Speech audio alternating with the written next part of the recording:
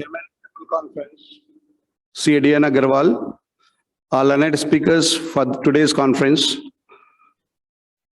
Honorable ITAT member who will be joining us in the brain trust session, former senior officials of the Income Tax Department, present and past Central Council members, past EIRC members, illustrious past presidents of DTPA, Co-Chairman Annual Conference, C. Ramesh Chokhani, my colleagues in Executive and Annual Conference Committee, members from press and media, distinguished guests, members, family members of DTPA members, ladies and gentlemen. I, on behalf of DTPA, extend a hearty welcome to all of you. Today's annual conference is, we call it a knowledge temple for one day in DTPA. We spread knowledge and education. DTPA has evolved over the years as an association committed to its motto, Jnanam Ekyam Cha Nyayartham, which means knowledge and togetherness for justice. With great history, entering into the 48th year, our association is well recognized as one of the premier body of associations and professionals, and our current membership is 1750. Ladies and gentlemen, knowledge and education is never ending, and education has multiple meanings. I found a new meaning, and for that I quote the famous poet Robert Frost.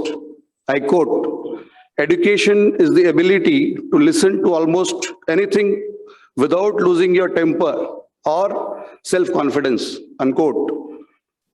Our country is passing through a rapid change in perception, both with regard to transparency in business and public life, as well as an honest and robust tax system without human interface. The changes are revolutionary, radical, and mind-blowing. Who about a decade back had thought that representation for tax matters would take place from their respective offices? Assessments would be almost paperless and faceless. Having seen the focus of government on these issues, we professionals simply ponder, what is the direction of this e-governance? And to address all these issues, we have decided to debate and analyze what will be the future of profession at 360-degree e-governance. Steve Jobs once said, "Technology is nothing. What is important is that you have faith in people, that they are basically good and smart, and if you give them tools, they will do wonderful things with them." And so did say famous IT researcher David Pranas, that artificial intelligence has the same relation to intelligence as artificial flowers have to flowers. Well, at this stage, we don't seem to be in a position to conclude whether machines will give the result or the men. But artificial intelligence in 360-degree is a reality. This conference, after this inaugural, will have two technical sessions, one on income tax and the other one on GST. And at the end, we'll have a brain trust session wherein we'll have queries both on income tax and GST. My sincere gratitude and highest respects to Honorable Justice Ajay Rastogi ji, Judge Supreme Court of India, for kindly accepting our humble request to inaugurate this conference as our chief guest, and to Honorable Justice Girish Chand Gupta, former Chief Justice, Calcutta High Court, for agreeing to be our guest of honor and chair the first technical session. Their august presence will be a matter of great inspiration for all of us, and their words of wisdom will enrich our knowledge. My sincere gratitude to Shri P.M. Jagtap, Honorable Vice President ITAT, who will be chairing the brain trust session, and also to Mr. Khalid A. Anwar, IAS, Honorable Commissioner of GST, who will chair the second technical session. I pay my sincere respects to Dr. Girish Ahuja, Mr. Saurabh Soparkar, Mr. J.P. Khaitan, Mr. J.K. Mittal, and Mr. S.M. Surana, who will spare time out of their busy schedule and will be deliberating upon the important issues on income tax and GST, and will also address us on the brain trust queries. On this special day, we miss our Beloved late N.K. Poddarji, senior advocate, who was the lifeline of all our annual conferences. He was associated with us since inception and had been addressing us every year at this annual conference. It is difficult to think of any annual conference without him, and we will miss him. We all have been inspired with his thoughts time and again and should try to implement them in our professional journey. The conference souvenir being released today contains articles from various eminent authors on topics of professional importance. I am sure that you'll find the same useful and informative. I am thankful to the paper contributors. On this occasion, we also releasing 2 research publications by our research publication committee titled Selected Income Tax Issues and Insight and GST Case Laws Compiler, which I am sure will be highly beneficial to the participants. I also express my gratitude to CA D.N. Agarwal, Chairman Conference Committee, and the entire team of DTPA, its past presidents, office bearers, executive committee members, annual conference committee members for their support and guidance. I wish all of you enjoy the conference and get benefited with knowledge shared by our learned speakers.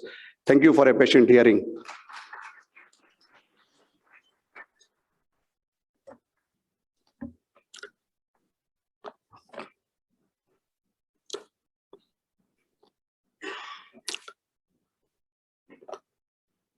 I request Sanjay Bajoria ji to come and introduce our chief guest.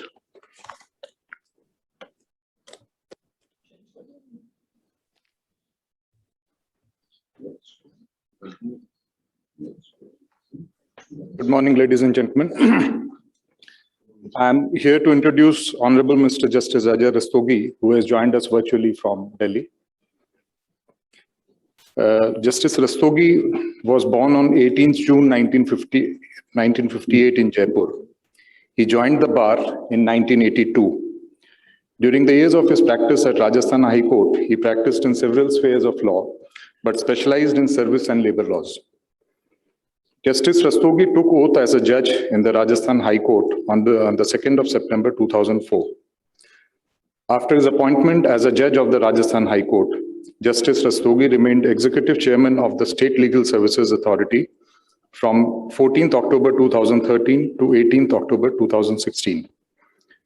Justice Rastogi was also the Acting Chief Justice of the Rajasthan High Court with effect from 14/4/2016 to 13/5/2016. Justice Rastogi was recommended by the Collegium for being appointed as Chief Justice of the High Court of Tripura on 1st of February 2018, and he took oath on the 1st of March 2018. He was elevated as the Judge of the Supreme Court on 2nd of November 2018. We welcome Justice Rastogi.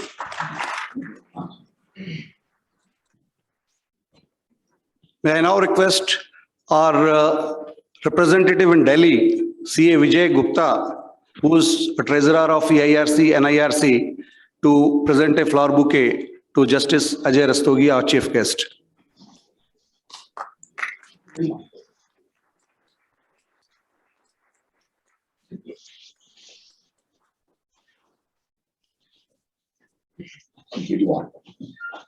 I now request our past president Paresh Kocherji to introduce Honorable Mr. Justice Girish Chand Gupta.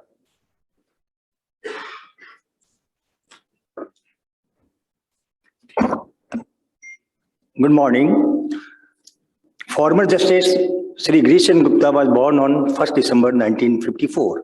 He was enrolled as an advocate on 20th September 1982. He was appointed as a permanent judge of the Calcutta High Court on 15th September 2000 and appointed as acting Chief Justice of the Calcutta High Court on 22nd August 2016. He was appointed as Chief Justice of the Calcutta High Court on 21st September 2016 and retired on 30th November 2016. As per numerology, the month of September is very, very auspicious in his life. He is currently chairman of West Bengal Human Rights Commission. Friends, Mr. Girish Chand Gupta is one of the rare justices whose name is known in most of the tax consultant circle because of his certain decisions, whether in the favor of the revenue or against the revenue.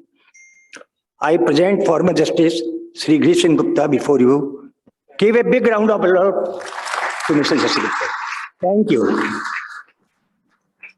May I request our past president, Sri R.N. Rastogi ji, to honor Jessica with a flower bouquet.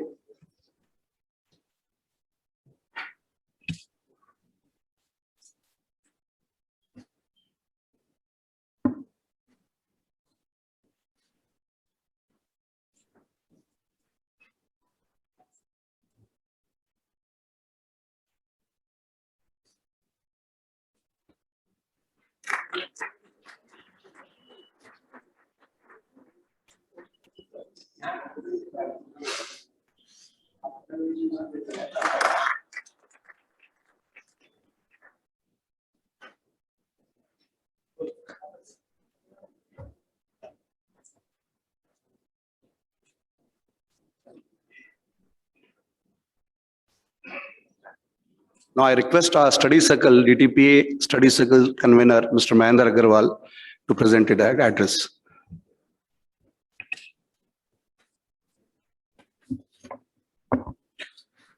Namaskar. Honorable Chief Guest, Mr. Justice Ajay Rastogi, Judge Supreme Court. Our guest of honor for the day, Honorable Justice Girish Chandra Gupta, former Chief Justice, Calcutta High Court.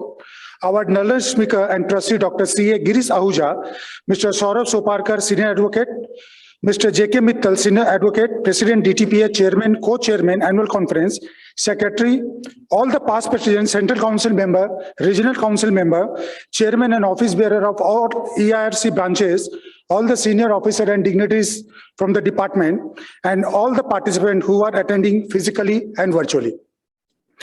Ours is a large study circle and extended arm of ICI having been established in 2005 by a CA member of Direct Tax Professional Association. The association has glorious history of nearly 4 decades, and this study circle of almost 1.5. We have about 1,200 CA members on that. Our activities are mostly associated with dimension and knowledge through seminars, study circle meeting, etc. And around the year, we hold numerous number of such events on various topics of professional interest. Our activity also include making representation to the government on various matters related to business and profession. We are also release monthly e-bulletin containing recent judgment notification circular and recent case laws, including article on contemporary issue on a regular monthly interval. Annual conference is our flagship program.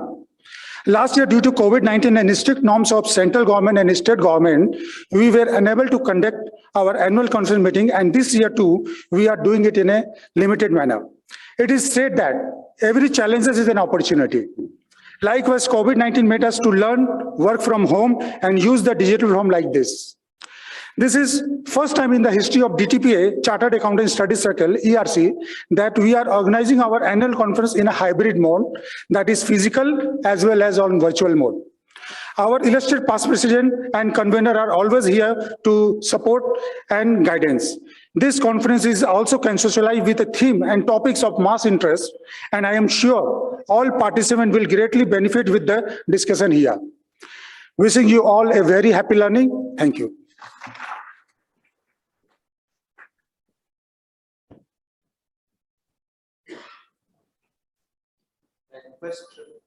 I request our annual conference chairman, Sri D.N. Agarwal, to present the theme address.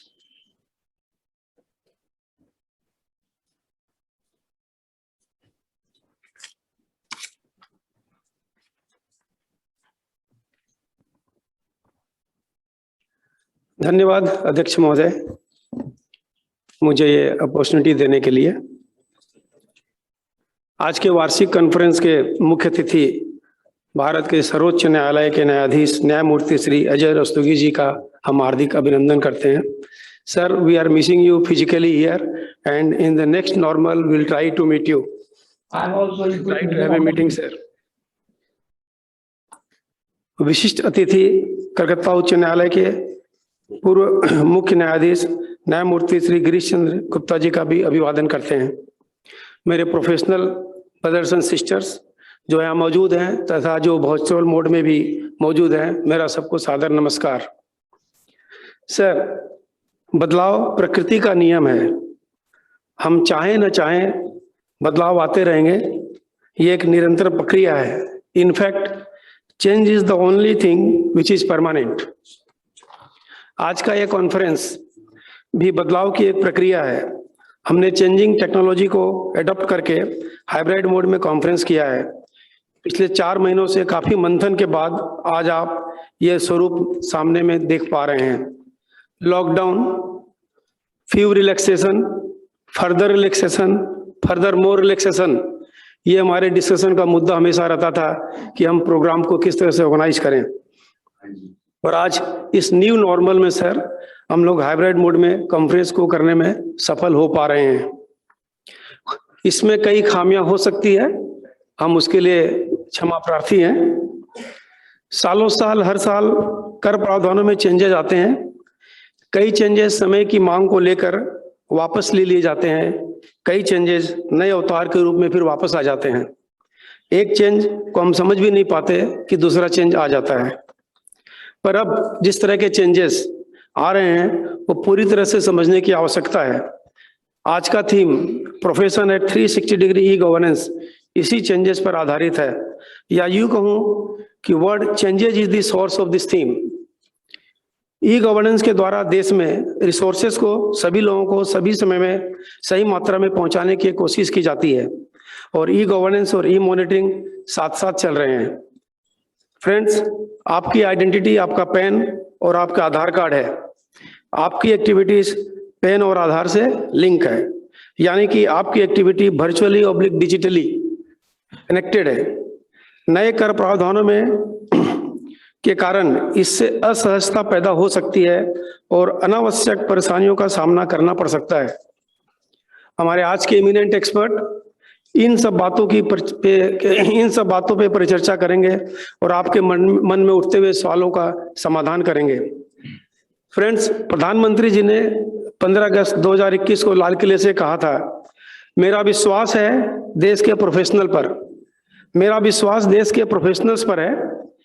ये can do generation है, ये हर लक्ष्य को हासिल कर सकती है। हमारा आज का कॉन्फ्रेंस भी लक्ष्य की ओर बढ़ने में एक सहायक कदम है।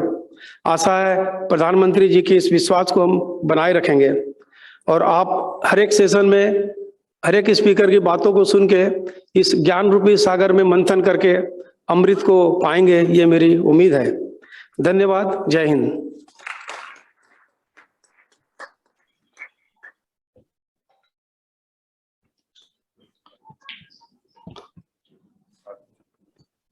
May I now request our chief guest to inaugurate this conference and kindly allow me to perform the rituals and request the guest of honor to light the lamp. Also request all learned speakers, Central Council members, Chairman EIRC, senior government officials, former government officials to join the lighting of lamp.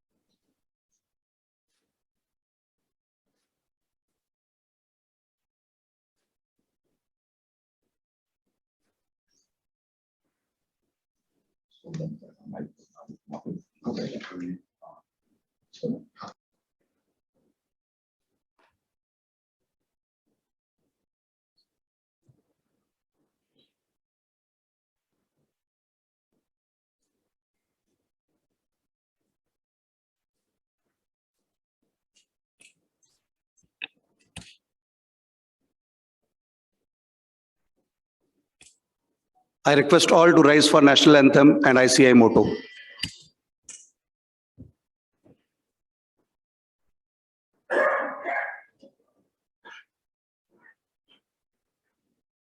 नायक जय हे भारत भाग्य विधाता, पंजाब सिंध गुजरात मराठा द्राविड़ उत्कल बंगा, विंध्य हिमाचल यमुना गंगा उच्चल जलधि तरंगा, तव शुभ नामे जागे, तव शुभ आशीष मांगे, गाहे तव जय गाथा, जन गण मंगल दायक जय हे भारत भाग्य विधाता, जय हे जय हे जय हे जय जय जय जय हे।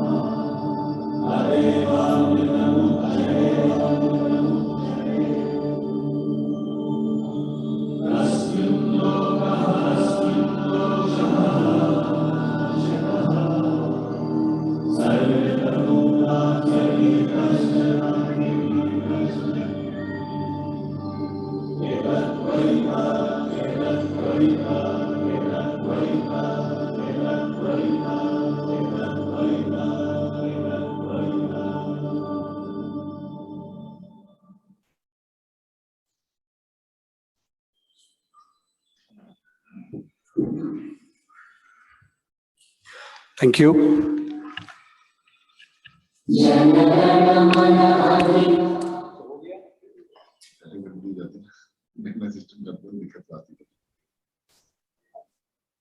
May I request our guest of honor, Honorable Mr. Justice Girish Chandra Gupta, to give his address. We all waiting to hear him. And friends, now I request Justice Saab.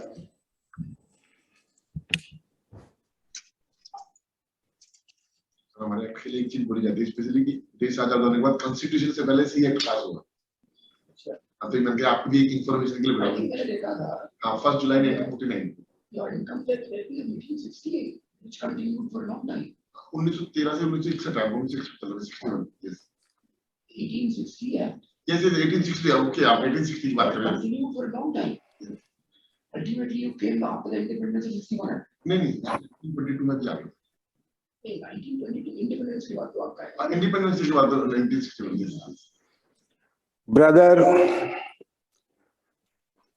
Honorable Justice Ajay Rastogi,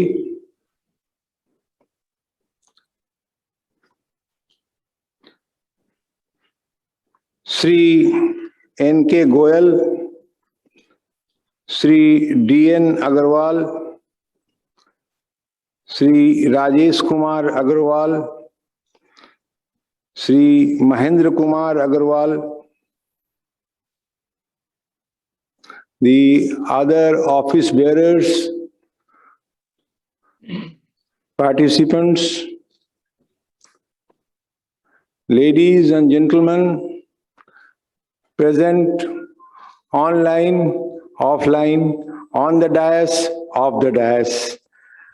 A very good morning to all of you. I am elated that I have been invited to be amongst you today. But the thing which was, really frightening me was that for last 5-6 years, I am not in touch with the revenue laws. When I was told that we shall be discussing about section 148, I asked him, what is 148?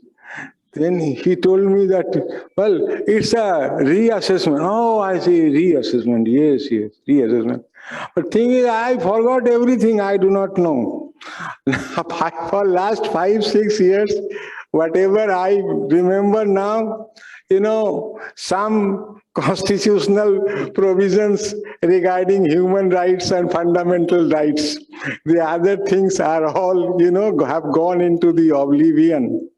But I thought that since my date of retirement is nearing, and I shall lay down office on 20th of December, and thereafter I have to do something. So maybe God gave me an opportunity, to come amongst you so that I can renew my friendship with all the members of the profession. So that's how I thought that it's an opportunity that I must go there. And I don't think you will mind my ignorance, because we the judges have a facility which you do not have. The people in general are supposed to know the law. It is not a defense to say that I didn't know the law. Nobody can take this defense, except the judges, because they have appellate court above them. So therefore, whether they know the law or they do not know the law has presumed that they do not know the law, so they provided for appellate court. Of course, my brother Rastogi does not have that opportunity. He cannot claim that he does not know the law. But I, being a judge of the High Court, certainly am enjoying the umbrella, the protective umbrella of the Supreme Court. They are there to correct me whenever I am wrong. So that is, added advantage which I thought I should exploit and come here. So the theme of consideration today are twofold. One is the recent changes made to Section 148 of the Income Tax Act, and the other is about the Goods and Service Taxes Act. So, I would speak a few words about the Income Tax Act provision and better keep silent on the GST Act. And I would prefer to be a listener, because हम तो जज हैं, हमारा तो बोलना काम नहीं है, हमारा तो सुनना काम है, तो सुनाना काम तो आपका है, खरी खोटी सुनाने का अधिकार तो आपको है, हमको तो केवल सुनना है. So, speaking part will be done by you. I will be there to hear your arguments. Now, to go back to the theme of the day's discussion. You see, all of us have this awareness that we had a very developed jurisprudence known as Hindu jurisprudence that was there. And our lawgivers were like Narad, Yagyavalk, then Manu. There is a complete code enacted by Manu. Those things are there. Now, in those codes, there is a provision for tax.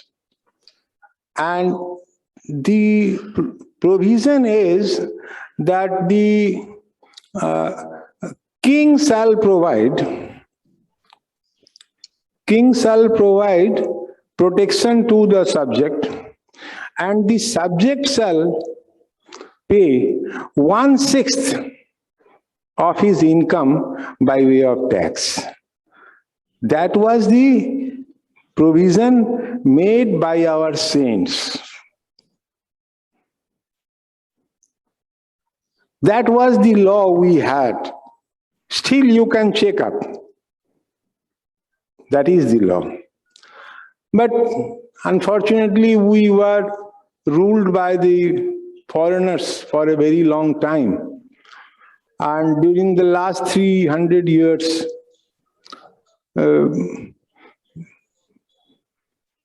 the British rule was there.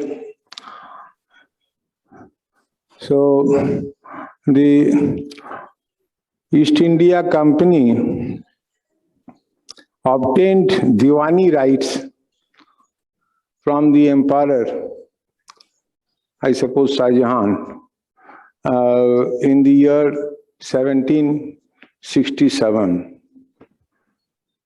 Before that, they had already defeated Siraj Dawla and taken over the administration. Now, after East India Company took over, the judicial system that we had was, a varied system, which in one way or the other is still continuing. Like the criminal law, which was there, was the Islamic law.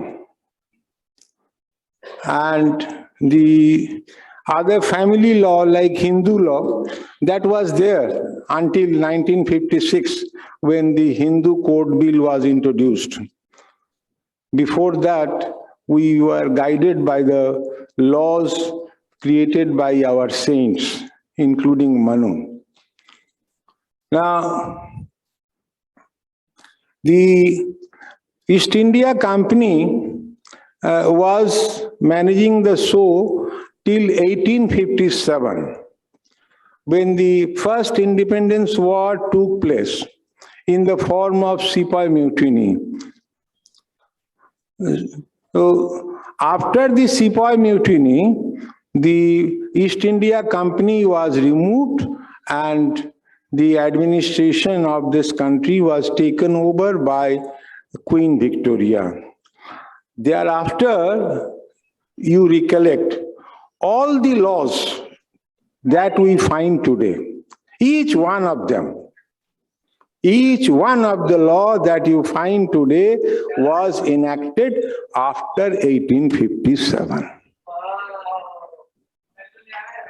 The 1961 Act You have to go down, no? you have, Oh, but that is that.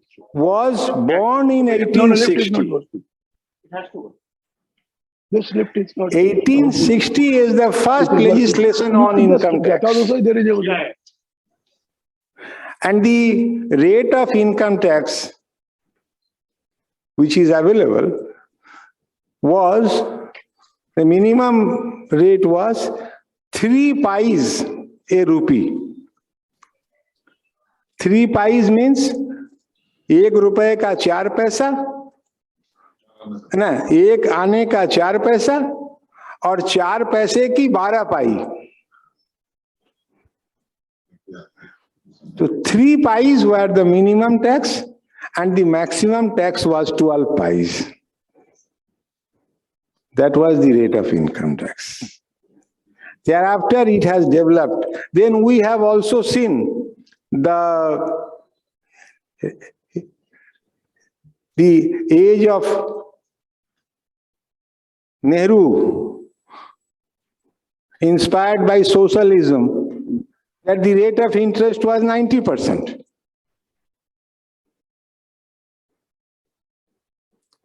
So that kind of law, it has evolved from that stage.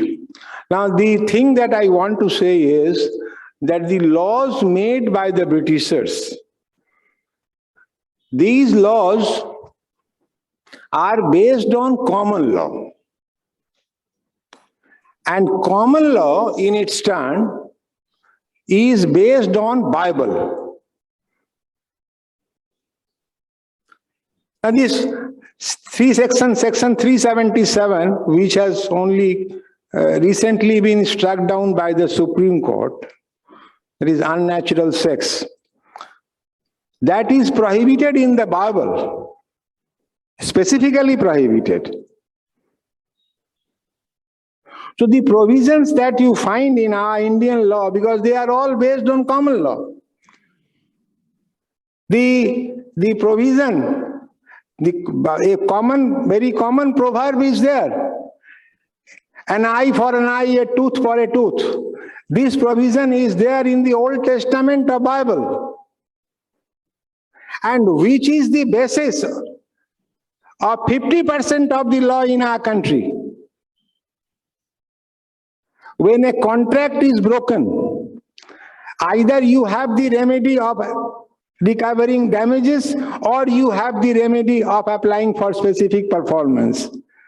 Where from this law came? This law is based on that principle.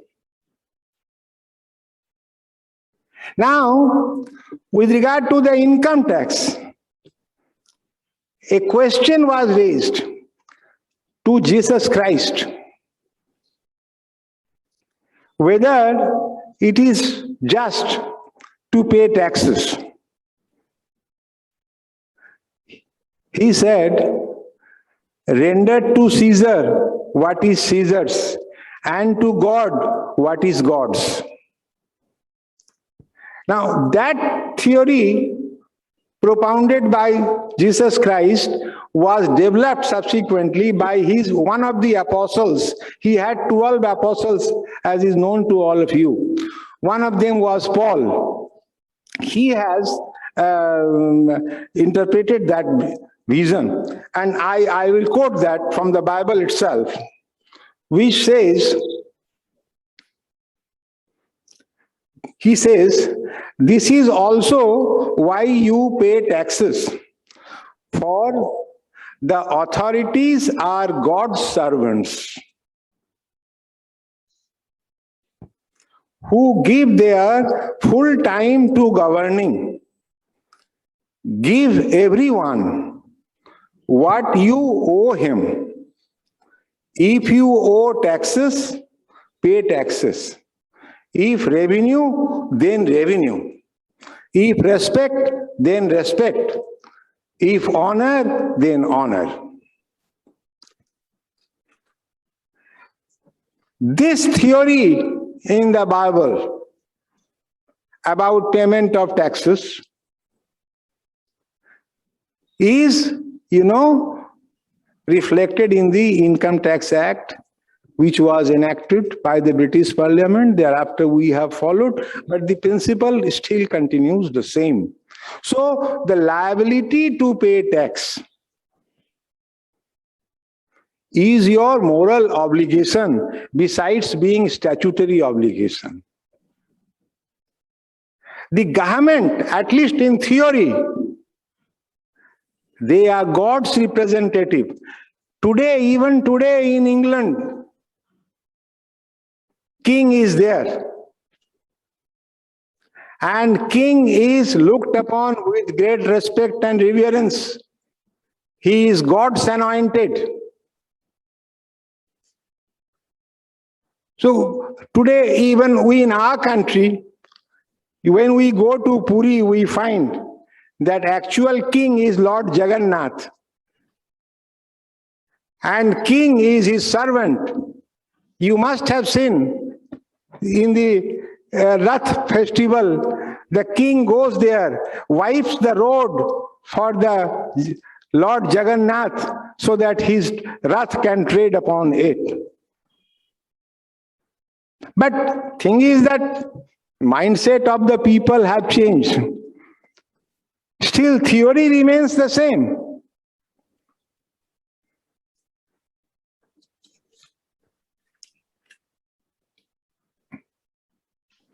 Now, following that theory, in 2010, during the speech made up by the finance minister, a taxpayers charter was prepared. All of you are aware of that. I need not dilate on. Now, as recently as in the finance speech of 2020-21, the finance minister told us that the taxpayers charter will be incorporated in the statute. I suppose that is yet to be done, but that was what she said. So what is then the position? The position is that you have to accept the proposition that 1/3 of your income has to go to the partner. Who is the partner? Partner is the state. That partner is admitted to the benefits of the partnership. Namely, he participates in the profit, does not partake the losses. Losses are yours.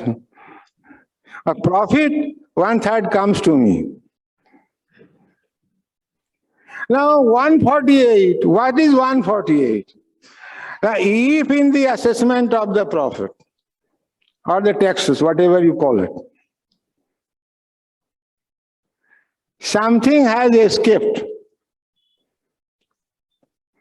then the power to reopen the assessment is given. While the assessee has the right to prefer an appeal, he can also apply for rectification of the errors. The revenue does not prefer an appeal against an order of assessment because they have this right. They may prefer an appeal against the order of commissioner, but they will not prefer an appeal against the order of the assessing officer because they have this provision. Wherever there has been any mistake or escapement, he will immediately reopen it. So what the hullabaloo about is? The hullabaloo about today is that previously subsection 2, section 148 provided that for the reassessment, the revenue, the ITO or assessing officer, whatever you call him, he has to give reasons. But today, that provision has been changed. The provision today is that, well, if he is satisfied, either from any search and seizure, it appears that some property which is shown in the name of somebody else but actually belongs to you, or some survey has been made, some information have been elicited on the basis of which it can be said that your income has escaped assessment, and such other things. So wherever he is satisfied, he can do it. The only protection that has been provided is that he must obtain approval of the commissioner or the principal commissioner. But I would think that there has been no material change in the law, because the provision which was there that he must record reasons is now supplanted by the provision providing for satisfaction. So that satisfaction, cannot be that, well, the ITO says, I am the monarch of all I survey. I am satisfied, therefore I am satisfied. There is no reason for any one of us to be panicky. There is no such power given. It has been decided in the umpteen number of cases that even such satisfaction are not wholly subjective satisfaction. If the provision says that some property has been found in the name of, say, X, but it had appeared that this property really belongs to Y. Then if Y is sought to be made liable, then there has to be proper, dependable, law has said, rationally, evidence of what type? Evidence of rationally probative value. That type of evidence should be there before he can say that I am satisfied. Short of that, the exercise of power will be struck down. This was laid down by Privy Council in the case of Emperor versus Shivnath. This has been thoroughly discussed by the Supreme Court in the case of barium chemicals, reported in AIR 1967 Supreme Court. You can write down if you like. 295. Therefore, my dear friends, there is no reason to be panicky. We shall, of course, whatever views I have expressed, they are subject to hearing the wiser heads, which we shall hear during this session. And as I told you, कि मेरा काम तो सुनना है, बोलना नहीं, सुनाना तो आपका काम है. तो आप सुनाइए, देखें क्या इसमें है जिसके लिए कि we should be panicky or afraid of this decision, of the provision. I find no such thing in it. So that's it, my dear friends, and I am very grateful to you for giving me a patient hearing. A very good morning, and thank you very much.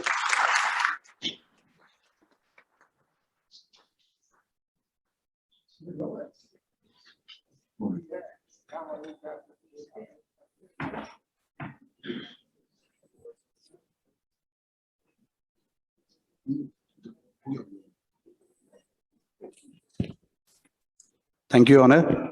Now, may I request our chief guest, Honorable Mr. Justice Ajay Rastogi ji, to present, to deliver his address. Very good morning to all of you who are present in this August gathering. My brother Justice Gupta, Mr. Agarwal, Mr. Goyal. We are not being able to hear, sir. Kindly unmute.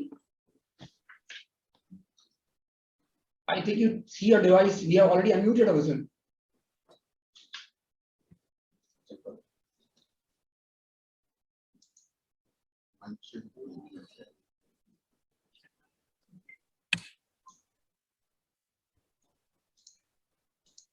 Sir, we can hear without any difficulty. Wonderful. Good morning to all of you. Namaskar. My brother Justice Gupta, Mr. Goyal,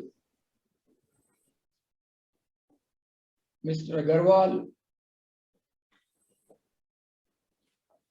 and all other members of their team, office bearers, and all those persons who are taking keen interest in taking ahead this institution and in organizing this function.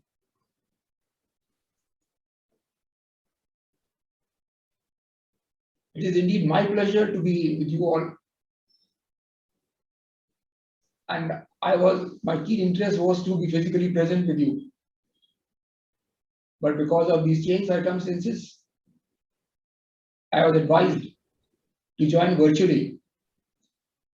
And that was the reason I made request that please permit me to join virtually, and which was agreed to all of you. I'm so thankful. I had gone through your registration number when I was just taking the brief.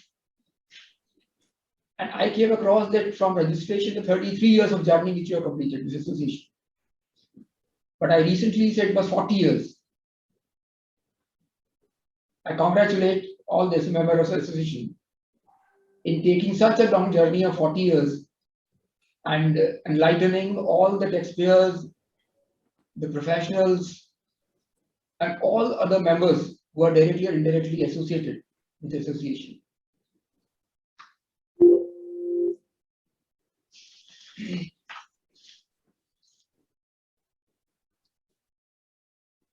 First, I don't agree with Mr. Gupta. He said that I have already forgotten because I retired 4 or 5 years back. Mr. Gupta, your speech on the subject and your speech on the decades of you say crown, the British rule, the Vedas, which you have elicited to all of us. At least I'm not going to accept that you have completely forgotten about the tax laws. You have enlightened us on section 148. I also have a brief knowledge of the tax law. When we hear the lawyers, understand the problem. As you said, 148, we may have 143.1 first, goes to 143.3, then the notice comes to 147, and then comes to 148. I can tell the August gathering recently, even yesterday, we had a matter. After 143.3, 147 notice was there. And 147 notices were challenged before the court and came to the Supreme Court. My question to the revenue was, which was set aside by the High Court. My question to the revenue was, if 143 has been there, and if you are issuing a notice on 147 at a later stage, maybe within the period of limitation, whether the rigors of 147 will be more in degree after 143 proceedings are over. And the revenue lawyer said, sir, I am not so brief in making my submission, so give me some time and I will make a research and then come forward to you. So what I want to say to the August gathering is that first of all, I don't agree with Mr. Gupta in the first instance that we have to be, I have forgotten, judge never forgets. And we as a human being never forgets. This hard disk which has been given to us by God, this is one thing which you are not there to spare. These hard disks attached to your computer can be spared. It can corrupt. But the hard disk which is given to us by the God, nobody can corrupt it. It will go along with us. So my request is not the judges. We should all be the learners. And as long as this journey of learning at every walk of life continues, we will be benefited. And conversely, the day you think that you have already learned and you have reached to a stage where no more learning is required, I think that is the day and the career goes diminishing down. So I always say one thing. We should always do better something than what we have done it earlier. But the time you say I have done my best, then that goes to the optimum limit. Meaning thereby there is no further space. As people said, the space at the top is always vacant. We have to think as to whether with my capability, with my knowledge, with my efforts, with my well-wishers, I'll be able to reach that goal or not. And that is the way by which we function, society function, and that is the way by which we all live together and go ahead. I was just thinking on as to why this subject of profession at the rate of 360-degree e-governance has been selected. I just wanted to make it my own research. And I later on find that really the subject is the need of the hour. And I first congratulate all those persons who have been there in making a selection of the subject for the present conference. And if you go to the literal sense of 360-degree, when the clock takes the full round, in the literal sense, it is a 360-degree which reflects. And this is how the changes in our day-to-day life, it changes our personal perception, our ideas, our thoughts, our priorities, and so on and so forth. So there is a complete dimension from when the starting level to the level where we go and cross it. Let's go back to our own days when we were in the teenage group. And if we recapitulate our own memory, as Mr. Gupta has recollected the memory of the oldest period, our approach of life was quite different towards life. But as we grown up, we completed our studies, came into profession, got married, children were grown up. Now, thank God, the lifespan has completely changed from those days to the days in which we are present. And this, according to me, is a change at a 360-degree. That is the lifespan.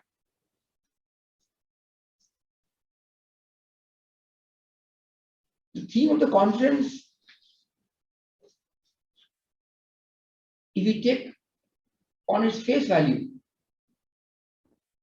there is an apparent visible change in profession. I can say for myself, after completion of my law, I came in 1982 in profession.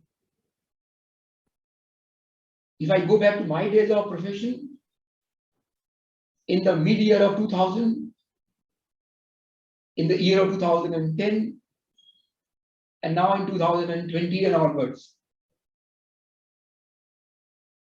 the change which has come in profession is so drastic, but I'll say positive.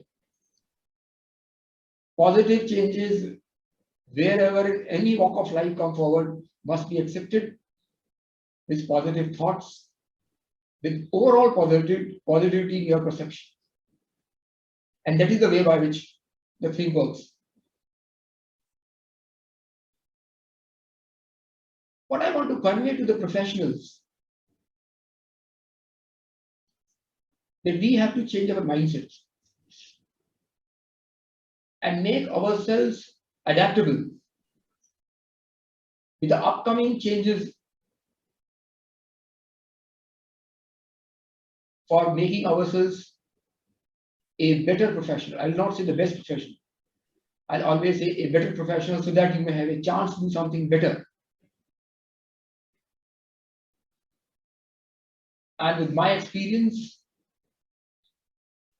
only such professionals who can change their mindset and make the change system adaptable will be the successful professionals in life.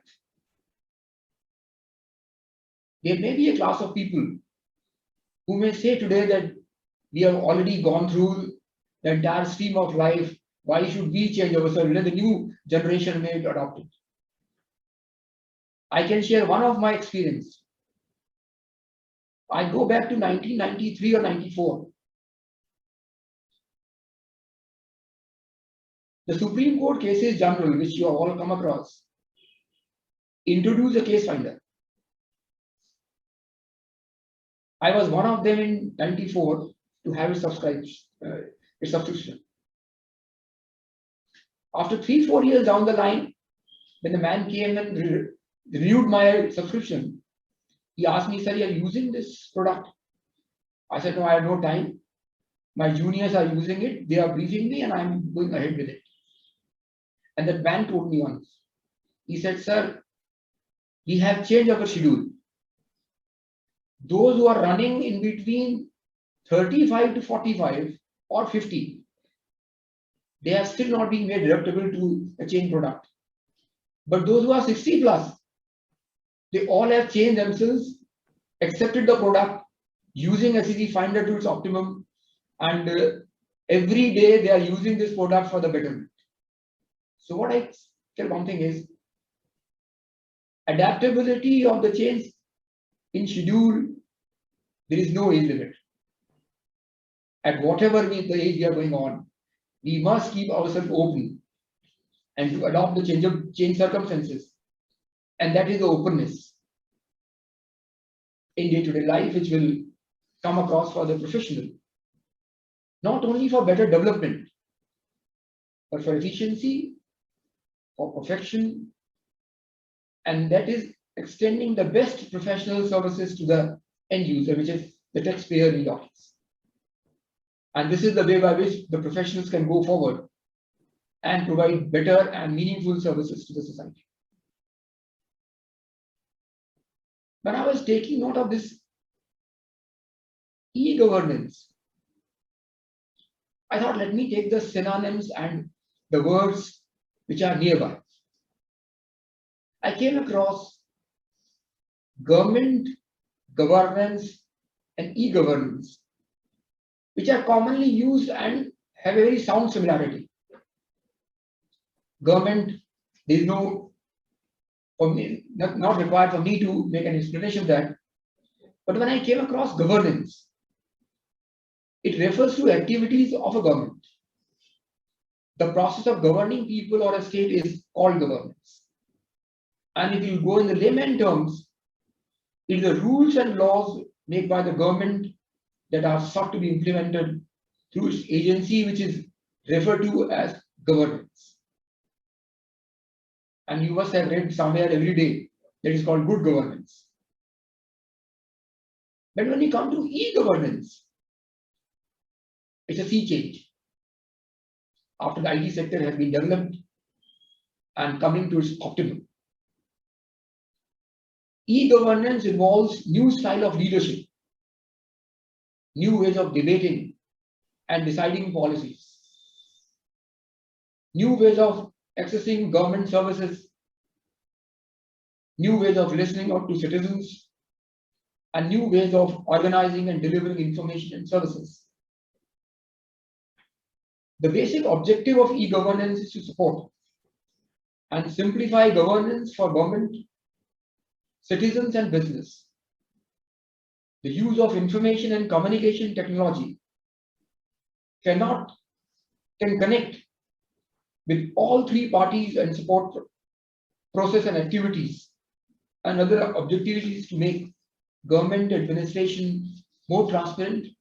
Now, the important is this: more transparent, speedy, and accountable, while addressing the society's needs and expectations through efficient public services and effective interaction between the people, business, and the government. Its benefits are manifold. The facilities, it delivers better services to the citizens, citizen empowerment through access to information. It simplifies internal operations and improve performance to government departments, while helping all sections of society to avail government services at minimal cost and maximum ease to use. When I was just looking forward for e-governance, which is the topic selected by you, it gave me a different thought to examine in different dimensions. Let us see the sea changes in the whole system which has come after the e-governance is introduced. Let us go to the retail business. If we go back to days of 1960, we'll find that our parents or grandparents in the earlier days going to a market with a bag, for taking grocery and for all other consumable items. But nowadays, by a mobile itself, you can get every product of your desire at your home. That is the change in the retail market. A food industry, everything is at your doorsteps on a single click. Take film industry. There was a day when we are going to a film theater. Even 20 years down the line, we are going to a theater and having 250 rupees a ticket. But now sitting at home, you can have every film you can watch either through Prime Video, through Amazon, through Sony Live, and all other products available at your command. See the change. I think we have restricted to 360. It can go ahead to 360 degree also. That is the mindset which we have changed. See the change in the judicial system. I can say for myself, if I recollect 15 years down the line, or maybe a year more, the proposal came that why the hardened criminals are being brought from jail to the magistrate's court for recording their appearance. Why can't it be through video conferencing? I can tell you that time, neither the lawyers nor the judges of those times were adaptable to the system because they have never seen it. But the system was introduced. But that was restricted only to record statement of hardened criminals from jail with on virtual mode attached to the magistrate concerned. Nothing more. Now see this pandemic 2019. From March onwards, we are almost completed 2 years and 3 months. The whole judicial system is going on virtual mode. From Supreme Court to downwards.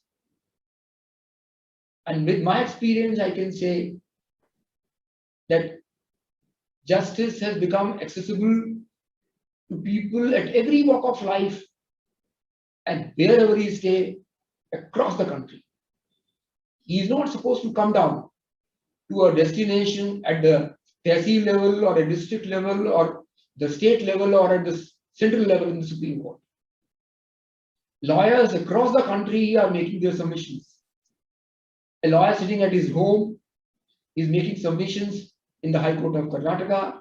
At the same time, he is appearing in the matter listed before the Bombay High Court. At the same time, he is appearing before us in the Supreme Court. See a change. We never have this mindset earlier that this is possible. But whenever there is a need, we always keep ourselves open, make ourselves adaptable, permit the new system to be introduced, and changes is our front of view. As on today, I find this technology is working so efficiently and meaningful.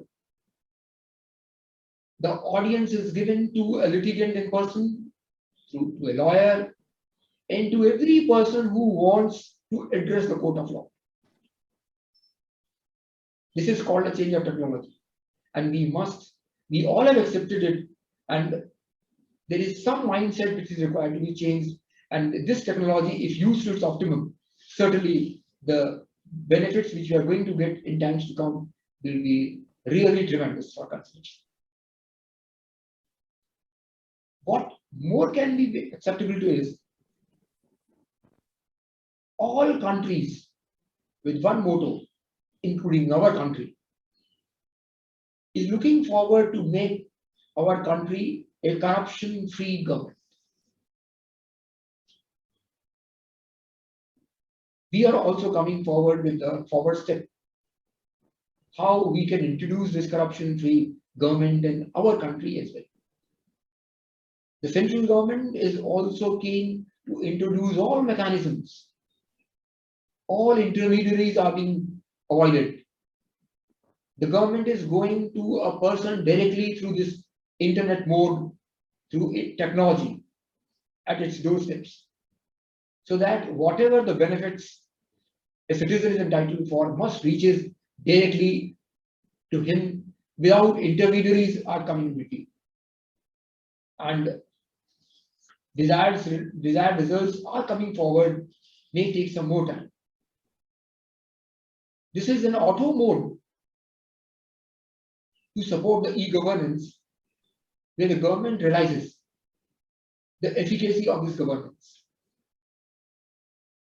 E-governance to be implemented and executed, and if executed in true spirit, it facilitate and provide all our inputs, and we have to give our better implementation, which can take step forward in achieving our goal. Mr. Gupta has taken us to Vedas and all earlier time, how the laws were there and how revenue was collected. I divide into three segments. We have the old era when there was a colonial rule, then it was changed to the British rule, and after independence, our Indian government has introduced. I don't want to dilate more on the system of revenue collection, but you will find by passage of time, collection for revenue collection and tax collection, changes have come. And those changes are positive. Everybody wants that tax must be collected, revenue must be collected, which is betterment for the society and to be used for the society.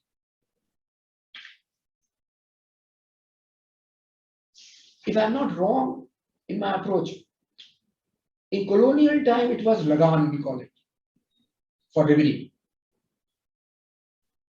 which every person voluntarily, without reservation, was contributing its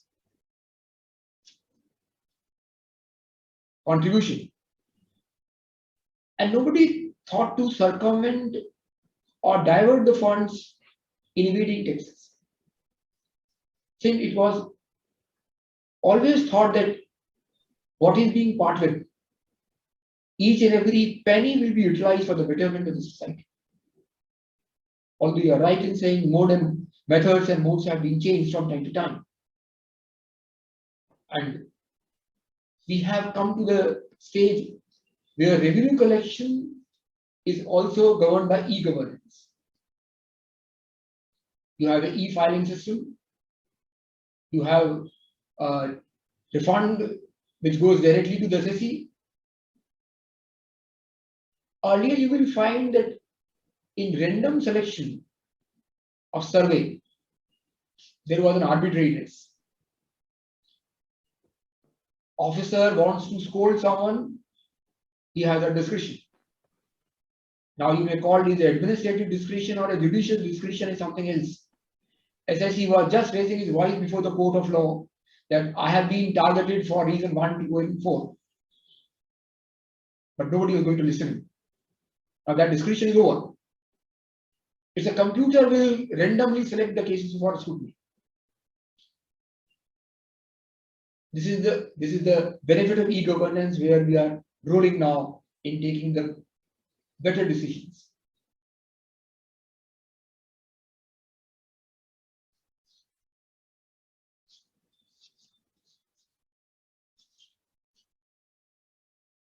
I can share one of my own experience when I was a lawyer. I was sitting in my chamber and my clerk informed me, sir, one person has come from income tax department, he wants to meet you. I said, why he is interested in meeting me? So he has not disclosed us any kind of a reason, but he wants to meet you. Although I was busy in my work, certain clients were in my office. I said, all right, here, this man has come, send him inside. When he entered my room, he first said, sir, namaskar. I said, I have never seen this man, why is namaskar and why he has come? He said, sir, there is a refund. I did not recollect it why he is asking for refund and for what refund he is asking me. I said, all right, if you have a refund, give it to my clerk, he will take care of it. He said, sir, the refund has come from the income tax department. I said, then what I have to do? Even if it has come from the income tax department, the refund will take care of it.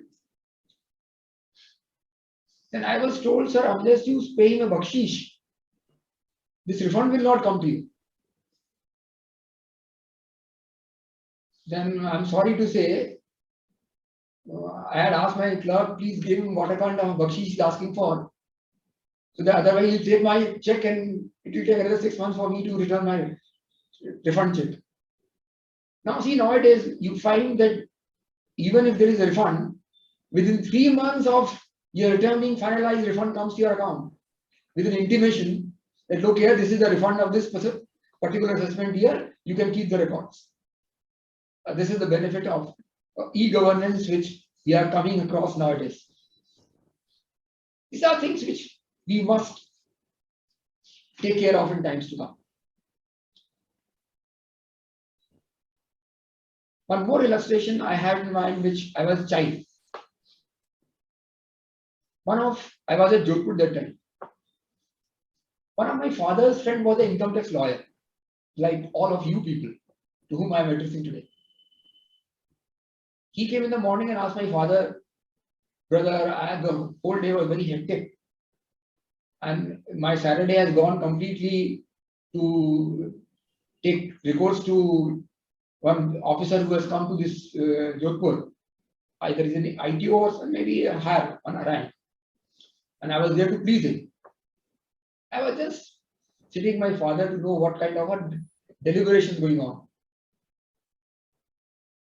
And what he said, I can't forget. He said that man is coming from a different place on transfer and I am just searching a house, rented house for him.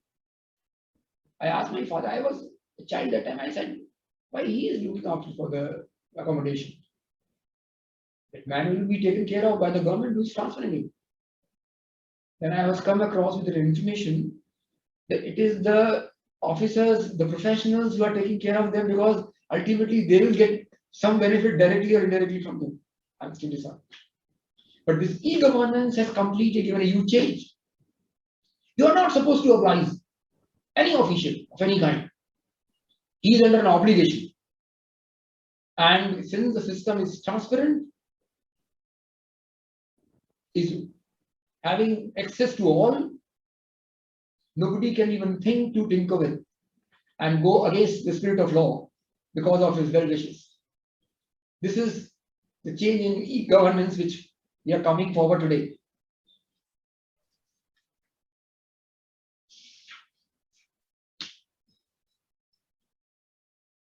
This e-governance, which I have recollected, has 3 pillars. One is the tax administration reforms. I'm talking about your profession. One is faceless assessment, faceless appeal, and taxpayers charter. Mr. Gupta has alleged something about taxpayer charter also. People have a different logic as to whether the faceless assessment and the faceless appeals are going to work or not. I keep my fingers crossed at the moment. I find that when you are sitting across the table, everything can be made clear to him physically. If it is faceless, the person who is an authority may be able to find out, may not be able to find out because of his experience, because of lack of time, lack of dependency. There are many reasons. But my request to all professionals present is, please support the system, and this system, if make it workable, provide all inputs. And if it is made workable, I repeat, it will give you a better results in times to come. And this, I feel, is the need of the hour. Faceless assessment scheme 2019 has been introduced, and scheme of 20 has been introduced of faceless appeals. I don't know how it is working as on today, but I have been told that matters of serious fraud major tax evasion, search matters, international taxes and black money to some extent has been curbed by this process. You people are the best persons to know about it. My request is please examine all these aspects when you deliberate on the issues, on the subjects which you are dealing with. I only add one thing more. This artificial intelligence which has now come as a part of the system has a sea change in the whole approach. But one thing I can tell you, whatever this mechanism, including artificial intelligence introduced,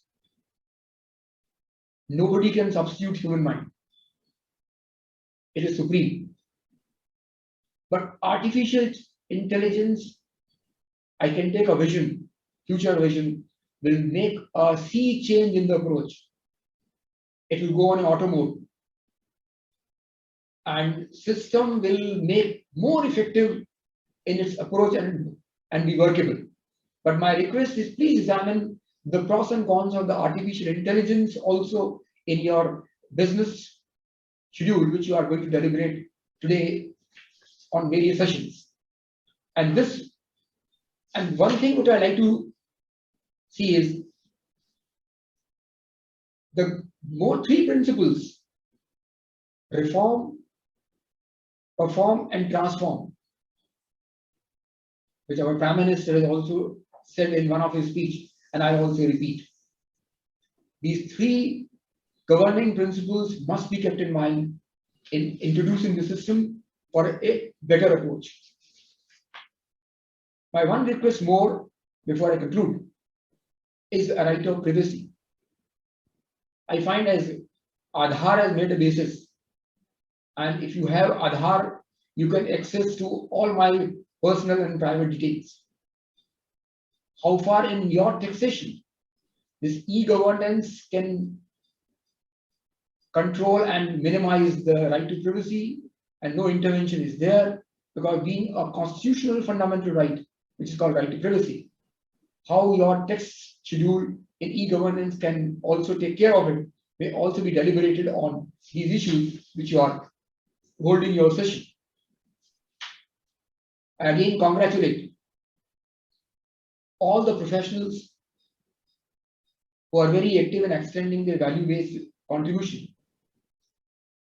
And we have to come forward in judging our performance audit and our accountability to the system, which is also needed for us to be considered in your deliberations. And that alone will take forward for effective implementation. Not only the new laws which are being introduced by the Parliament from time to time, but that will also help us in our day-to-day life itself. And I conclude with the hope that whatever the deliberations will be taking place in different sessions, its final culmination will not only remain confined amongst participants, but others will also be benefited, especially the society in general and the taxpayers in particular. I will, however, like to request that the final outcome and its culmination may be sent to the respective authorities for their future guidance and to take into account the changes as proposed for making the system more effective, meaningful, and assessment friendly, where every taxpayer's assessee will come forward voluntarily and part with his contribution in the form of tax and be an active participant in developing the nation. Thank you once again for giving me this opportunity, and my good wishes to all of you, and your deliberation will certainly go a mile ahead in taking assistance to the government and assistance for us also on the judicial side. Thank you once again very much. I'm so thankful. Thank you, Your Honor. We are enlightened with your words of wisdom. I now request our representative in Delhi, C. Amit Saraugi, to present a memento to our chief guest.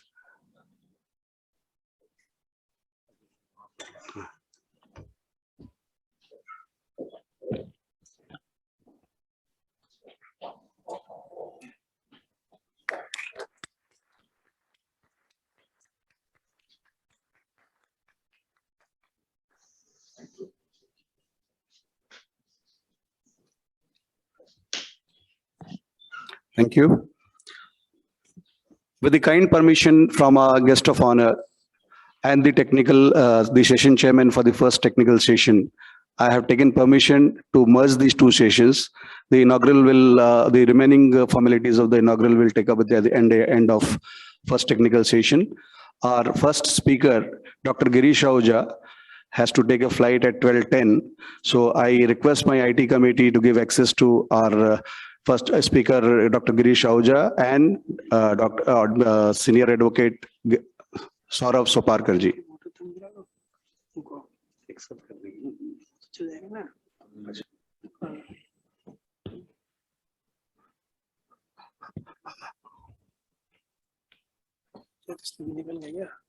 निकल गया ना.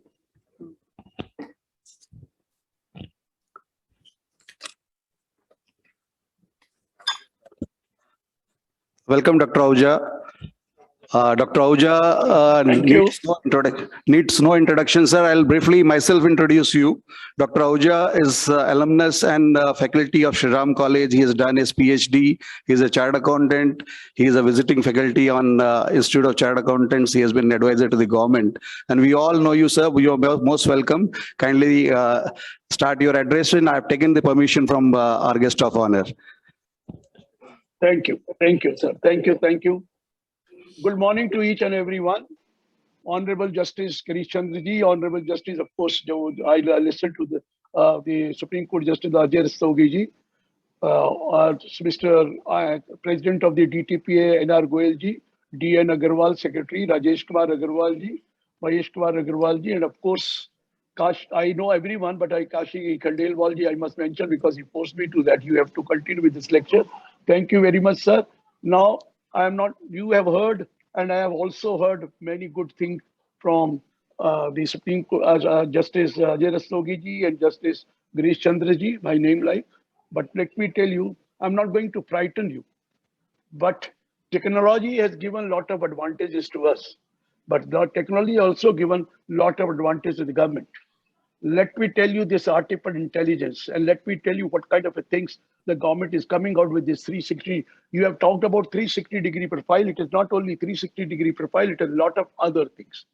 Way back in November 2004, government formed a central national agency called as Financial Intelligence Unit.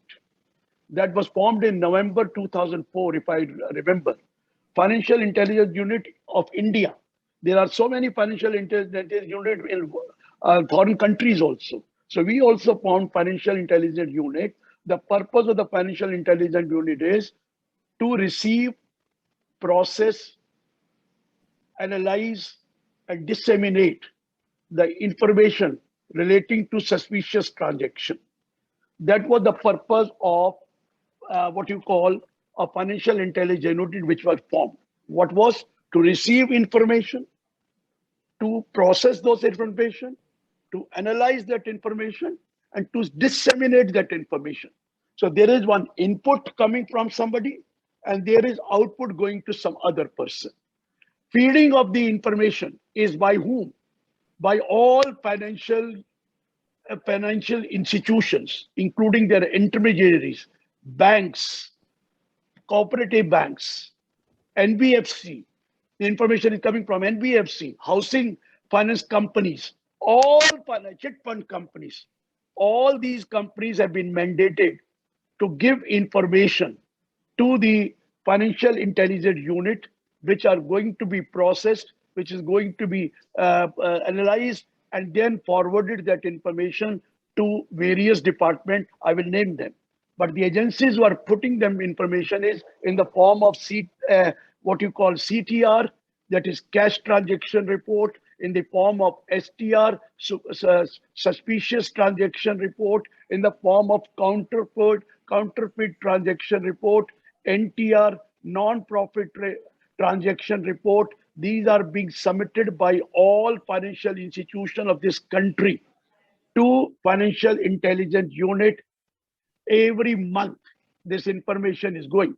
You deposit your cash, and if it is beyond a certain limit, the information goes. You go for a FDR of a certain amount, which is exceeding 10 lakhs, the information will go. There are a lot of withdrawal in your account. the information will go, lot of deposit in their account, information will go to them. The other transaction which need to be suspicious nature, or every information these financial institutions have to give to the financial intelligence unit.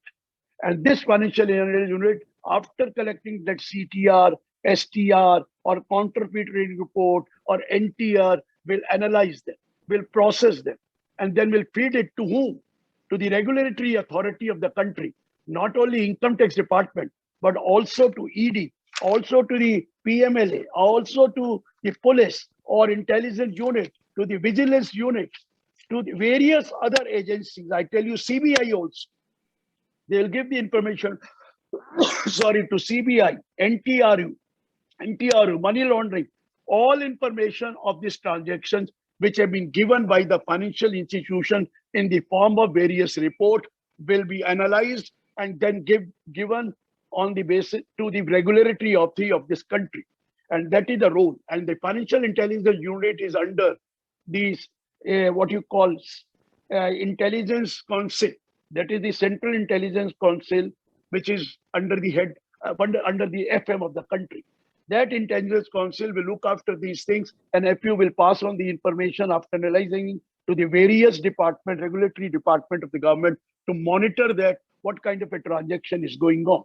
So let me tell you, we are being watched for your all financial transactions which are taking place, your banking channels, or your channel through financial institutions, or your NBFCs, your cooperative bank, your housing finance company. Each and every information is going to them beyond a certain limit, of course. That's because the time is short, so I'm not giving detail of that. The next point is we have another section 285BA, which talks about statement of financial transactions and statement of reportable account. The statement of financial transactions are being also given to the department under rule. The rule is 114E, and that transactions are being reported every year by 31st May.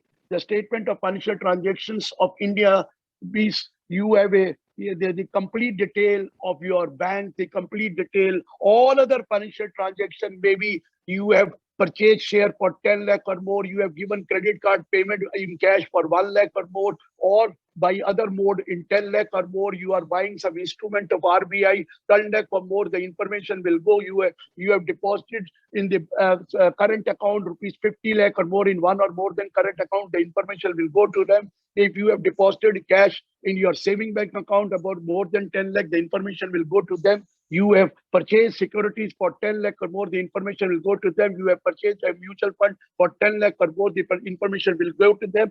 There are a lot of information which are supposed, they are mandated, will be given under form number 61A by these agencies, which may be post office, which may be a bank, which may be what you call any assessee, which may be, registering authority. You have gone for a registration of a document, let's say property for 30 lakh or more, the information will go to them. It will be registering authority and motor vehicle authority. They will be also sending information to them. There are so many authorities we've been asked to submit the information under section 285BA in form number 61A, and those details are given under rule 114E. Let me tell you, if you start with rule 114, first thing is rule 114 will start with, you have to quote your PAN number. 114 rules starting from A, 114B, 114C, D, E, and then F, G, H. Rule 114 F, G, H is about your international transaction or exchange of information from foreign country, and you are exchanging this information also with the foreign countries. That is what we call rule 114F, rule 114G, rule 114H. That information is also percolating and going to the income tax department regularly, let me tell you. Thereafter, we have what you call, as earlier it used to be called annual information statement, and also it used to be called 26AS, which was under rule section 203AA. Now it has been substituted by subsection 285BB, stating that there will be annual information statement, which will not cover only earlier TDS, 26 years were coming about the giving the detail of TDS and TCS only. Now this will contain 26 years, no doubt, but the name of the change name is now annual information statement. They will give the information of the TDS and TCS, beside TDS and TDS, all details of the financial transaction. Maybe you have heard in a very short time, you will get the details of the entire dividend received by you, or interest on saving bank, or the FDR interest of the TDS, of where TDS is not deducted, dividend deducted will be there, dividend TDS not deducted will be there. A very short time you will have the autofill capital gain also from information coming from NSC. All transaction relating will now, it will keep on adding that information in your annual information statement in the form of 26 AS. At one point of time, 26 AS were only for a limited purpose. That was details of the TDS and TCS. Now they will contain not only the detail of TDS or TCS, they will claim the detail of all financial transactions, then the details of the refund granted to you, then any proceedings which are pending, the proceeding which are completed, what are the refund which are given to you, payment of details of the payment of taxes made by you. All this will be in their annual information statement. Let me tell you, each and every information will come now in 26 AS. Even next year, the donation which you have given will also come auto-filled in. The word used is auto-filled. Auto-filled is not in your return. Auto-filled is in your 26 AS annual information statement. That is auto-filled, which is going to be there. Please note, 26 AS annual information statement has been done, has been prepared from where that information which are coming to them in the form of statement of financial transactions or various other information, and they have complete detail of your return also of the last 10 years, because you know that 10 years return are being e-filing, and they have complete data about you of that 10 years return also.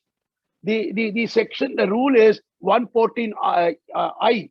Let me tell you that 114I is also very, very important, which I have given you those details which are coming. Now, the very important point which I'm going to talk to you, very, very important point which I'm going to talk to you. That is the information which they are doing with artificial intelligence. That is family unit. They will be having information about your family unit, your return, your spouse return, your children return. They will have complete information, a group information. We call it as family unit. The family unit. What are your revenues? What are your expenditure? Not only of the not only of you, your spouse, your children, your parents. That is family unit. They have linked everything in the form of a family unit. How did they do it?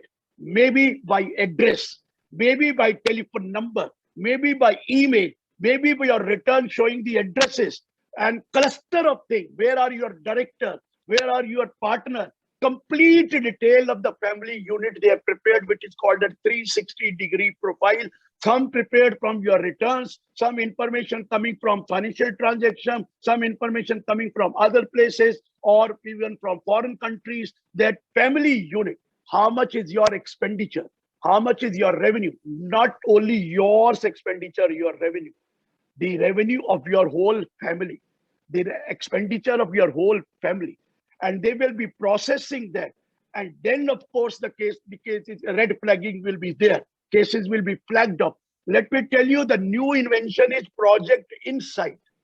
The Project Insight is collecting information of the whole family. Whole family, I've already told you, it is not only for you. The family, the whole family has been linked. Your parents, yourself, your spouse, your children. The complete information will go cluster of it. Where are your director? The details of the directors of the company. What are you drawing from there? Where are your partner? What is your salary from partnership firm? Where are your where have you made investments? Where have you made what kind of expenditure you have incurred? All those details are being collected in Project Insight. Let me tell you, Project Insight has given them and they are using artificial intelligence. The whatever information they are getting, tons of information is available with them. Your foreign travel, that information is also with them. Now they have recently linked yourself with the GST also. This year, your information, now GST is also being linked with the income tax department. MCA was also linked with the income tax department. Let me tell you, please मैं आपको बता दूं, आपके बारे में सब कुछ हमें पता है. वो ये कह रहे हैं हमें सब कुछ पता है, सीधे हो जाइए, सुधर जाइए. अगर नहीं, अब ये नहीं कह सकते हम नहीं सुधरेंगे, अब तो सुधरना पड़ेगा. ये मैं बता दूं, आपके पास कंप्लीट इंफॉर्मेशन उनकी फैमिली वाइज है. अरे वो तो कंपनीज का भी क्लस्टर बना रहे हैं. इस कंपनी की क्या सब्सिडरी कंपनी है, इनकी कौन सी सिस्टर कंसर्न्स हैं, उसके भी क्लस्टर बन के उसकी इंफॉर्मेशन आ रही है. कितनी ट्रांजैक्शन रोटेट हो रही है, कहां से कहां जा रही है और वहां से कहां जा रही है. Complete information of your clusters of companies also, ये भी इंफॉर्मेशन उनके पास है. तभी तो मैं बोल रहा हूं, वो जमाना बदल गया जब कहते थे रीजंस टू बिलीव. अभी बातें करीब 147 की, ये they have reasons to believe, और फिर आपको नोटिस आता था and then you used to ask for the reasons also after filing a return of income. Now they have changed the whole system. They on section 148 capital A has been introduced. What for that has been introduced? They said, don't worry, we have information in our possession. That information is flagged up to us, or the information has come us from CAG. That information we have with the approval of the higher authority. The AO will make inquiry of that information which they have flagged up. From that inquiry, then they will book the satisfaction. And there also again they will take the approval and give you a show cause notice to reply that show cause notice. And now they say we don't want. Earlier they used to say file your return of income, then we will see what kind of a detail you have given. And thereafter they used to give you the information. Then they were having 147. They said, please, we don't want your information. We have complete information about you. We will keep on informing you that also that you have purchased a car, you have purchased a house, you have done this thing, you have made certain investment, you have done this thing. That information will keep coming to you before filing a return also, so that you know that उनको सब पता है. अरे डाल दीजिए, नहीं तो बाद में मुझे मत कहना वो ये कह रहे थे. और फिर भी उनके पास फिर पावर है 148A and then flagging of the information. वो information जो आ रही है वो कहां से आ रही है? Project Insight. I'm telling you, Project Insight Family Unit is going to give you lot of trouble. आप बदल जाइए, बहुत इंफॉर्मेशन वहां पे आ रही है. मैंने तो खुद देखी है. Family unit में they have complete detail about your deposits, they have complete detail of your FDR, they have complete detail of your share, they have complete detail of their mutual fund, not the complete family unit investments. They have complete detail of your properties, they have complete detail of all dividend which you are receiving, they have complete detail of what to talk about, every information or foreign visit. They have complete detail of every information. And please note, this is the computer age. The artificial intelligence is working very hard. They have developed so much of software. ठीक है, आप कह रहे हैं कि जो portal बना वो चल नहीं रहा है और क्या घटिया बनाया पोर्टल, लेकिन वो टाइम लेके वो भी चल जाएगा. लेकिन जो इन्होंने ऑलरेडी सॉफ्टवेयर बनाए हैं उसमें टन्स ऑफ इंफॉर्मेशन आ रही है सर. टन्स ऑफ इंफॉर्मेशन को वो एनालिस्ट कर रहे हैं, प्रोसेस कर रहे हैं और आपके फैमिली यूनिट बनाकर उसमें वो सारी चीजें इकट्ठी कर. ये जो होने वाली है ना सर, ये आपको पता नहीं कहां के कहां ले जाएगी. अब आपको सुधरना, सबको कह दीजिए अपने क्लाइंट्स को, gone are the days to enjoy. अरे कितने एंटी अब्यूज प्रोविजन लगा दिए, 271 डबल AD, आपको पता है, fake entry, fake invoice, you know GAR provisions, you know how many anti-evasion provisions have been brought by the law. They are going to be very strict and they have complete information. So ठीक कहा जज साहब ने, honesty करिए, governance अपनी तरफ भी रखिए, चुपचाप अपने टैक्स दीजिए और एंजॉय द लाइफ. क्या जमाना था जब 97.5% इनकम टैक्स था, फिर वेल्थ टैक्स था, फिर गिफ्ट टैक्स था, फिर स्टेट ड्यूटी टैक्स है, अब तो सिर्फ इनकम टैक्स है. वो भी इन्होंने बहुत गलत काम किया जो इन्होंने उठाकर वो सरचार्ज बढ़ाकर 42.74 कर दिया above 5 crore. I don't know why have they done it. We had recommended when we were drafting the law that there should not be any surcharge. there is only flat rate of tax. The maximum which you can do it for high people, high worth people, maximum you can do it 35%, including the surcharge, everything. But I don't know who has advised them to put a tax of 37% surcharge on 30% and plus 4% education tax, which amounts to 42.7% tax. But the people are really, having this kind of a difficulty they are facing. Why have that type of a tax where people go for evasion or avoidance? I fail to understand. I am rolled out, approaching them and requesting them kindly reduce this big surcharge which you have imposed, because suppose you sell a property and in that particular there is a capital gain of more than 2 crore, or then let's say 5 crore or something, you have to pay surcharge of 37% or 25%. Is a big amount. And then what about that 150 BBE, where some income which has escaped assessment under section 68, 69, 69, 69A, B, C, D, you charge tax at the rate of 60% plus penalty of 25% plus 4%, which amounts to 78%. Let me tell you, these type of provisions which they have brought will have to be looked into. But at the same time, we will have to become honest to the core, and we'll have to submit complete information about our family, and we should not take any risk, or not only of the family, but your concerns, your companies, because the tax rate of companies have been also reduced from that 30% to 22% plus surcharge amounting to 25%, and certain companies they are brought down to only 17%, including surcharge. So if you want the tax to come down, we will have to become honest and give them proper finalizations, and your accounts are being washed, let me tell you, day in, day out. Sir, they told me 12:10, but I have they have been asked to come there immediately. It is at 12 o'clock. I have to get into the flight.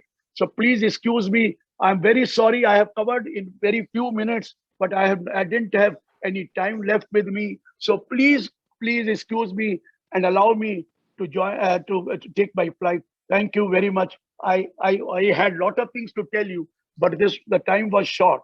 So at the same time, I'm very sorry I could not complete everything. So please take care. Thank you. Thank you, sir. You have summed up very nicely in very few words. However, the time was very short. I request my IT committee to present a memento for Dr. Girish Ahuja, which will be sent to his office in Delhi. Thank you, sir.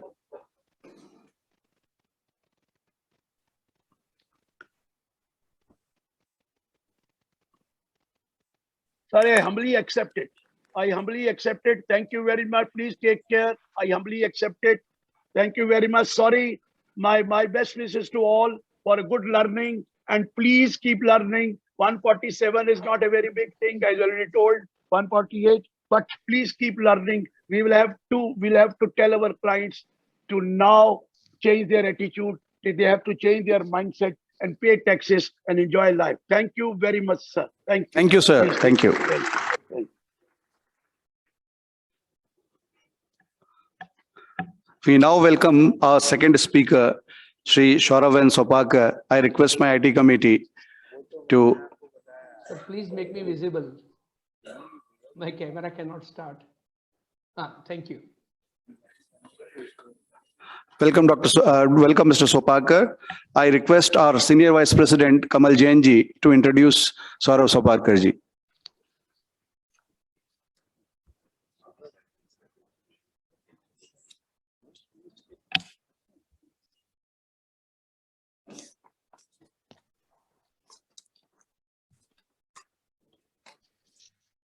Thank you, President, for giving me the opportunity to introduce Sri Saurabh N. Sopakar.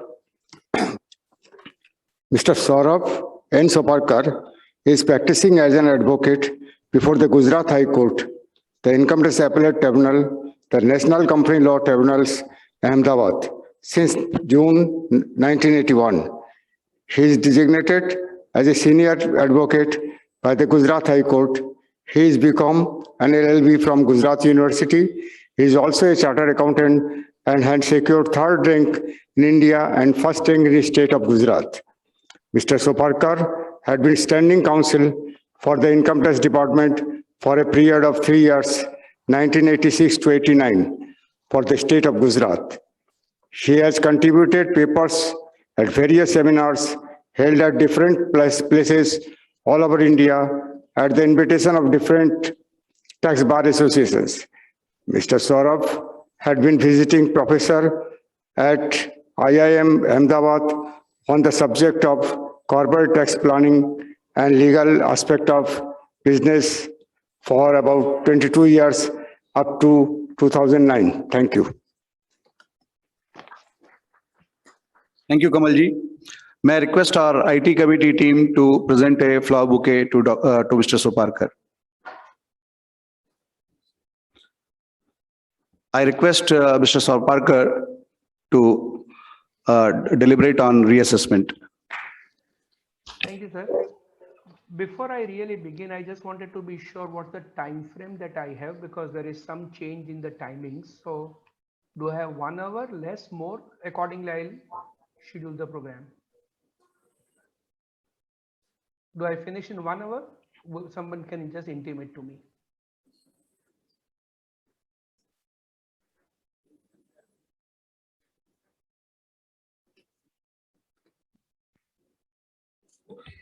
So with the permission of guest of honor, you may kindly continue for 1 hour.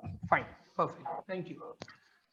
Mr. Chairman, sir, friends, it's a pleasure to be here this morning to share some of my thoughts on the new chapter of reassessment.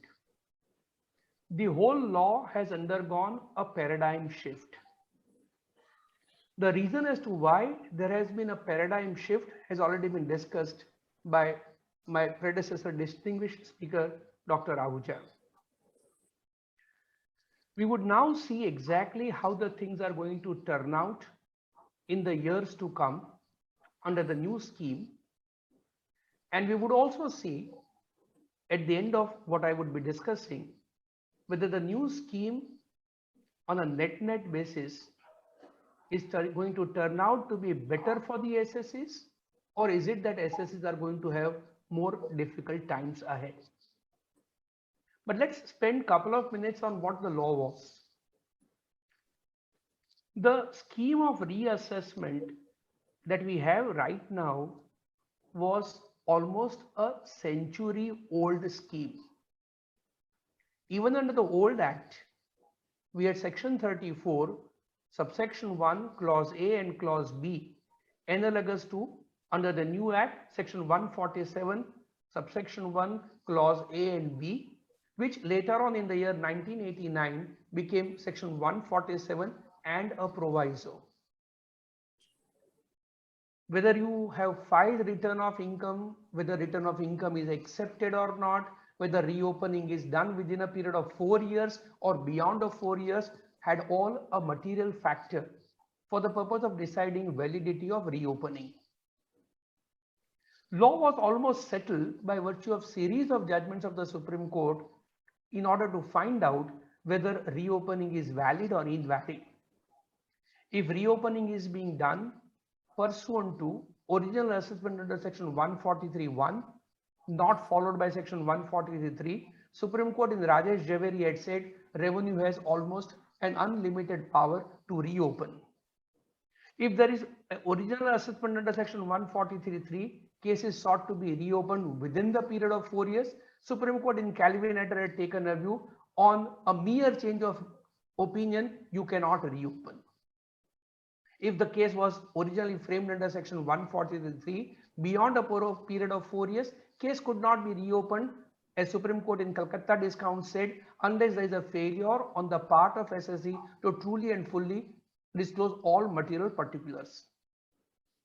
All this set of law now is being junked. On and from 1st April 2021, new scheme of reopening has stepped in. And under the new scheme of reopening, whether or not SSE has filed return of income, if he has filed return of income, whether or not it was processed under Section 143(1) or 3, or whether or not it is being reopened within or beyond a period of 4 years, all this has become completely immaterial. All rules of the game have changed, and the whole reopening is now being confined to focused issues under certain specified situations. So let us now see what are the fundamental changes being brought about by the new scheme of reopening. In order to take you to exactly where I am sharing screen and putting for your consideration a slideshow. Now, please see, I am putting across only the statutory provision, old law and the new law. Nothing beyond old law versus new law is being put over here. And we will see item by item what are the changes which are being brought about. Under the old law, assessing officer had a right to reopen if he has reason to believe income has escaped assessment. Now, what is the reason to believe had always been a matter of great controversy. Reason to believe, reason to suspect, information which was not in the form of information, it was gossip, it was loose talk, it was some kind of information from a rival, or information being shared by a sister department of government like Department of Corporate Affairs or GST. Whether all this would be information or not, whether it would all would give rise to a reason to believe, was all a material issue. If you look at the new section, it nowhere uses the phrase assessing officer as a reason to believe. It only says if any income chargeable to tax has escaped assessment. One would therefore, on a first blush, assume that there is now no need to have a reason to believe. But on a serious thought, on a more detailed thought, we would see little later that assessing officer still has to have reason to believe, because unless he has reason to believe, why would he reopen? But please see conscious decision of the legislature to drop reason to believe. Now, therefore, you have to have income chargeable to tax escaping assessment. But then there are far more detailed changes which are being made over here. Please see, proviso to section 147 has disappeared.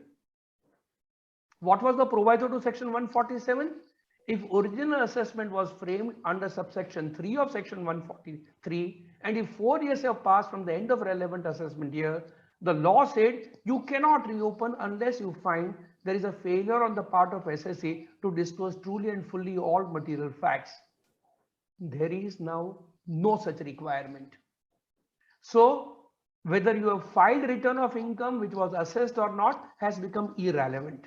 This is one. But second and more important is, please see, explanations have gone away. Now, what are the explanations? First explanation, production of books of account before the assessing officer is not deemed to be a full disclosure. Now, in as much as disclosure by the SSC itself has become redundant, whether you have disclosed or not is completely immaterial in the matter of reopening. As we will see little later, even explanation has gone away. Second, and this probably is going to create some complication for the revenue, and I suspect they would have to amend the law at some point of time. The explanation 2 has also gone away. Please see explanation 2. It says in certain situation by a deeming fiction, income has escaped assessment. Now, income in fact has not escaped assessment, but by deeming fiction it was assumed income has escaped assessment. Let me take only 2 or 3.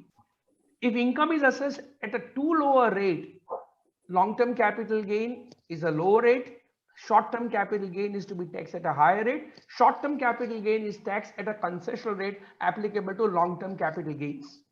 Or benefit of a treaty is given, though you are not entitled to it. Or there is, I've shown filed a return of income disclosing income of rupees 5 lakh. I've got carry forward loss of rupees 20 lakh.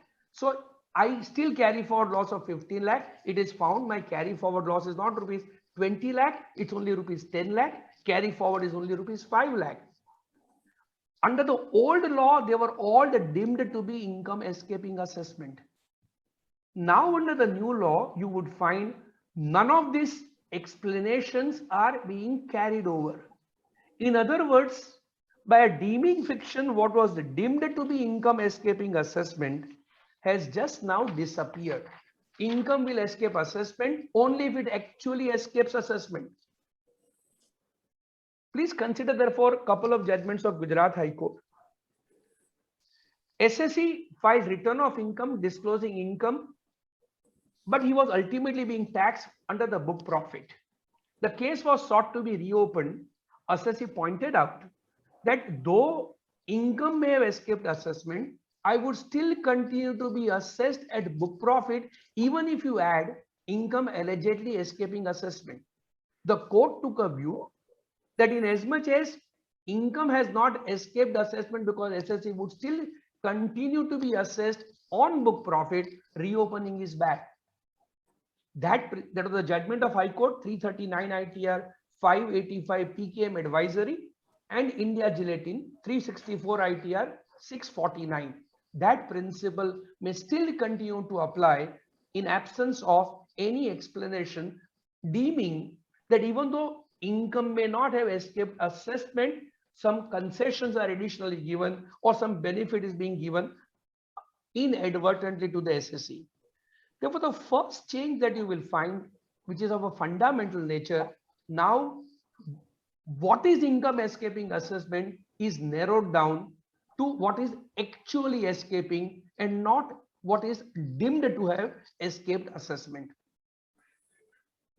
Please also see the third proviso on the left hand side, old law, and please compare it with the explanation on the right hand side. Under the old law, if an assessing officer reopens an assessment, he also had a right to make assessment of items other than items on which case was reopened. Questions have arisen as to whether assessing officer, if he does not make any addition on the income which allegedly escaped assessment for which he had reopened the assessment, let's say he reopens assessment for item A, but ultimately does not make addition of item A, can he continue to make assessment of items B and C?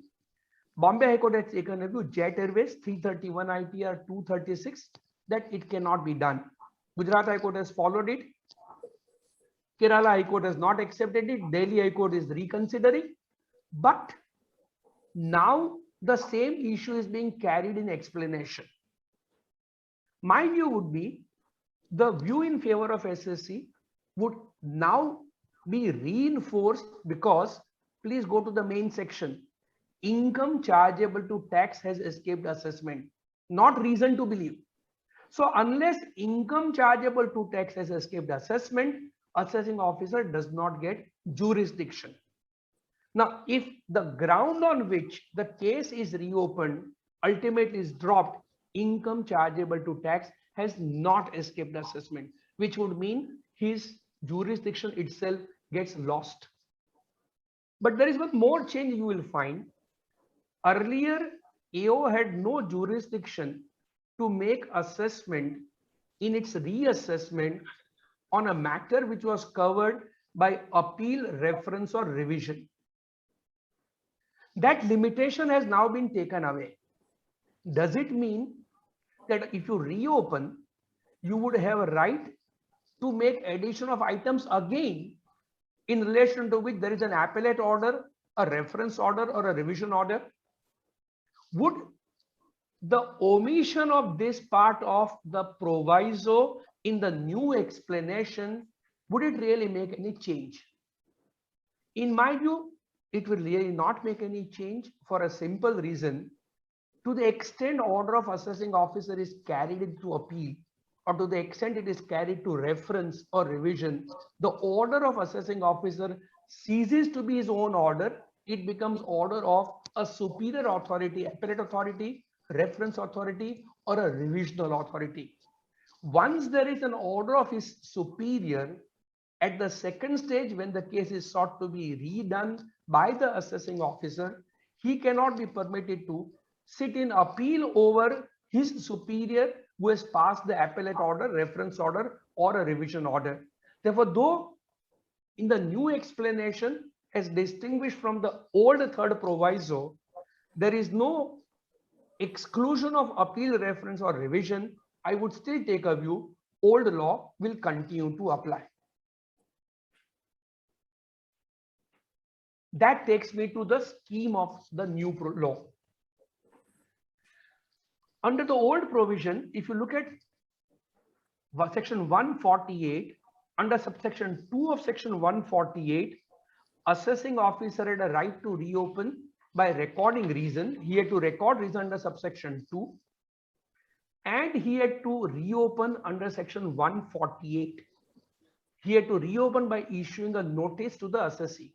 So the old law was he records reason and then issues notice. Now the new law has brought about a sea change.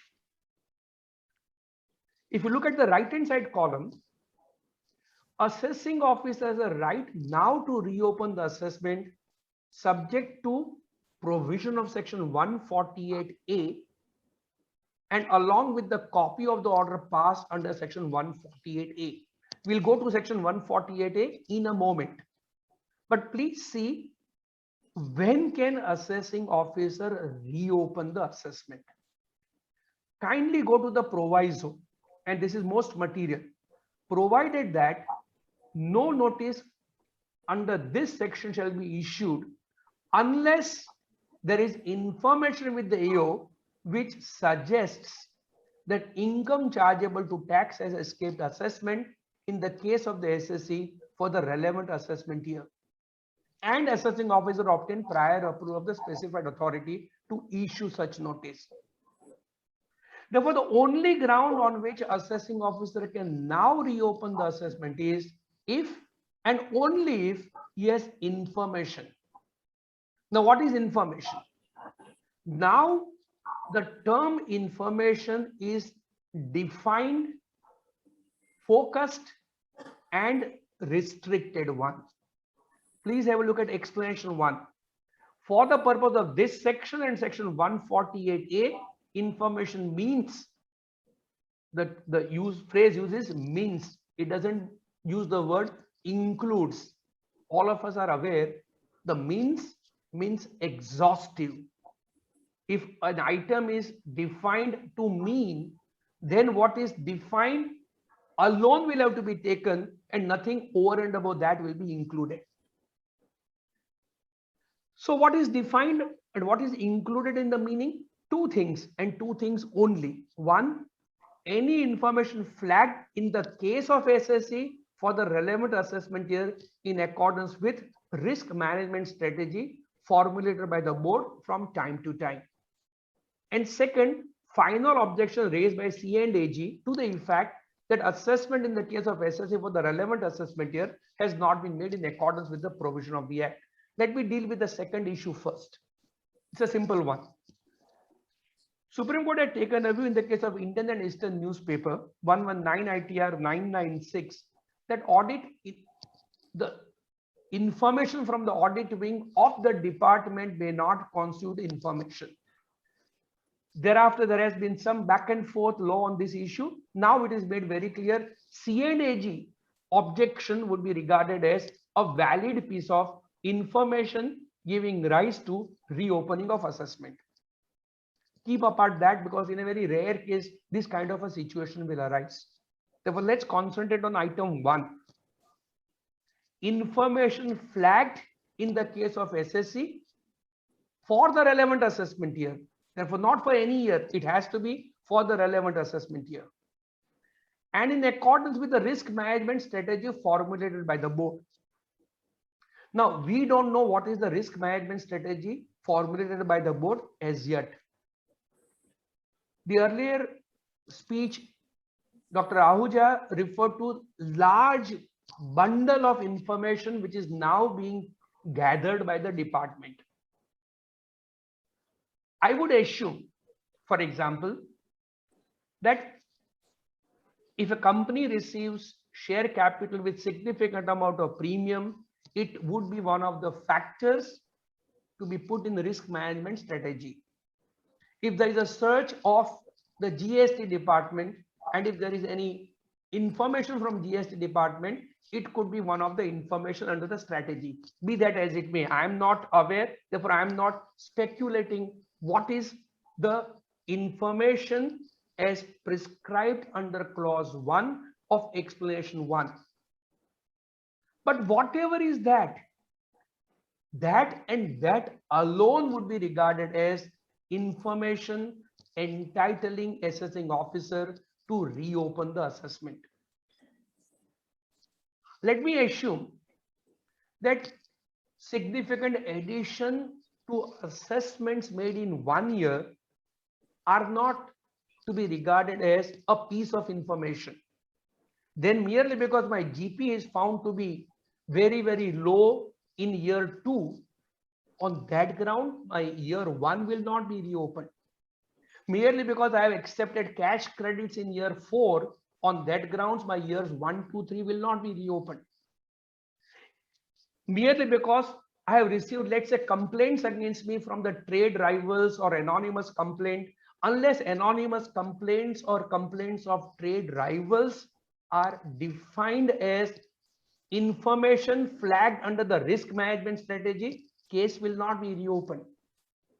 In other words, now the whole law on what is information, whether information has to be credible information, whether it's a borrowed satisfaction, whether audit party information is a good information or not, whether the assessing officer is holding a genuine belief or illusory belief of income escaping assessment, whole law is now gone. Only question that will have to be considered is whether assessing officer has information.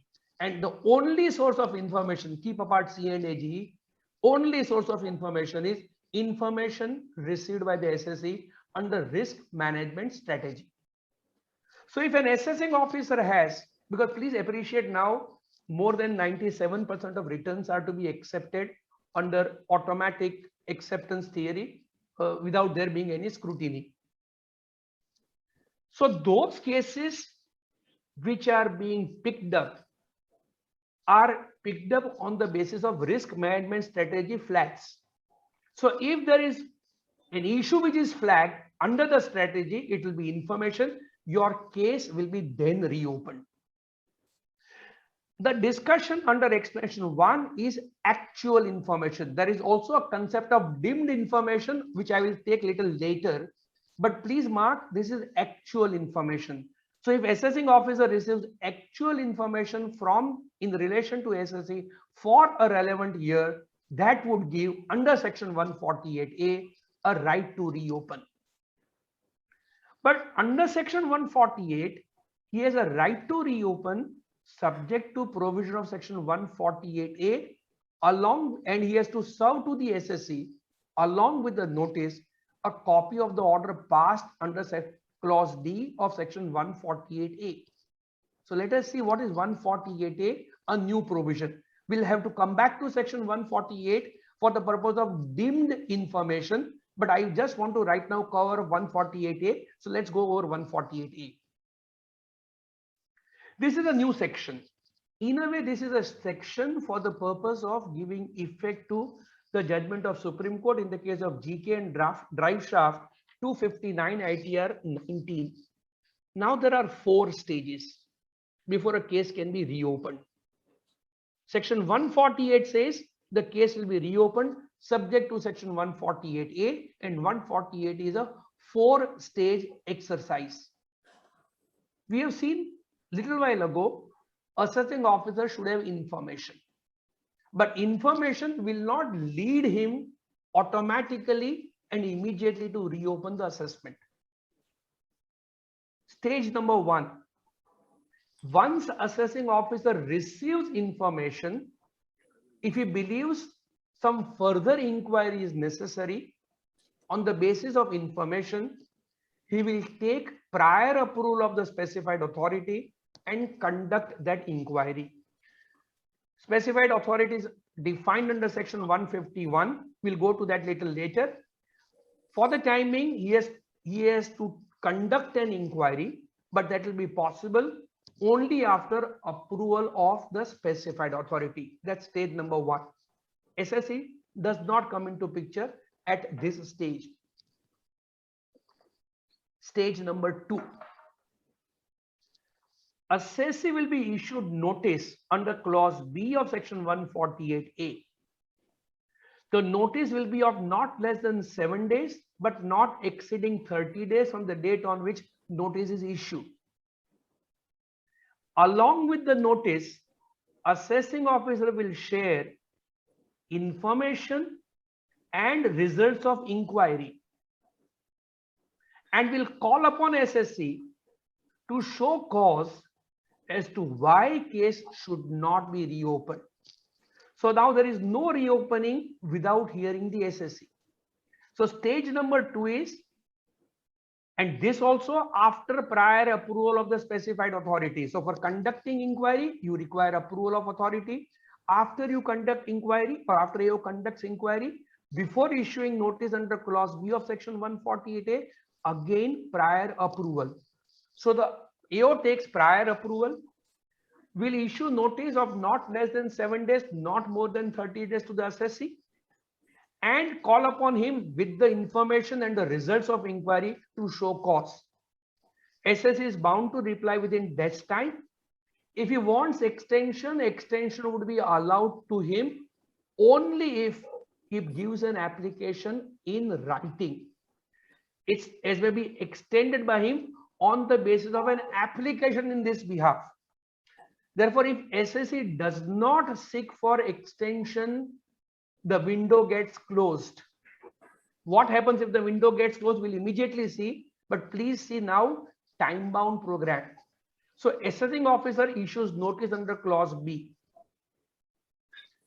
SSE will give reply. AO is required to consider the reply under clause C. And clause D mandates or obliges assessing officer to take a decision. Now the word decide is almost a quasi-judicial flavor, has almost a quasi-judicial flavor. Assessing officer will have to consider his information, results of his inquiry, and answer of the SSC or the reply of the SSC, and decide as to whether this is a fit case to issue a notice or not. This decision will have to be taken by him by passing an order, and this order will also have to be passed again after taking prior approval of the specified authority, the third time approval. Now, please mark, this will not be an open-ended thing. He will have to take a decision within a period of 1 month from the end of the month in which reply is received by him, or if reply is not received, within 1 month from the end of the month in which time to give reply gets over. Therefore, let us take a situation. Notice under section 148A, clause B is issued today. AO has to give me not less than 7, but not more than 30 days time. Therefore, let us say he gives me 15 days time. I seek for an extension. I am given extension of 30 days. So I will have to give response somewhere around 10th of October. Then AO will have to pass the order, either accepting my objection or rejecting my objection by 30th of November. And by 30th of November, he will have to decide whether he upholds reopening. If he upholds reopening, please go back to section 148. He will then issue notice to me, and along with the notice, he will give me copy of the order passed under section 148A clause D. So AO will now carry out a detailed investigation before issuance of notice, if it is necessary, and after notice is issued under clause B of section 148A, he will again process my response and decide, and only after a decision is taken by him to continue with reopening, he will then issue notice to me under section 147, where he will have to attach the copy of his order under section 148A clause D, so as to inform me as to why the case is being reopened. Maybe that is a stage when, if at all you are aggrieved, you can think of challenging the order by filing a writ petition before the Honorable High Court. This is the procedure for the purpose of reopening, which I will say is a procedure of reopening under explanation 1. I will use the word where assessing officer has got the information.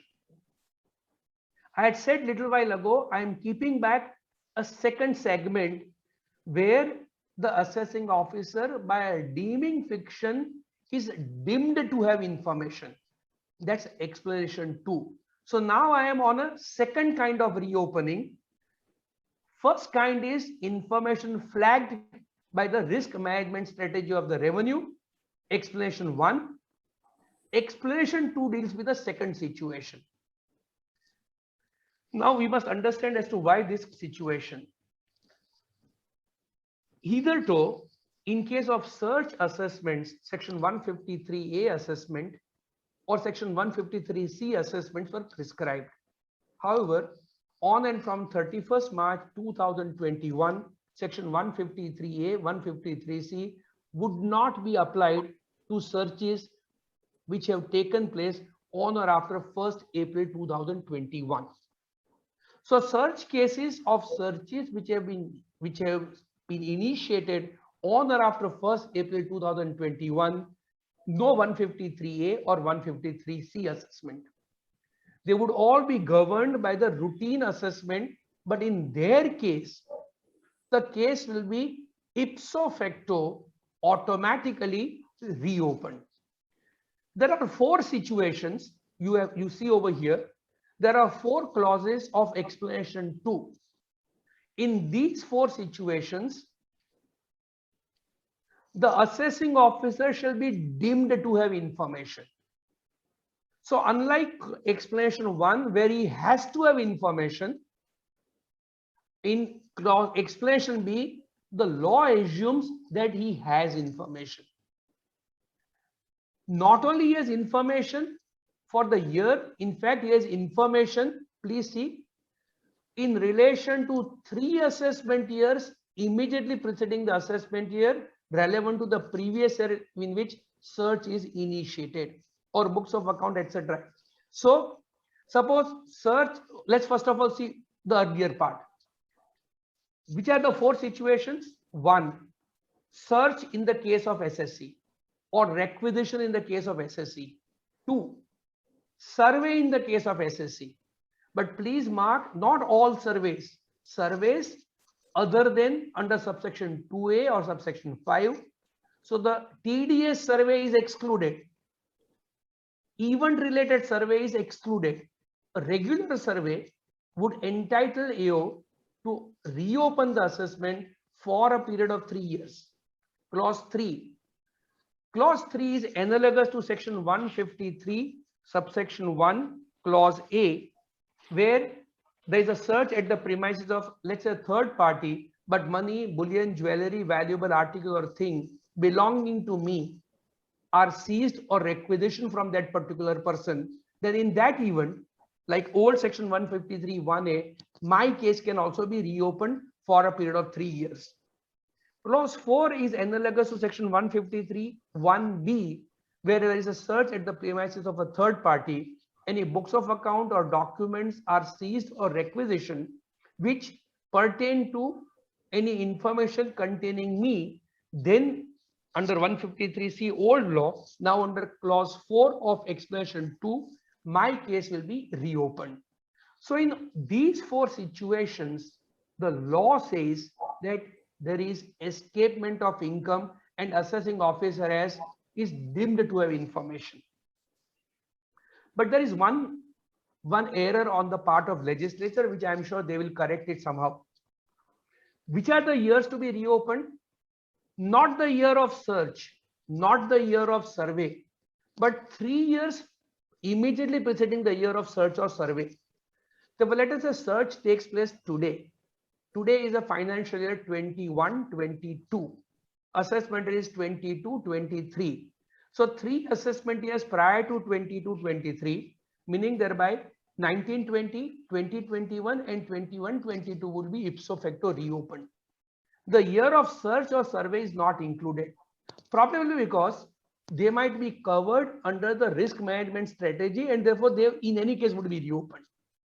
However, in the case of a third party, I'm not very sure as to how they would reopen for the current year unless it is expressly so provided, unless it comes in the risk management strategy. If you recall, originally under section 153A also, they had said 6 years prior to the year of search, and they were ultimately required to amend the law so as to put in the 7th year. So maybe the law would be appropriately amended. Be that as it may. Now, in this dimmed information case, there is one fundamental change. It's not reopening for 1 year, it's reopening for 3 years. Second fundamental change, not reopening for the year in question, but for the earlier 3 years. What is the third fundamental change? Third fundamental change is proviso to section 148A. Section 148 clauses A, B, C, D, we saw will apply to the cases which come under explanation 1, case where assessing officer has information. However, section 148A would not apply in certain situations. And therefore, if you go to section 148 itself, it says subject to section 148A. Now, if you go to section 148A proviso, please mark A, if there is a search, 148A procedure is not to be followed. B, if there is a search at the premises of a third party and money, bullion, jewelry, valuable article or thing are belonging to me are found, subject to approval of principal commissioner, 148A will not apply. C, if there is a search or requisition at the premises of a third party and books of account or document belonging pertaining to me or information pertaining to me is found, again section 148A will not apply. You would have seen consciously there is absence of one item. Please see over here, explanation 2 covers 4 items: search, survey, search at the premises of a third party and search at the premises of a third party. Section 148 a proviso deals with first, third and fourth situation. What is the effect? In case of a survey, section 148 explanation 2 clause 2 assumes by a deeming fiction that assessing officer has information, but section 148A proviso does not exclude the obligation to fulfill the procedure of section 148A in case of survey. The effect is therefore, if there is a survey by a deeming fiction, AO would have information, but then that information will not entitle him to reopen the assessment on his own. He will have to follow procedure of section 148A. He may not have to conduct further inquiry, but he will have to issue notice to the SSE in relation to all the 3 years as to why he should not reopen. Assessee will have a right to answer in relation to all the 3 years as to why case should not be reopened, and then AO will have to take a view as to why the case needs to be reopened or may not have to be reopened. Therefore, now we have 3 different situations. One, explanation 1, where there is no search, no survey, case will be reopened under section 148, read with 148A inquiry. Second, search at the premises of SSC or a third party and his information or asset is found, there'll be automatic reopening for 3 years, no inquiry. But a survey, which is a hybrid situation, reopening would be possible for a period of 3 years. AO will not have to find out any other information because he has information, but that would not entitle him to reopen the assessment unless he issues notice under section 148A. Therefore, this is the whole new procedure which is being devised under section 148A. That takes me to section 149. Under section 149, I have 20 more minutes, I'll finish. Under section 149, there are two fundamental changes. Under the old scheme, you had a right to reopen up to 4 years, up to 6 years, if the income is chargeable to tax has escaped assessment on account of failure on the part of SSC. Post 143.3, 6 years, 143.1, 6 years. Otherwise 4 years. Now 4 years has gone away, 6 years has gone away. The time frame is only 3 years from the end of the relevant assessment year, 149.1A. So today, if the case is to be reopened, today we are in assessment year 2020. Oh, let's say you want to reopen assessment for assessment year 17-18, 3 years would be over on 31st of March 2021. Case cannot be reopened because we have gone beyond 31st March 2021. So the period within which case can be reopened has come down significantly. But there is clause B, which is going to again create both interesting challenges and questions. Under clause B, case can be reopened beyond a period of 3 years up to a period of 10 years if assessing officer has in his possession books of account or documents or evidence which reveal that income chargeable to tax represented in the form of asset which has escaped assessment amounts to or is likely to amount to rupees 50 lakh or more for that year. Before I really get into it, please see the explanation. For the purpose of clause B, asset shall include, it is include, not means. So it is not exhaustive, it is explanatory. Immovable property, land, building, shares, security, loan, advances, deposit, bank account, etc. Therefore, essentially it includes everything. Let's therefore go back. If assessing officer wants to reopen the case beyond a period of 10 years, he has to have information. Which information? Possession information which shows either from the books of account, documents or evidence which reveal. Therefore, number one, this information has to be evidence based. It cannot be a mere gossip, mere conjecture, mere surmises. It has to be based on the set of evidence which assessing officer has. Would oral evidence be good enough? Answer probably is yes. But nonetheless, it has to be evidence which, now please mark the word reveal. Reveal is not equivalent to suggest. Reveal probably is little stronger word which would go to show that he should be able to hold a belief that this is the position in relation to escapement of income. What's the next requirement? Income chargeable to tax represented in the form of asset. This is going to be very, very challenging and interesting. A search takes place. At the time of search, it is found that 6 years back, there was a marriage. Reception was held lavishly at a 5-star hotel. payment by check is rupees 20 lakh, but as a matter of fact, the total expenditure was rupees 1 crore, 80 lakh must have been paid by cash. Would the case be reopened under clause B of section 149(1)? There is a proof, there is evidence to show SSC had unexplained expenditure, but there is no it is not represented in the form of asset. Unless there is disclosure in the form of asset,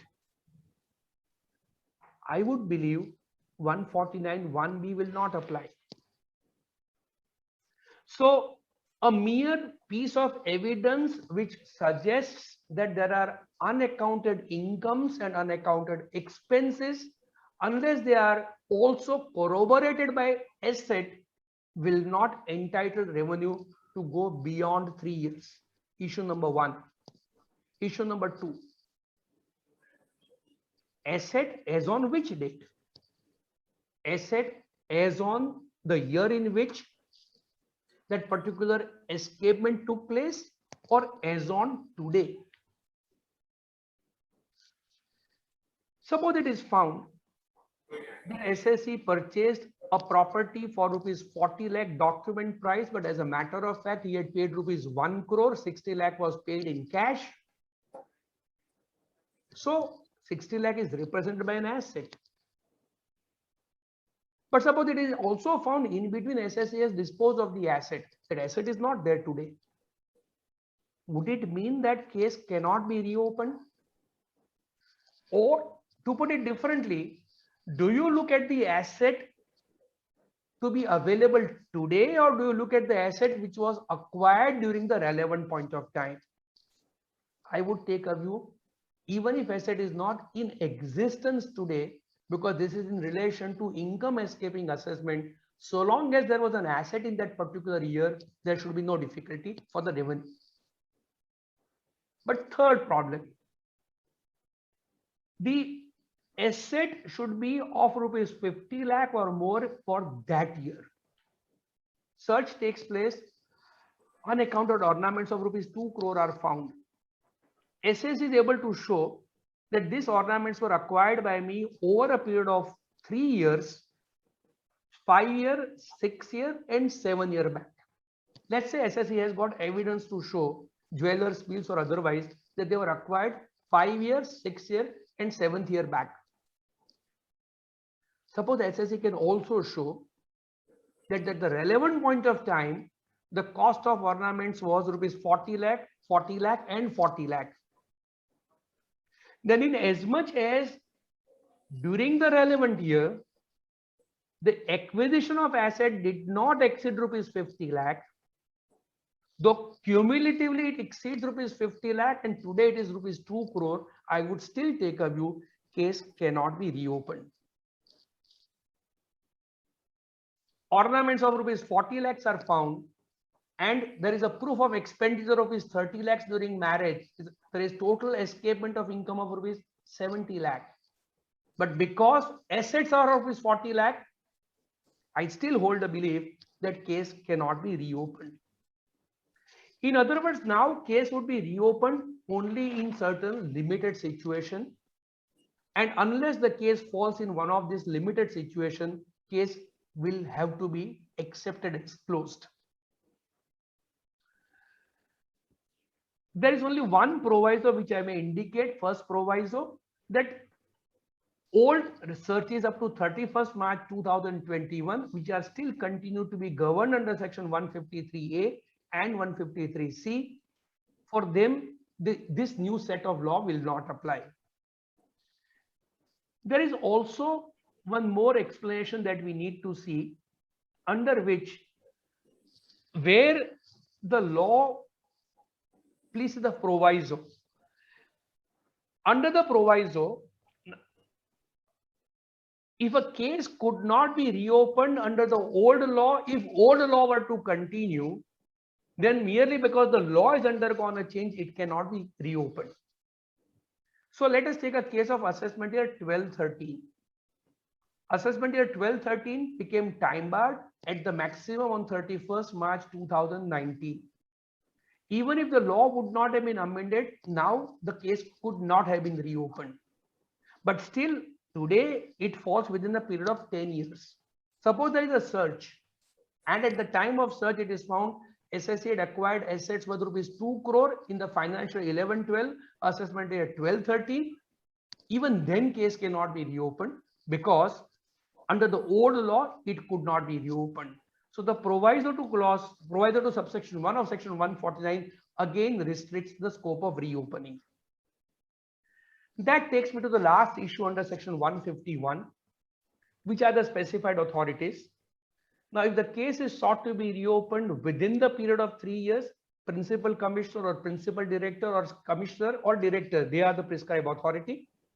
But if the case is sought to be reopened beyond a period of 3 years, then the principal chief commissioner or principal director general, or if there is no such officer, chief commissioner or DG would be the persons who would be regarded as the prescribed authority. That takes me to the last aspect of the matter. There is one more aspect about the old amendments, old assessments sought to be reopened after 31st March 21. I am not addressing at this stage because I have one such question in the brain trust, so I will deal with during brain trust. One question that I will have to now take up ultimately in summary. Would the new law be a better piece of legislation, or would you believe that the old piece of legislation, old reopening was a better piece of legislation? I would believe on a net basis, new law is far more beneficial to the SSC. One, the period available to the revenue for reopening has significantly gone down. Please see, nowadays almost every assessments are being framed under section 143(1), which would mean that almost every SSC had up to a period of 6 years a hanging sword of reopening. Now the period has been brought down to 3 years.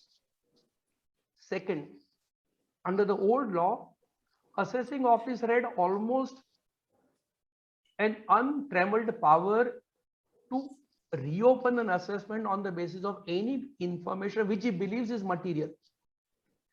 There were no fetters on the power of assessing officer in the matter of reopening under the old law, except he should have reason to believe, and that reason to believe must be held by him honestly, correctly, properly, etc.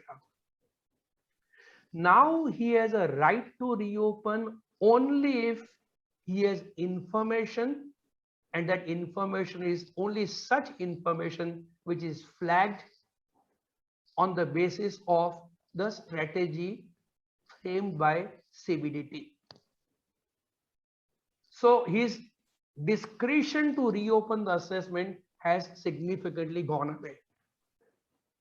Third, under the old law, there were not many checks on the power of AO in the matter of reopening. Now we have seen under section 148A, at every stage, he is required to take approval in writing from his superior authority.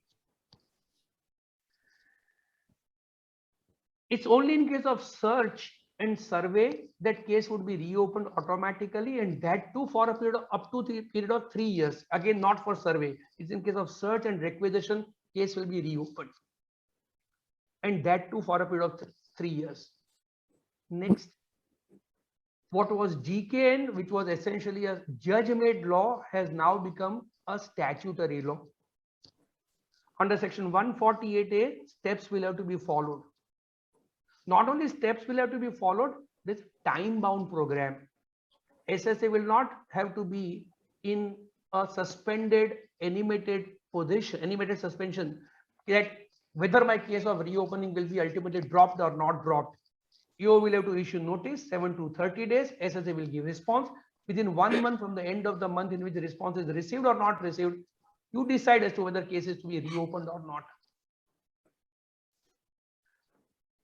SSA will be given all information, including report of the inquiry against him, before the case is reopened. So if there is a case of mistaken identity, if it's a case of a completely incorrect piece of information, if it is found that the whole basis to proceed against the SSC is unjustified, SSC would have immediately a possibility of pointing out, sir, please drop the reopening. I am not the man whom you are chasing. Therefore, to my mind, this is now a far more narrower power available to the revenue. Maybe revenue does not need much leeway anymore because of the artificial intelligence tools which the revenue is now in the process of acquiring, and it has acquired. In the earlier talk, you saw the kind of information which the revenue has or is gathering. But the fact that revenue has the information does not mean that SSC is in any way additionally prejudiced. SSC has to pay tax correctly on his income, and if revenue has information to cross-check, there is nothing wrong in it. My view would be, therefore, this new set of law would significantly reduce the litigation between SSC and the department. Now, fewer cases will be reopened, and all those cases will be reopened. Probably almost all would be such cases which deserve reopening. So genuine SSCs may not now have to suffer frivolous cases of reopening. I therefore take an overall view of the matter that this scheme is far more beneficial to the SSC. With this, let me end my talk. I am thankful to all of you for inviting me. I still recollect my pleasant memories of my visit to Kolkata a few years back at such a seminar. It's coronavirus which has prevented me from physically traveling, otherwise I would have been too happy to be there. But nonetheless, I really enjoyed giving this talk. If time permits and if the organizers are so willing, I'm prepared to answer questions which, if there be any. With this, thank you very much. Thank you, Mr. Subhakar, for the nice deliberation. We also remember the memories of your earlier visit. And at that time, then President Mr. Sanjay Bajoria is still here in this annual conference also. So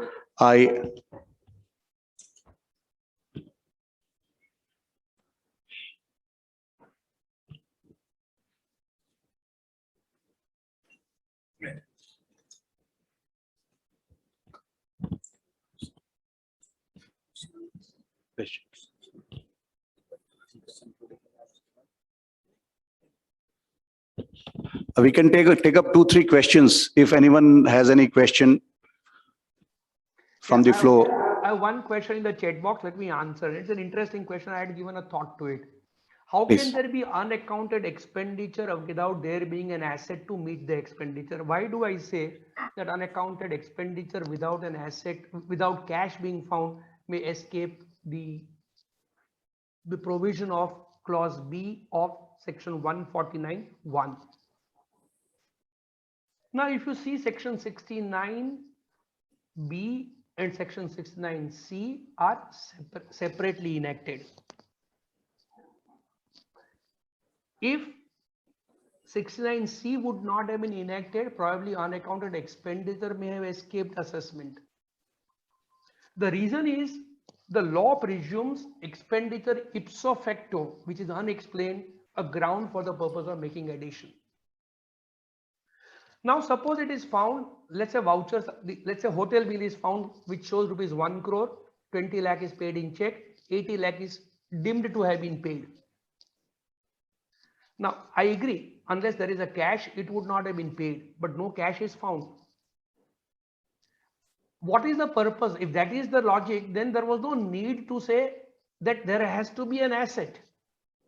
The fact that the law requires detection of asset for the purpose of attracting a longer period itself shows that cases where assets are not found, longer period is not to be invoked. If the logic that there could be no expenditure without an asset is accepted, then I would believe nothing is then left out. Under the circumstances, I know argument is hyper technical, but the whole law is hyper technical.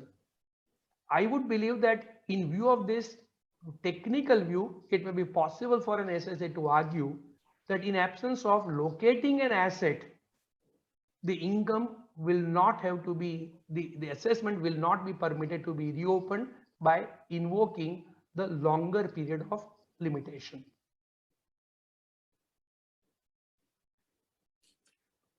Any other question?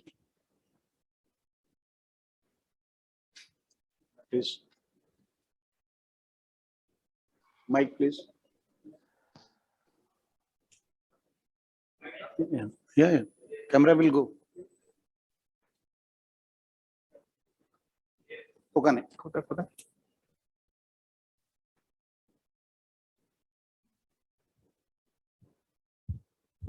Hello. Yes, sir. Good morning, sir. I am CS Sushil Agarwal. Hi, ji.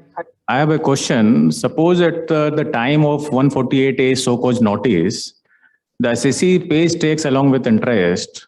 Does the AO still required to pass an order or reopen the assessment? Answer is yes, because how would there is no provision of law under which your payment of tax on an ad hoc basis gets adjusted. There has to be a payment of tax against a demand, and there can be no demand unless there is an assessment order, and there can be no assessment order unless there is an actual assessment, which cannot take place unless there is a notice under section 148.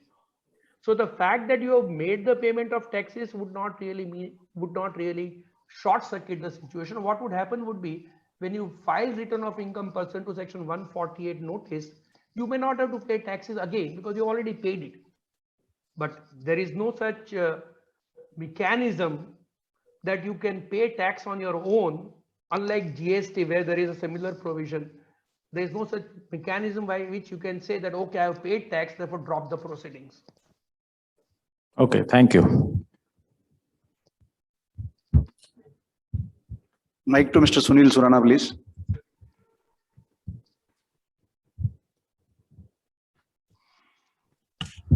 Good afternoon, sir. Sir, you are just, as we all know, in case of search, only 3 years prior to the assessment year in which the search has conducted, only those cases can be reopened. But my question is, does the provision of 148A are applicable in case where some documents have been found prior to 3 years, in which which shows escapement of income more than 50 lakhs? So 148A has to be applied in those cases prior to 3 years. Okay. See, 148A is relevant for all cases barring 3 search years. Therefore, let me answer your question. I appreciate what you are saying. At the time of search, a piece of information or evidence is found which would show SSE had 6 years back an amount of asset worth ₹1 crore. Therefore, the condition for the purpose of reopening gets satisfied. Assessing officer is therefore not invoking the dimmed information under section 148 explanation 2. He is using 148 explanation 1. He will have to issue notice under section 148A calling upon SSE to show cause as to why beyond a period of 3 years I should not reopen the assessment. The SSE can say that information that you have is not credible, there is no asset, or it is not worth ₹50 lakh, or whatever answer he has to give. Secondly, it has to be year specific. It's not as if the case will be reopened for all the 10 years. Therefore, it is possible the search may result into automatic reopening of earlier 3 years without 148A, and reopening of 6 years prior to the year of search, because that was the year in which an asset was acquired.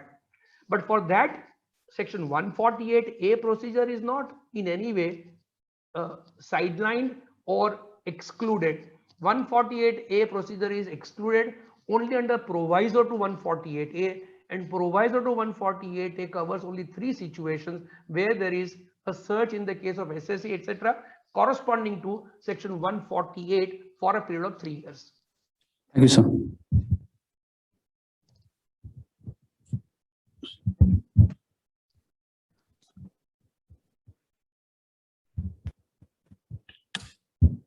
Hello, Mr. Suparkar. Yes, sir. What do you think is the better course of action where notices under 148 has been issued after 31st March 2021 without following the procedure under section 148 capital A?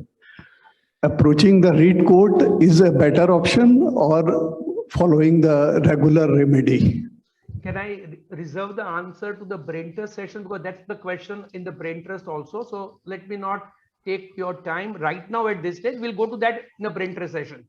I intend to answer, but let me very briefly say you should file a writ petition at this stage. I'll give the detailed explanation or justification when I go to the brain trust session. Thank you. So, is there any more questions? Yeah, Ritesh. So just a follow-up question to what Subhash sir has said, whether the Honorable Supreme Court order in relation to the limitation. Ritesh, I think sir has said that he'll be elaborating on this particular, so supplementing Subhashji, or follow-up question would be. Okay, okay, sir. That will be taken up in Okay, interest. thank you, thank you.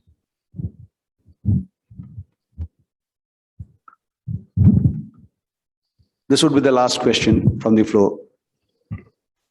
Yes, sir. Thousands of notices issued under section 148 after 31st March. So those will be assessed at a normal 148 assessment procedure, or is certain amendments or the action will be taken against those notices? Okay, I think I need to answer at this stage only. My view is 148 notices issued without following 148A procedure after 31st March 21 by invoking old law is illegal. There was a strong rumor that government is trying to, will have to amend the law for the purpose of validating all these notices. There is already one Amendment Act ordinance issued in order to give relief to Vedanta and Vodafone, but in that piece of legislation, there is no such amendment. Law continues to be what it is. My personal view is, if the government doesn't amend the law, then those notices will have to go. If it's open to them, time permits them. If the case which is sought to be reopened is within the period of last 3 years, they may invoke new section 148, read with 148A, otherwise everything will come to an end. Honorable Delhi High Court, Honorable Bombay High Court, both are in the process of adjudicating this matter by the end of next month. Hopefully, the position will be clearer by the end of next month. I'll go to the reasoning when I said little hereafter, when I go to brain trust, but this is what, in conclusion, my view is not why, but what. Why is it that I hold that view? I'll come to when I go to the brain trust session. Well, now I request our session chairman to give his concluding remarks.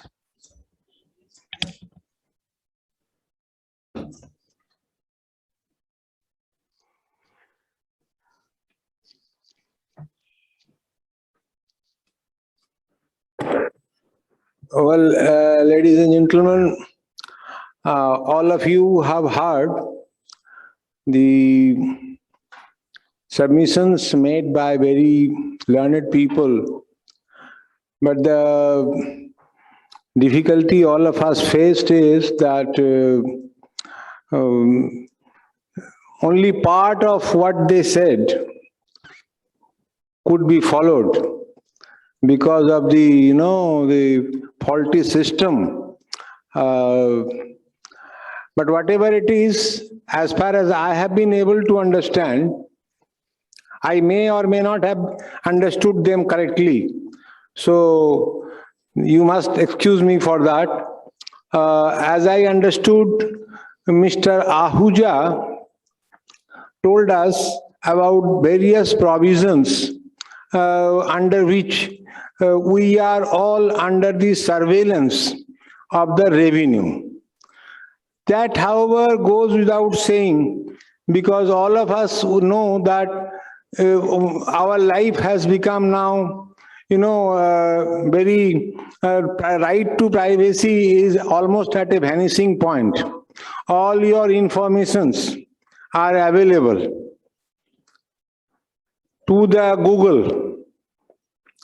Even what conversation you are making with your wife, even that is there available with them.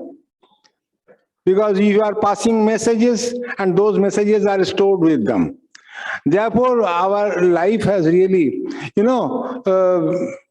nowadays, maybe within 4 or 5 years, a new trend has come. Wherever you go, you find something written on the wall. आप कैमरे की निगाह में हैं. तो अब तो हम सब कैमरे की निगाह में हैं, तो रेवेन्यू की निगाह में कैसे नहीं हैं? वहां भी हैं. So Mr. Ahuja really warned us that beware, you are being watched, therefore be honest in submitting your returns. This is the sum and substance of what Mr. Ahuja, I suppose, told us. And Mr. Soporkar, learned senior advocate, I suppose, vindicated my submission that there is no reason to be panicky. The amendment has not been made anything rigorous. No rigor has been extended. On the contrary, earlier, for the purpose of exercising power under Section 147, the section did not give you any notice. That notice has been provided. So whatever information they are collecting, that will be given to you. Your reply will be entertained. But only in the cases of proviso, as he rightly pointed out, in that case, yes, the revenue has taken some liberty, but that is also subject to recording of satisfaction and approval of the higher authority. Therefore, even there, the safeguards have been provided, and for there is no reason to be panicky about what is going to happen. But of course, all of us have to be fully aware of the fact that it is our legal and moral duty to pay taxes in accordance with the facts and circumstances, not according to fiction. My son, who is now reading doing this course of chartered accountants, he told me, Papa, do you know, people prepare the trading account and profit and loss account first, then start doing the trial balance. That is the reverse process. So that process is not going to work. So it has to be, from the journal to the trial balance, not from trial balance to journal. If you do that, then of course there is reason to be panicky and afraid. Otherwise, things, whatever they do, law was always there. This power was always there. So with the advancement of technology, new provisions have been made, but there is no reason why we should be panicky about it. And I will add one anecdote to you. As far as the lawyers are concerned, I myself was also a lawyer, so Mr. Soporkar need not be grudge if I say this thing. My elder brother, who is a practicing advocate for about 60 years now, 13 years older than me. Once what happened, one of his friends came and told him, Indro, can a tenant be evicted? My brother said, difficult. Then he said, তাহলে আমার বাড়িটা খালি করানো যাবে না? No, it's your house. Of course, the tenant can be evicted. So you see, so that is the way we, the lawyers, are trained to act. So that is not going to act all the time. So that's it. I suppose my shortcomings, if any, will be excused by you. Thank you.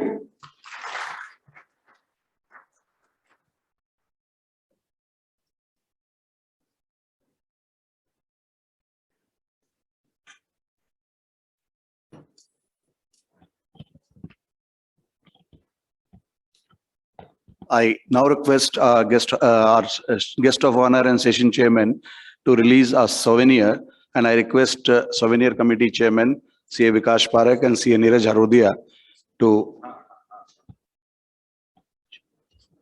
join us on the dais.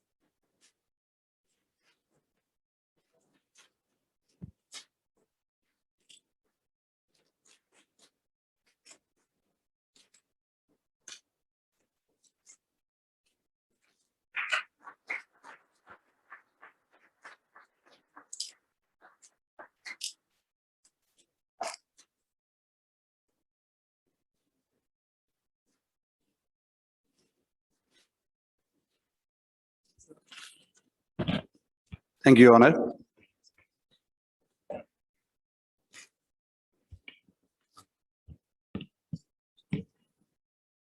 Ladies and gentlemen, our Research and Publication Committee has done a wonderful job, and they have come out with a publication on income tax titled Selected Income Tax Issues and Insight.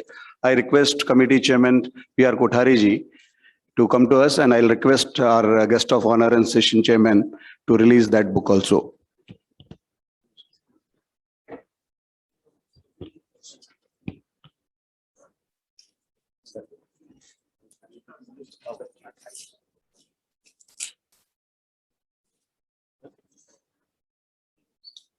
Income tax publication.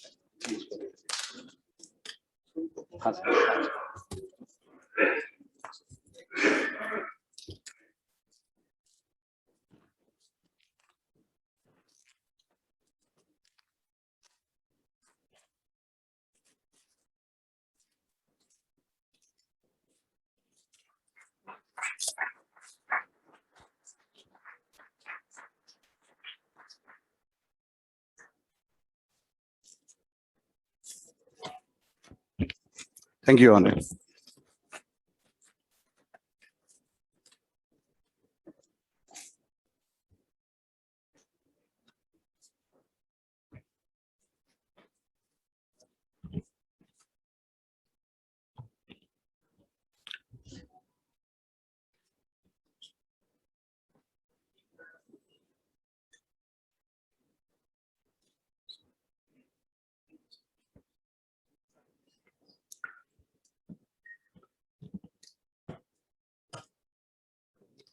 May I now request past President Pawan Agarwal ji to present a memento to our guest of honor and chairman of first technical session, Honorable Mr. Justice Girish Chandra Gupta.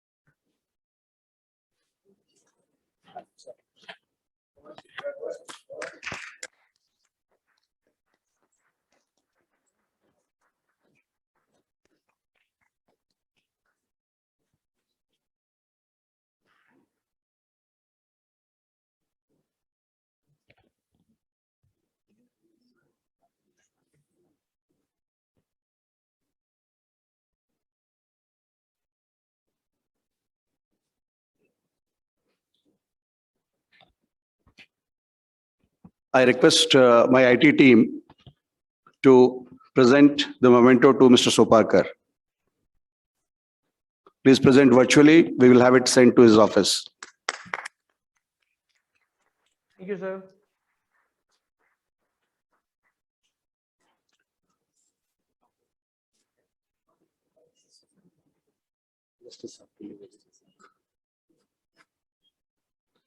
Now I request General Secretary Rajesh Ji Agarwal to put up a formal vote of thanks.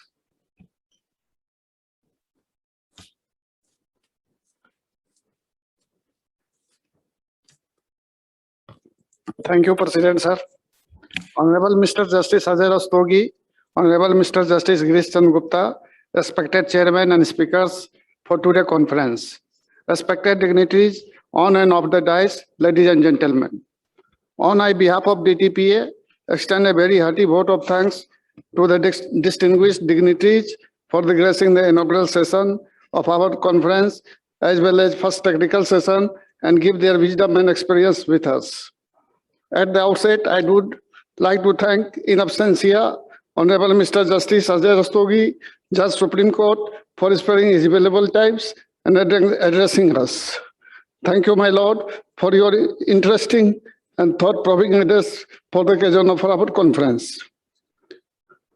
I would like to thank my sincere gratitude, Honorable Mr. Justice Girish Chandra Gupta, former Chief Justice, Calcutta High Court, for addressing us with the words of wisdom. My Lord, your address was very enlightening and will serve as inspiration to us.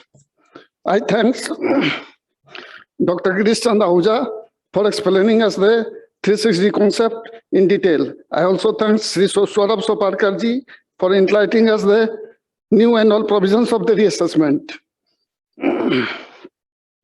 I would like to thank to this opportunity to thank to the President of DTPA Sri N.K. Goyal, Conference Chairman D.N. Agarwal ji, Co-Chairman C. R.M.S. Chokhani ji, and all the past presidents, office bearers and committee members for their hard work and commitment in organizing the conference. Thanks to all. And second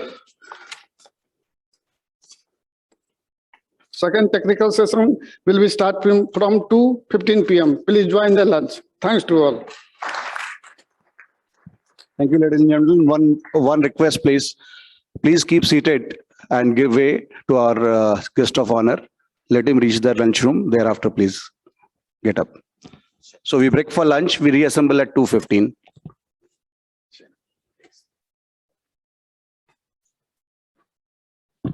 I request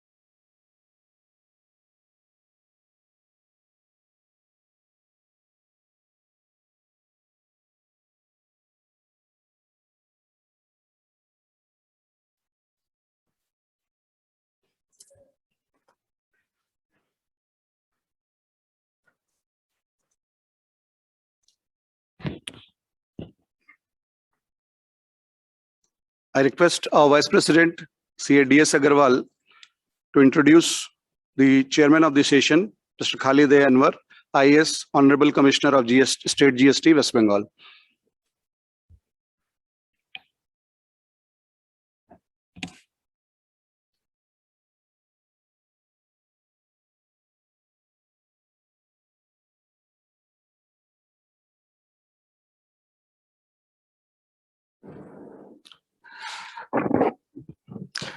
Mr. Khalid Anwar, IAS is Commissioner Taxes West Bengal and also holds charge of Director Treasury and Accounts and Director of Revenue Intelligence and Enforcement.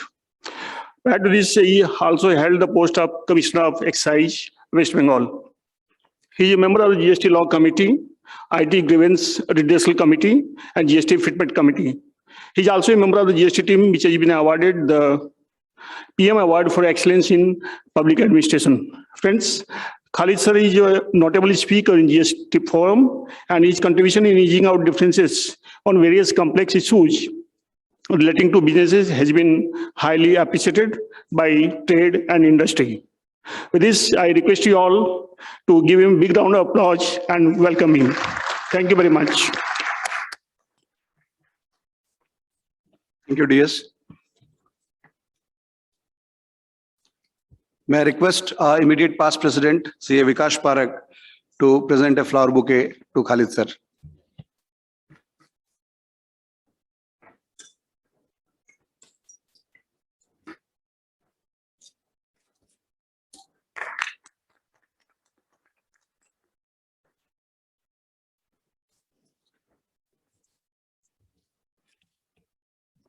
I request Advocate Ankit Kanodia to introduce Senior Advocate J.K. Mittal, sir.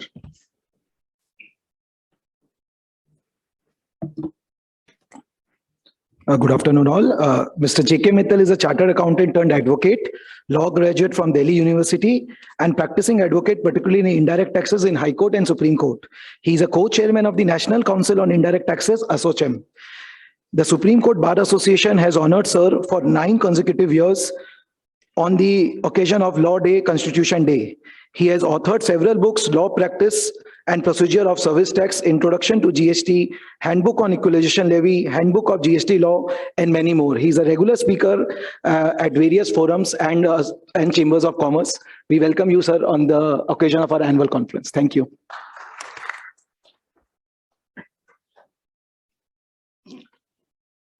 May I request Nilima ji to present a flower bouquet to Mr. J.K. Mittal.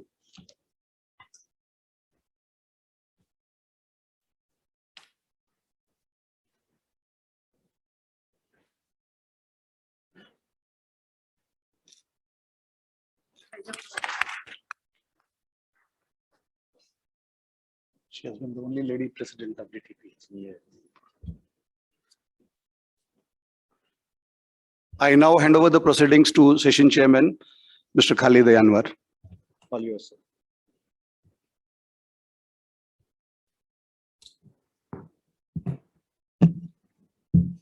Good afternoon, everyone. Though I love to speak, but this time I have come to listen.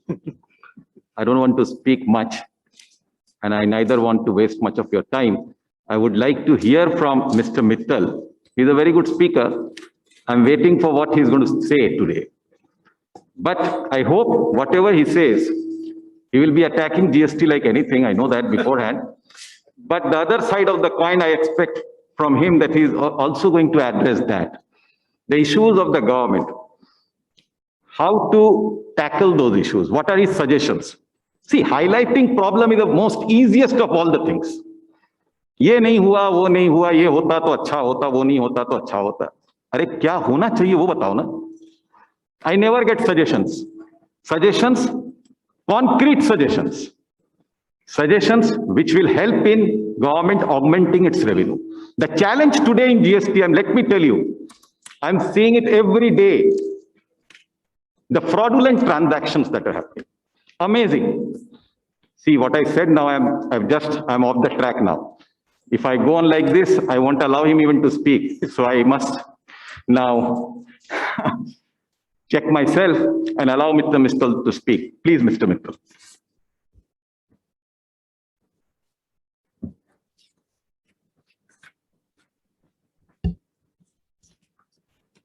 Good afternoon to all of you. At the outset, I'm very thankful to DTPA to giving me this opportunity. Mr. Goel and his team, Session Chairman, Mr. Khalid Anwar.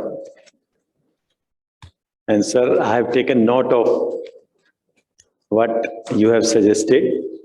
In fact, the right approach is that when we talk about any problem, we have to give suggestion also, so that wherever possible, changes, in the law could be made. And I'm pleased to inform to all of you, I have the very, very long experience for doing it, for suggesting change. In North Block for almost 15, 16 years, I was going almost, every day without even seeking any appointment. And I can say proudly, many hundred changes I single-handedly, was able to handle and able to get it changed. Today, we are going to speak only on the few topics, keeping in mind the topics, which was suggested to me. In GST law, the issue which are sub judice. May I request if you can hand over, my presentations. The question is that if we speak about the topic which are sub judice, I will start, my discussion with the point that once the GST was introduced, the take of the industry was that it can reduce litigations. Government take was that it can have the revenue buoyancy. And the industry was partner to the government to say that there has to be revenue buoyancy. But only thing is that, which we missed it, the GST has not reduced litigations at all. Rather, it has increased litigation manifold. What are the reasons for it? And we have to ponder over all those issues. Very first point I would like to take up without going into my presentation first, and which I understand the point, the input tax credit is the one of the area where everybody is getting confused. Because the credit availability under GST on the certain condition, which is not in the hands of the buyer or the recipient of the supply. If he has no control over it, if I have purchased certain goods or services, I paid my taxes, he has not filed the return. If the supplier has not filed the return, supplier has not paid the tax. What I can do, if those are the conditions put, then the litigation will be never ending. That means we are killing the very concept of the GST, because the GST, when it was introduced, in fact, before introduction, for 10 years, the talk was going on. There would be seamless credit. It would be value-added tax. And value-added tax, of course, means the credit has to be given. Credit cannot be unreasonably denied. Therefore, sir, today I want to give one example, how the law I got changed. It was in the year 2002. There was a first time services credit rule came, which was amended in 2003 and then merged into the Senvet credit. In 2003 somewhere, the government of India made the similar law, which we have made today in the GST law. The law was very simple. If the government will come to know, you have paid service tax to the service provider. If your service provider has not paid the tax, we will recover it from you with interest. And I can distinctly remember Mr. Misra was the board member service tax. We invited him that conference. I said, I'm surprised if the government make a law, parliament make a law, knowing that, writing that the seller has made a default. And then you will punish me? How you can? If the IPC will be made in the penal code, if somebody has killed, then we will catch you. Can you catch me? You ponder over it. And then I gave one example, sir, kindly take note of it so that we are giving a suggestion. I said, I am a service provider as a chartered accountant, and I have the so many, the telephone connection from MTNL, and I paid service tax to MTNL, and your superintendent is saying MTNL has not deposited the service tax. I called to the CMD of the MTNL, kindly ask your accounts department to give me the challan. They give me the challan of rupees 5 crores. The officer said, Mittal साहब आपके 50 रुपए इसमें नहीं है, ये तो 5 करोड़ का है, आपके बिल का टैक्स कहां है? मैंने कहा, I am not able to satisfy to anyone. The question is very simple. If I paid the tax, why you can't recover? You have all power to recover it. If even in the GST law, section 73 is very clear. Therefore, to penalizing the buyer on this ground, are we not killing the very concept of the GST, which is a value-added tax? I'm not on the block credit, with the parliament taken a conscious decision, we will not allow certain credit, etc. That is altogether a different story. Therefore, where we are paying taxes, and if the credit is not allowed, so many laws are being changed, many rules, many litigations. Ultimately, the people are not very happy. That is one of the biggest problem, which I've been told by certain my friends in the bureaucracy, that this is the problem why it was created for the traders, not because of the traders, it was a traders created problem. What the halla gula is created fake. This is not for the fake purpose. This is probably the government problem, how to settle, the taxes with the state, etc. That's why all cumbersome problem has been put into the law. And that probably is the biggest problem if you ask to the industry. Therefore, sir, our suggestion to that is that if the law is very clear that if I am able to pay the taxes, other person is not filing return, not paying tax, if you go by the Supreme Court decision, law cannot put a condition which is beyond, my control, which I am not capable to fulfill at all, which is beyond my control. Then you have all sort of provisions under the law to recover the taxes from the person who has not paid it. The government is doing the two wrong things. First, they are killing industry. I am very clear. Killing industry, asking buyer how long he will survive, how he can. I understand the GST law had one credit rating, the provision probably which was never started.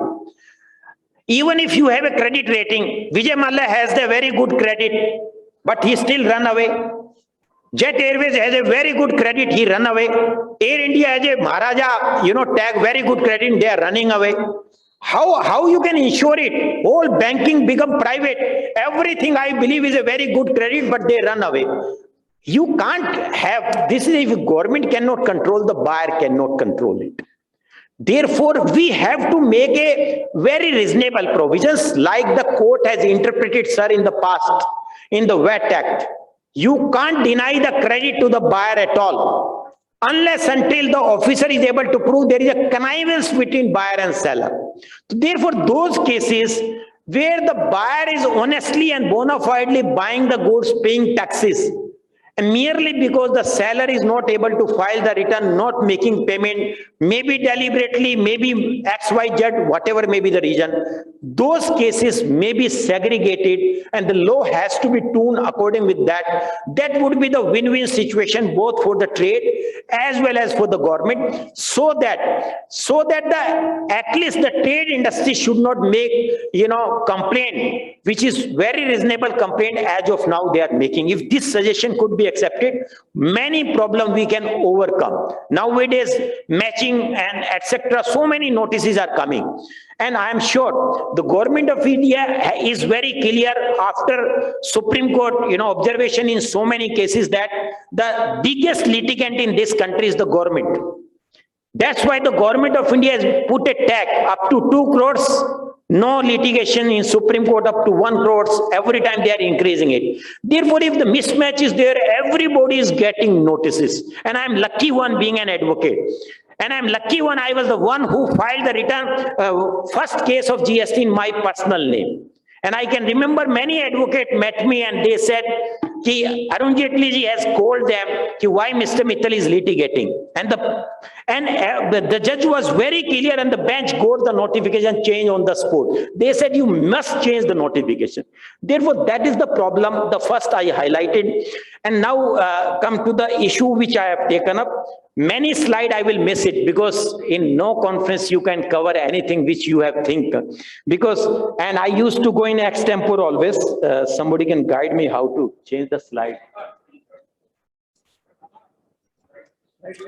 The first issue is very, very interesting issue.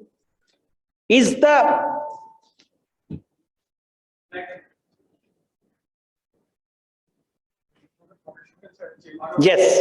the issue is of the fake billing, circular trading, and every day's arrests are being made throughout the country. You can have the next slide. These are the list of the topics. Next slide. The Supreme Court made a comment. Yeah, first slide. Yes.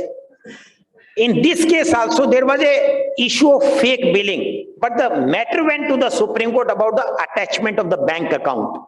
And the Supreme Court has made an observation which was very highlighted by the media. The Parliament intent was good to make GST law. Enforcement agency has made draconian law. That observation, not because I am quoting, Supreme Court has said. I have said so many times, even in Kolkata, when the Partha Som was heading the committee, I made that time also. Every public sector company in this country, which is owned by 100% by the government of India, they have been issued notice in the last so many decades of the tax evasions. And I said on that day also, I am not able to grasp up these things. If the 100% government of India public undertaking, one can slap them the tax evasion. Tax dispute is one thing. Tax evasion is very draconian word. Then how we can survive it? Therefore, in that context, I would like to say, the next slide, the fake billing, and then next slide. Don't put this slide, next slide, because I got it. It is reported in the GST law. Sir, recently the Commissioner Chennai has said, what is the fake billing? And I'm surprised if that is the understanding of the officer who are about the fake billing. I'm sure if you ask a chartered accountant who is an intermediate, he can tell what is fake. Even an ordinary prudent person can say fake. Officer understanding which is reported by way of a circular, if you are a non-compliant, certain GST provisions are there because you have the maybe 30, checklist for a bill and you don't put anything, it become a fake bill. Absolutely not. Absolutely not. The fake bill is very simple concept. If my company name is JK Mittal and Company, if you create a bill in my name, you put my signature, that is called fake bill. It is not that my bill and my signature can be treated as a fake bill. And what is really happening? With my experience, I'm telling you, all these cases which has so far I have handled, none can take a logical conclusion in favor of the government. I can challenge it. Not even a single case. And that's why you have seen 2013 to now 2017 to 2021. Not even a single conviction has happened in a fake billing case. Because there would always be there would be certain transactions, certain things bogus, always will be there.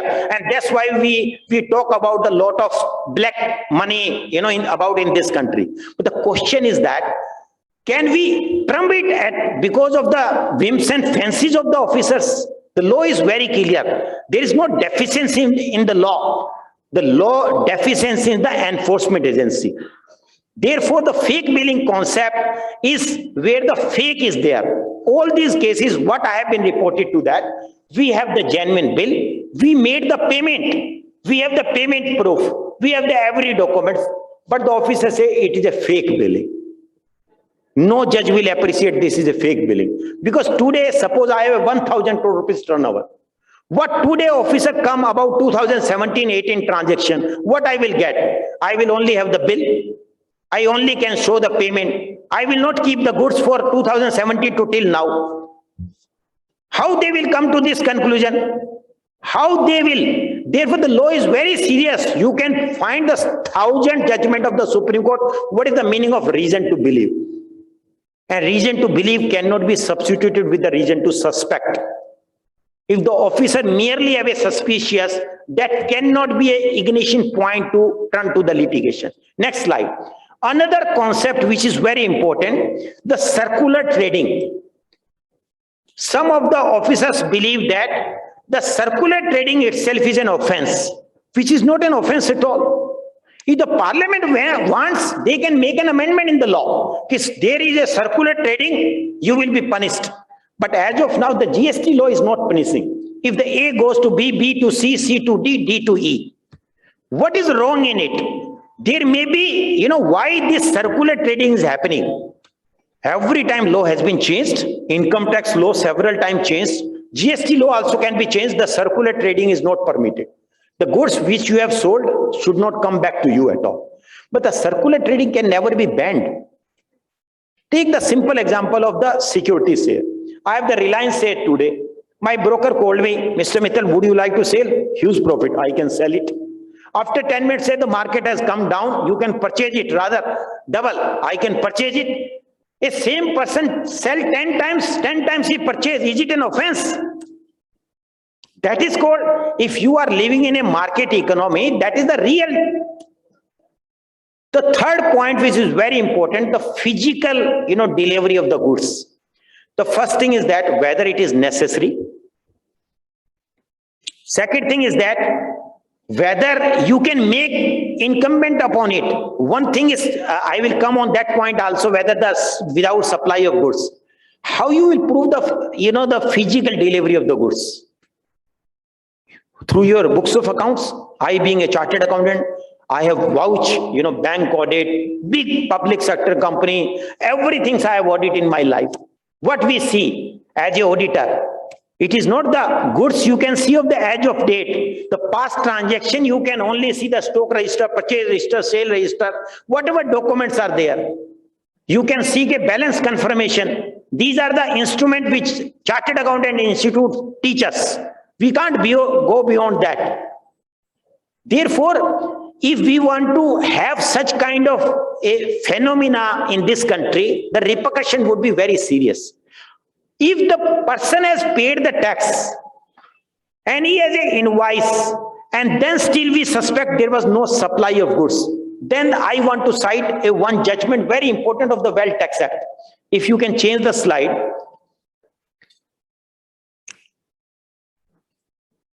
Yes, this is the Commissioner of Wealth Tax versus Inder Sharma. And that is very important, sir. Kindly appreciate this. The question is that what is happening in this country? Let's assume A has billing to the B, B to C, C to D, D to E.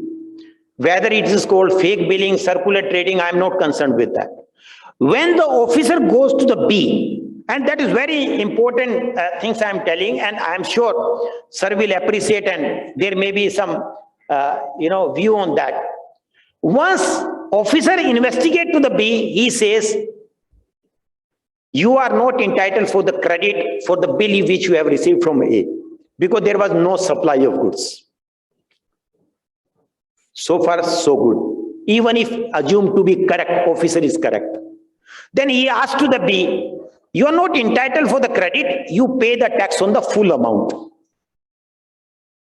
Let's say 1,000 rupees goods, he was selling for 1,500. He said 1,000 rupees tax, what you ever paid, you are not entitled to get credit, but once you pay on 1,500, you become like Ganga Sanan ho gaya. And then he goes to the C, same story he is tell to the C.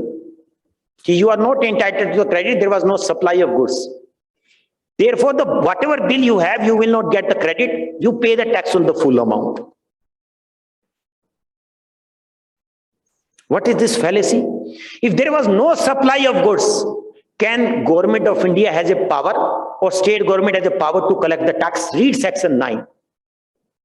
Read section 9. Section 9 says the levy shall be on supply of goods or services.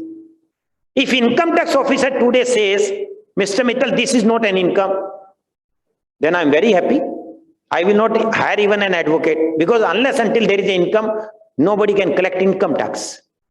If officer himself says there is no supply, how the tax can be collected? And that's why this judgment is important.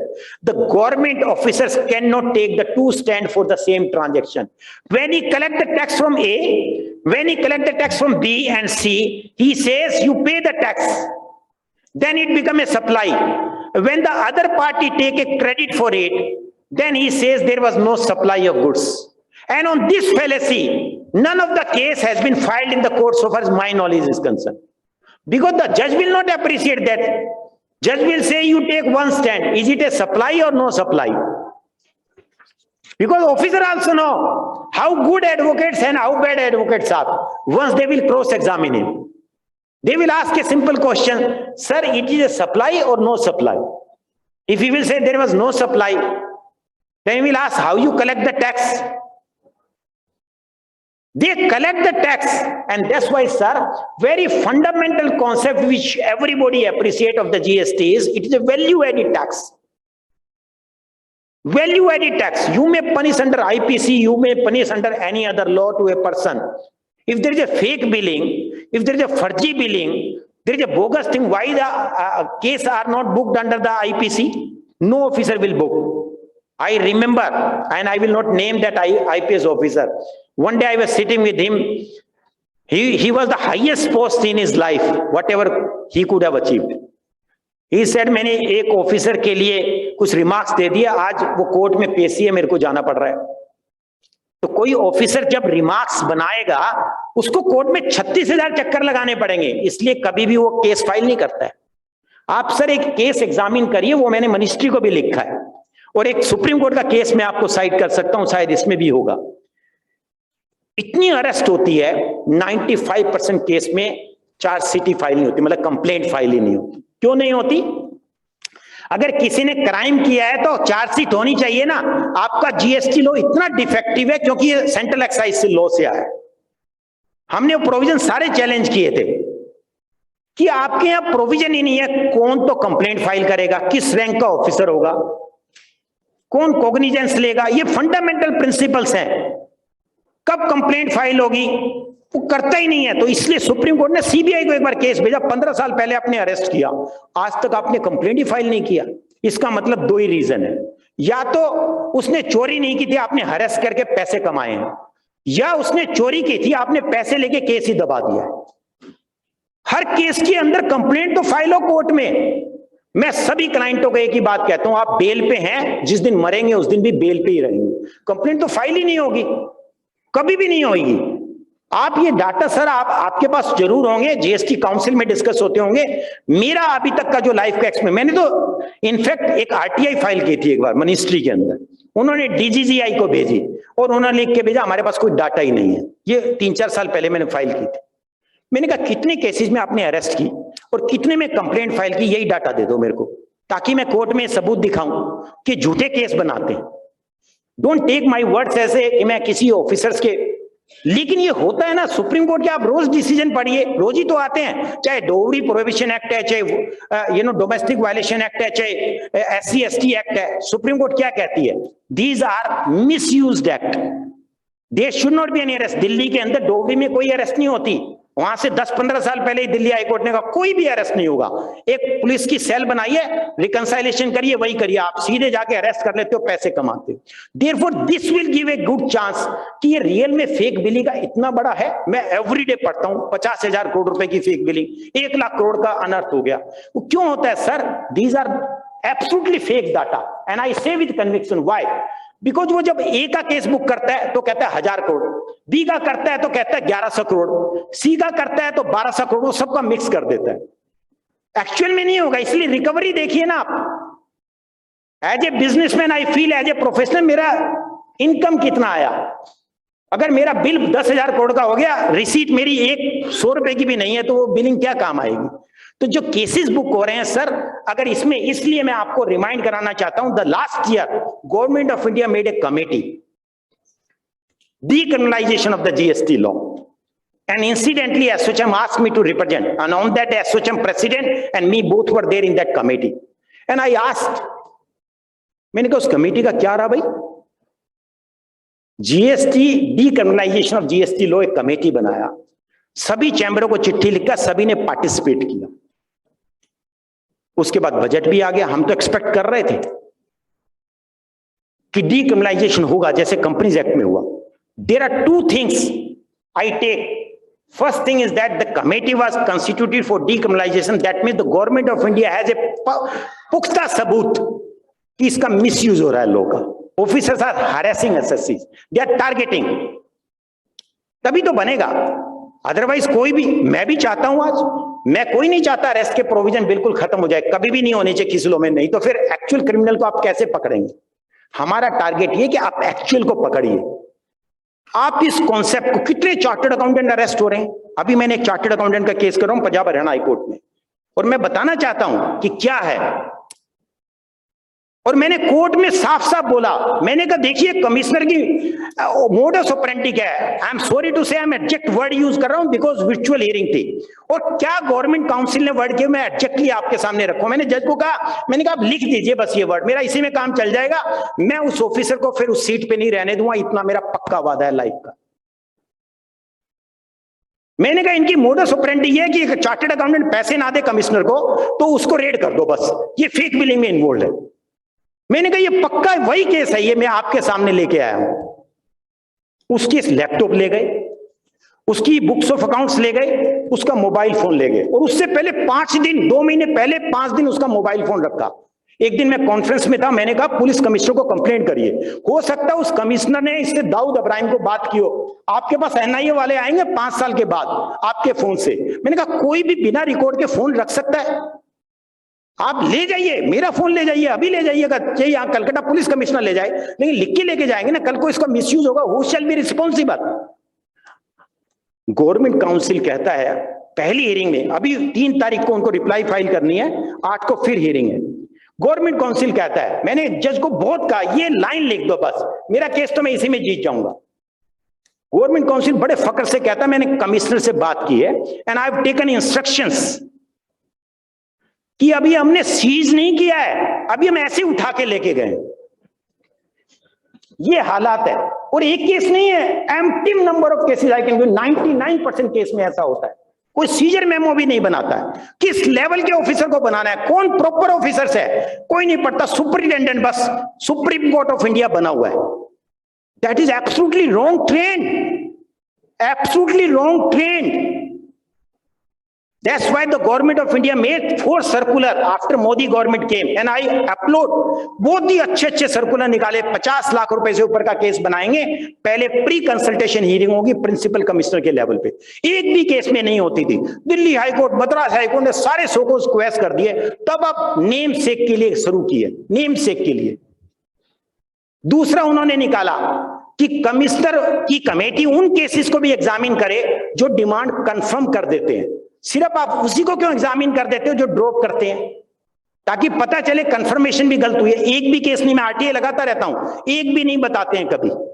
Therefore, this is very important. Sir, suggestion is that we have to have watch on this conduct also, कि आप अगर उनके laptop, mobile, records ऐसे उठा के लेके जाते हैं, आपने सीजर मेमो के प्रोविजंस बनाए। और हमारी ग्रीवेंसेस यही है कि आप अपने लॉ के हिसाब से लेके, बोला लॉ के हिसाब से तो हम लेके नहीं जा सकते, नथिंग रॉन्ग, क्योंकि उसे सेटिंग कर रहे हैं। आपको बताता हूं, chartered accountant came to me, बोला मेरे पास 50 फोन आ रहे हैं, सेटलमेंट कर लो। सीज करने के बाद सेटलमेंट नहीं होता ना, कहते पैसे दे जाओ, ले जाओ। These are not the fake billing cases. Most of the cases to my mind is the exaggerated figure in the minds that they will get a 10% rewards for, like this government of India made reward scheme. Therefore, the certain suggestion would be that this case, let me finish it. What this case was that there was a property in the KG Marg, Kasturba Gandhi Marg, New Delhi. Wealth tax officer said that this is an assets, you are liable to pay wealth tax. Their advocate said, sir, if it is an wealth, it is an assets, you are liable to pay tax, okay? Then read section 5 also. It is an exempted assets. Officer said, for the purpose of section 5, I will not treat it as an assets at all. Delhi High Court said, you can't take a 2 stand. For collecting tax, it is an asset. For giving exemption, it goes out of the Wealth Tax Act. It cannot be a stand. Therefore, while you collect the tax from A, B, C, D, it becomes a supply. That's why you are able to collect the tax. You don't give an input tax credit. And don't give any input tax credit because there was no supply of goods. You can't take dual stand at all. That's why the section 9 is very, very important. Either the GST law should have been drafted, everything is taxable. Supply is not necessary. If the supply is not there, can the government case can sustain? That is a question one has to see, because nothing can goes beyond the charging section. If you want to put a crime, you put me in the crime in IPC, etc. That's why the criminal, decriminalization committee, this suggestion was given. Out of section 132, there are many provisions which are directly there in the IPC law. Why you have put it here? Like, अगर आप किसी government officers के काम में बाधा डालते हो, तो 132 में लिखा हुआ है ये ऑफेंस है. अगर वहां नहीं लिखा हो तो क्या ऑफेंस नहीं है? ये ऑलरेडी ऑफेंस है. Therefore, the suggestion is that the very well appreciated the government move, because the GST law was intended to boost the government revenue, and we should not have the kind of a transaction which was, under a table payment, cash payment, all these transactions we should not allow at all. But in the guise of that, I remember the biggest mobile company approaches to me. Their MD was supposed to be arrested. बढ़िया है कि supreme court ने तुरंत intervene किया, कोई steps नहीं लेंगे, कोई कोर्सिव स्टेप्स नहीं लेंगे, हर एक को थ्रेट देते हैं. और जो एसोचैम के उस टाइम प्रेसिडेंट थे, उन्होंने बताया ओपन मीटिंग के अंदर, ऑनलाइन मीटिंग डी करवाएं, बोला मेरे पास ऑफिसर आके बोला आपको उठा के लेके जाएंगे. एमटीएनएल का मैं केस कर रहा हूं, एमटीएनएल के सीएमडी ने मेरे से बात की, एक सुपरिटेंडेंट लेवल का बंदा जो बिल्कुल लोवेस्ट लेवल की हिरार्की है, वो कहता है अब हम तुम्हारे एमडी को उठाएंगे. The kind of language they use it. Therefore, sir, the problem is not always with the law. That's why the Supreme Court said the problem is with the enforcement. Nobody take care for the complaint. जितनी भी search होती है, सबसे पहले क्या करता है officer? सबसे पहले सीसीटीवी कैमरे का वो डीवीआर हटा ले जाता है, और आप चोरी करके ले जाता है, लिख के भी नहीं लेके जाएगा पंचनामे में. अगर वो ऑफिसर ऑनेस्ट होगा तो क्यों बंद करेगा? सुप्रीम कोर्ट ने अभी क्या कहा कोविड के अंदर, कि जितनी भी इन्फोर्समेंट एजेंसी है सभी जगह सीसीटीवी कैमरे लगा के आपको इंटरोगेशन करना है, और वो भी वो वाले कैमरे जिसमें रिकॉर्डिंग होगी. कभी इंप्लीमेंट नहीं करेंगे ऑफिसर्स. सुप्रीम कोर्ट ने क्यों कहा होगा? डीके बासु केस इसलिए तो आया था ना, क्योंकि हैरेसमेंट बहुत होती है. एक ही बंदे को 25 बार सम्मन देता है ऑफिसर्स, जबकि इनका मैनुअल कहता है. अभी गवर्नमेंट ऑफ इंडिया का फरवरी 2021 का सर्कुलर आया, जो मैनुअल 2004 में था वो अभी भी लागू रहेगा जीएसटी में भी.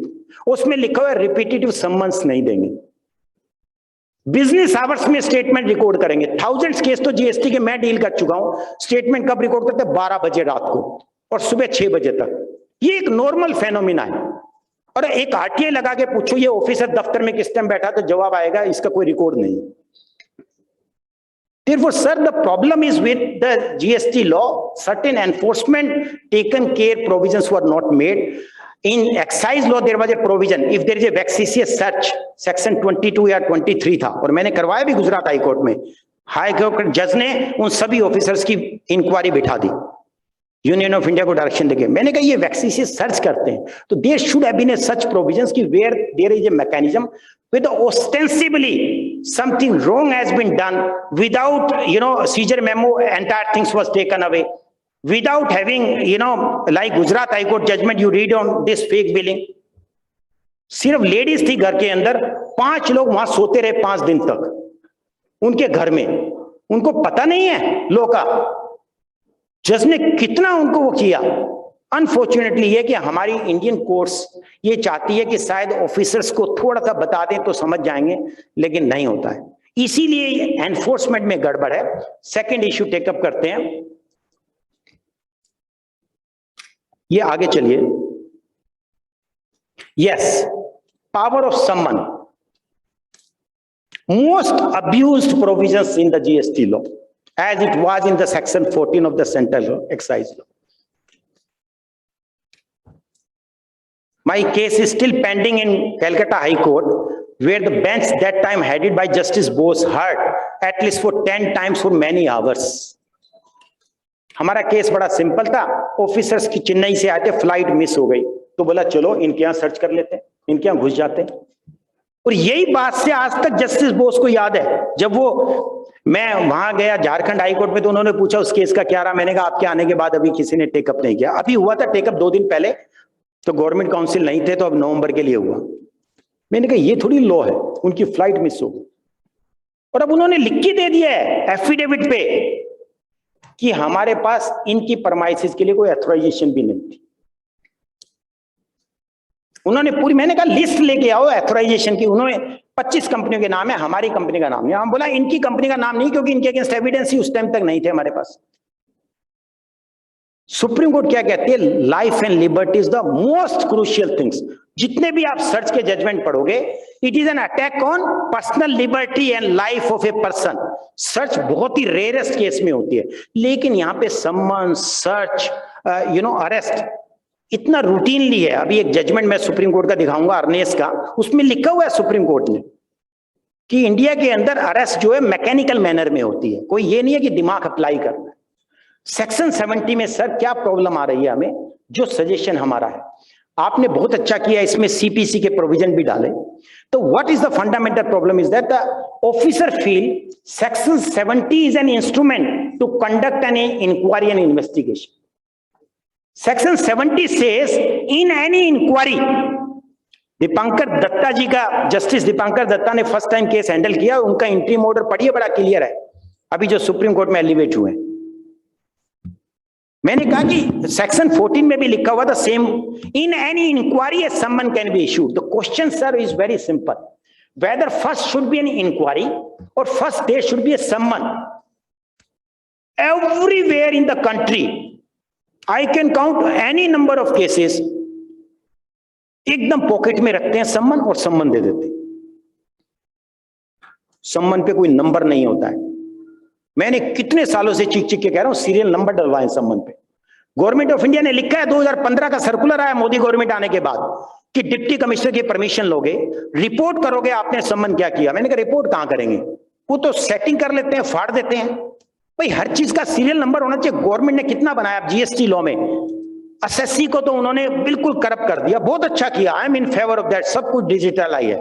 अब आप बैक डेट में रिटर्न फाइल नहीं कर सकते, बैक डेट में बिल इश्यू नहीं कर सकते, बैक डेट में पेमेंट नहीं दिखा सकते, सब चीज है ना। तो ऐसा ही ऑफिसर के ऊपर भी होना चाहिए कि नहीं। अभी मैंने सर एक विजिलेंस को कंप्लेंट किया है, प्राइम मिनिस्टर को भी कंप्लेंट किया है। 15 से 20 कंपनियों के मेरे पास दस्तावेज है, एक ही दिन नंबर से 15 कंपनियों को उन्होंने सम्मन इशू किए, और अलग अलग 15 कंपनियों की अलग अलग इंक्वायरी है, एक ही इंक्वायरी भी नहीं है। जेके मित्तल की इंक्वायरी अलग है, उसको सम्मन अलग है, इनकी इंक्वायरी अलग है, इनको सम्मन अलग है। दिन नंबर की वैल्यू क्या है। मेरे जैसा बंदा अगर कंप्लेंट करता, मैं बहुत कन्विक्शन के साथ करता हूं। ये प्रॉब्लम यहां पे है। तो therefore summons are being issued without there being inquiry. आज ही मैंने जजमेंट पढ़ा इलाहाबाद हाई कोर्ट का, जस्टिस केशरवानी जी का, वो किसी जमाने में हमारे साथ अपोज करते थे, गवर्नमेंट काउंसिल थे। बड़ा अच्छा लिखा उन्होंने, बोला summon can be issue either there is an inquiry under section 67, there is a 71, there is a provision of audit, मतलब there are so many things, 69, 67, कहीं ना कहीं केस स्टार्ट होगा, उसके बाद सम्मन इशू कर सकते हैं। I can assure you sir, if a fair investigation, not for public debate, a fair investigation internally is done, कि जहां पे सिर्फ सम्मन इशू हुआ, कोई इंक्वायरी किसी सेक्शन में कोई कर ही नहीं रहा है, तो पता चलेगा कितना यूज हो रहा है। इससे ट्रेड डर जाता है। जैसे ही सम्मन आता है वो एडवोकेट की तरफ भागता है, चार्टर्ड अकाउंटेंट की तरफ भागता है, ऑफिसर से चक्कर लगाता है। The provision is very clear. One provision is amendment is required or the clarification is required. The summon only can be issued once the existence of inquiry is there. And sir, kindly have a look to that. And this provision, why the superintendent is issuing summons. Do you have given the power to the superintendent? It says the proper officer. अभी supreme court ने इस word को explain किया है, the proper officer. Next slide में आप देखेंगे तो मिल भी जाएगा, कैनन के केस के अंदर। The proper officer means not any officers, Only one and one officers, that is the proper officers canon case में. Who is the proper officer? Suppose today I am conducting an audit. Can he issue a summon in that matter? Answer is absolutely no. Calcutta high court का ही judgement है, इसमें मिलेगा आपको कहीं para 30 उस judgement का कि सम्मन की 3 कंडीशन है. First, officer should be a proper officer. He himself should apply his mind while issuing a summon. And third, summon should be before him only. ये नहीं है कि एक्स ने सम्मन दिया वाई स्टेटमेंट रिकॉर्ड करेगा, ये भी पॉसिबल नहीं है लॉ में. Therefore, who is conducting an inquiry? That very officer only can issue a summon. Therefore, sir, if we want to curb this practice and we want to really, we are not opposing it, that summon power should not be there. All this power has to be there in the law because there are tax evasions, there are people indulging in all malpractices. How they will be punished? They should be punished. But these powers should not be misused for those persons, those who are the honest taxpayers. There always can be, certain. अभी मैं आपको case दिखा रहा हूं. Next, अभी Delhi high court में हमने case file किया जैसे, और मैंने बोला जज साहब को, मैंने कहा देखिए जैसे ही केस फाइल कर दिया आपने स्टे कर दिया और इन्होंने एफिडेविट फाइल कर दिया, हमने सम्मन विड्रॉ कर लिया. मैंने कहा सीबीआई को भेजो ये केस, इनसे ये तो पूछो. बोला मिस्टर मित्तल एकेडमिक क्वेश्चन रह गया है, नेक्स्ट उसमें देखेंगे. जिस भी केस में स्टे दे देते हैं वहां सम्मन विड्रॉ. मेरे 6 केसेस में अभी तक दिल्ली हाईकोर्ट में ऐसा हुआ है जब सम्मन या सो कुछ विड्रॉ हो गए या ड्रॉप हो गए जैसे आपने कोर्ट ने इंटरफेयर किया. इससे ऑनेस्टी और डिसऑनेस्टी पता चलती है ऑफिसर्स को. कोई भी केस कोर्ट में ना तो कोई एडवोकेट सजेस्ट करेगा ना ही एसएससी कोर्ट में जाएगा. इन जनरली कह रहा हूं, I am not dealing on those cases जो हैप्चुअल ऑफेंडर्स होते हैं. I never dealt in such cases at all. कि अगर उसका केस ही लूज होगा, उसने कोई ऑफेंस किया होगा, फिर वो दूसरे टाइप के एडवोकेट्स के पास जाएगा. तो ये एक सजेशन है कि as per CPC which has been referred in section 70 which was not there earlier. CPC में जब कोई प्लेंट फाइल होती है, कोर्ट सम्मन इशू करती है, तो उसमें उसको समरी बतानी पड़ती है कि क्या है. अभी गवर्नमेंट ऑफ इंडिया ने एक स्टेप्स लिया है, सम्मन का एक फॉर्मेट भी इशू किया है. फॉर्चुनेटली वो फॉलो कोई नहीं कर रहा है. ऑफिसर अपने ढंग से सम्मन लिखता है. सम्मन में अभी हमारा ही जो डिसीजन है उसमें लिखा हुआ है, जज ने कोट किया. मैंने कहा देखिए इन्होंने क्या लिखा, मेरे से बगैर पूछे आप ऑफिस छोड़ के नहीं जाएंगे मेरी परमिशन के बगैर. मैंने कहा गवर्नमेंट ऑफ इंडिया ने एक सम्मन का फॉर्मेट इशू कर दिया, लेकिन ये ऑफिसर इतना पावरफुल है उसके अंदर अपनी टांग लगाएगा. इनको कोई लॉ से परवाह नहीं है. जज ने कहा भाई आप किसी को कन्फाइनमेंट में रख रहे हो, आप ये लैंग्वेज कैसे लिख सकते हो? अगर फॉर्मेट ना बनाया तो भी नहीं लिख सकते ये. अब फिर वो ऑफिसर उस पार्टी को नहीं भेजता, फिर दूसरी पार्टी को भेज देता है, फिर दूसरा आदमी कोर्ट जाता है, फिर तीसरा आदमी कोर्ट जाता है. तो सर जब आप कोई क्लैरिफिकेशन देते हो, ये एक्सपेक्ट करते हो कि सारे एसएससी फॉलो करें पूरे इंडिया में.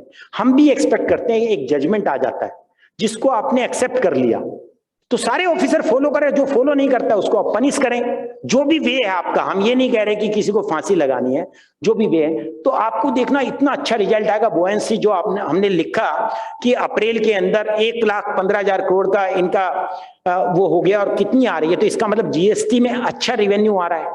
There are 2 reason for that. One तो डिजिटलाइजेशन हो गया, करब हो गया.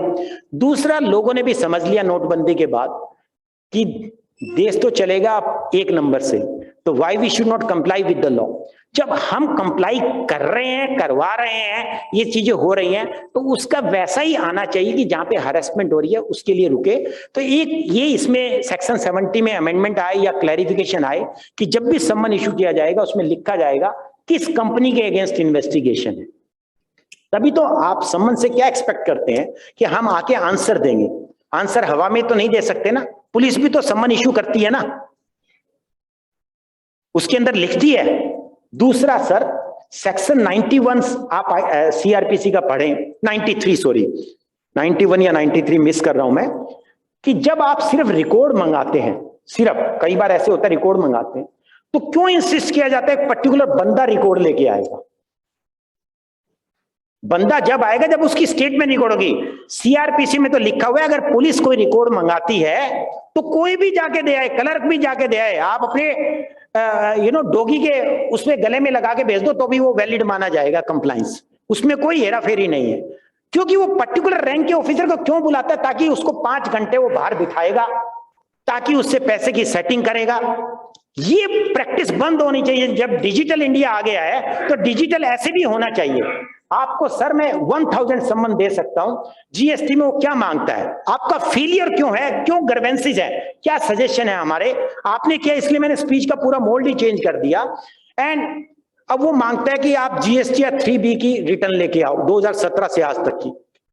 अरे मेरे को ही लेके आनी है तो फिर डिजिटल इंडिया कहां हुआ? वो अपने कंप्यूटर पे देख ले। बोला मेरे को राइट ही नहीं है देखने का। उसको राइट नहीं है देखने का तो क्या मेरे से मांगने का राइट है उस ऑफिसर को? फिर कहता है फॉर्म 26AS लेके आए। भाई वो इनकम टैक्स की साइट पे है, उससे मांगो, वो मेरा फॉर्म नहीं है। फिर वो कहता है फॉर्म 2A लेके आए। सर आप ये चीजें जो ऑफिसर मांग रहे हैं वो आपका रिवेन्यू कम कर रहे हैं, वो आपका रिवेन्यू बढ़ा नहीं रहे हैं, क्योंकि वो इतनी हरास करता है। वो कहते हैं इनसे सेटल करो, और जो ऑफिसर पैसे लेके सेटल करेगा वो गवर्नमेंट रिवेन्यू को कहां देखेगा? वो तो अपनी जेब को देखेगा। कोई ऑफिसर नहीं मांग सकता ऐसा कोई भी डॉक्यूमेंट जो डिजिटल इंडिया हो गया है, जो डिजिटल है। कोई भी ऐसा फॉर्म मांगता है और उस ऑफिसर को पनिश करिए। मैं कितने सारे आपको सम्मन दे सकता हूं। वो ये चीजें मांगते हैं जो ऑलरेडी वेबसाइट पे अवेलेबल है। गवर्नमेंट ऑफ इंडिया की जीएसटी की रिटर्न मांगता है, तो कोई फायदा नहीं है। तो therefore this has to be changed entirely कि गवर्नमेंट एक मैसेज पास ऑन करे कि we are with the industry, कि इतनी जेन्युइन जो प्रॉब्लम है उसको हम इमीडिएटली करब करेंगे, इंस्टेंटली। इसका मैकेनिज्म ऐसा आना चाहिए, ओपन पोर्टल होना चाहिए कि जिस भी ऑफिसर ने वो डॉक्यूमेंट मांगे जो जीएसटी पोर्टल पे है वो सीधा इस पे लिखिए, और उस पे एक स्टूडियो टाइप रिप्लाई नहीं आएगा। उस पे रिप्लाई ये आएगा हमने इस ऑफिसर को कैच कर लिया है, बस, और उसको उस पोस्ट से हटा दिया, दूसरी पोस्ट पे भेजो। जैसे पुलिस के अंदर होता है, जिस पुलिस ऑफिसर की मैंने कंप्लेंट की है वो तीसरे दिन पुलिस लाइन में होता है, ताकि उसको नॉन फंक्शनल काम मिला ना, वो रोटी बनाएगा वहां पे, कोई पैसे कमाने का धंधा उसका खत्म होगा। Unless until we take that steps, क्योंकि बिकॉज सर गुड प्रोक्यो है। आप एसएससी को इतना ये करना चाहते हैं सब डिजिटल करे, हम भी ये चाहते हैं सब डिजिटल होए, सब डिजिटल है। गवर्नमेंट ऑफ इंडिया का अभी कहा है ना सुप्रीम कोर्ट ने कि रेवेन्यू की जितनी अपील हो हम चाहते हैं डिजिटल हो। हम देखना चाहते हैं आपकी 600 दिन लेट है, ये लेट है। मैं कितने केसेस में मैं खुद ही देखता हूं जजेस जो कमेंट्स करते हैं, बोला सब कुछ डिजिटल हो गया, आपका रेवेन्यू ऑफिसर को कमिश्नर का ऑर्डर पता ही नहीं चलता कब पास किया, 6 महीने तक पूरे हिंदुस्तान को पता चल जाता है। सर्टिफिकेट केस आते हैं, सुप्रीम कोर्ट के जज ने लिखा है। नेक्स्ट, आई एम श्योर कि ये इसमें 5 मिनट में खत्म कीजिए, क्योंकि मैं बहुत मुश्किल से अपने आप को कंट्रोल करके बैठा हूं। Sir, I'm very happy. Let me wind up here with the saying that I'm sure with the little talk, the point which we have raised, the some would have clicked, and sooner or later certain changes will definitely come. Thank you very much for patient hearing. If I have spoken so hard, I'm sincerely apologize for that, but these are the real experience I have shared. Thank you. I'm sorry that I had to cut you short. No, absolutely not, sir. The people are here to hear you. No, but my thing is that I also, after hearing you, I was really thinking about that. नहीं, इसको मैं पहन के ही बोलूंगा, मेरी आवाज बुलंद है, सुन पाएंगे आप। तो basically what Mr. Mittal Sahab said today, on some of the points I do agree. That's why I will tell you, I have already told my officers. First of all, Mr. Mittal, I'll tell you, I don't know, see, I am a commissioner of state GST. I don't know if you have seen any person, any officer of mine doing such a case. If you have come across any such case, please bring it to me. I never will allow my officer to do such a thing. Inquiry, kuch bhi inquiry, if you have started some inquiry, then only you can issue a summon. That is my instruction. If anybody has done anything, if any one of you are aware of anything, please bring it to my knowledge. Yesterday, one chartered accountant came to me. He just told me, sir, inverted duty structure का refund था, and your officer has rejected my claim to up to this amount, saying the reason, which I find is no reason at all, because what he has said, you just have a look. मैंने देखा, मैंने देख करके मुझे बहुत गुस्सा आ गया, मैंने फौरन उठाया फोन, मैंने बोला what you have written. You may have rejected the refund amount, maybe there may be some reason, but where are the reasons? Where have you recorded it? Why did you to send those reasons to him? He doesn't know anything about it. He had reasons, but he had not communicated. I said, I don't know. What is it? You send him the reasons. Why you have rejected it? Immediately, within 5 minutes, Mr. Mittal, I got it done. I always believe in transparency. I don't believe in what you call that officers making money out of something. I don't believe in all this nonsense. I believe, I've told my officers, particularly in the state of West Bengal, I'm very, very sure about it. And what I've told my officers, if I find anyone doing hanky-panky, पहला काम तो करूंगा, तुमको उठाऊंगा, वहां से फेंक दूंगा, खत्म. या तो तुम सस्पेंड हो गए या तो कंपलसरी वेट में जाओगे. एंड कंपलसरी वेट में भी तुमको कलकत्ता पोस्टिंग में नहीं दूंगा. I will send you to Balurghat or in North Bengal. You will be there with no work, but you will be attending office from morning till evening. You have to act tough. आपने बोला कि A, B, C के बीच में circular trading है. I do agree. अगर circular trading है, I am myself saying that the transactions are fake. They are all fraudulent transactions. There is no supply.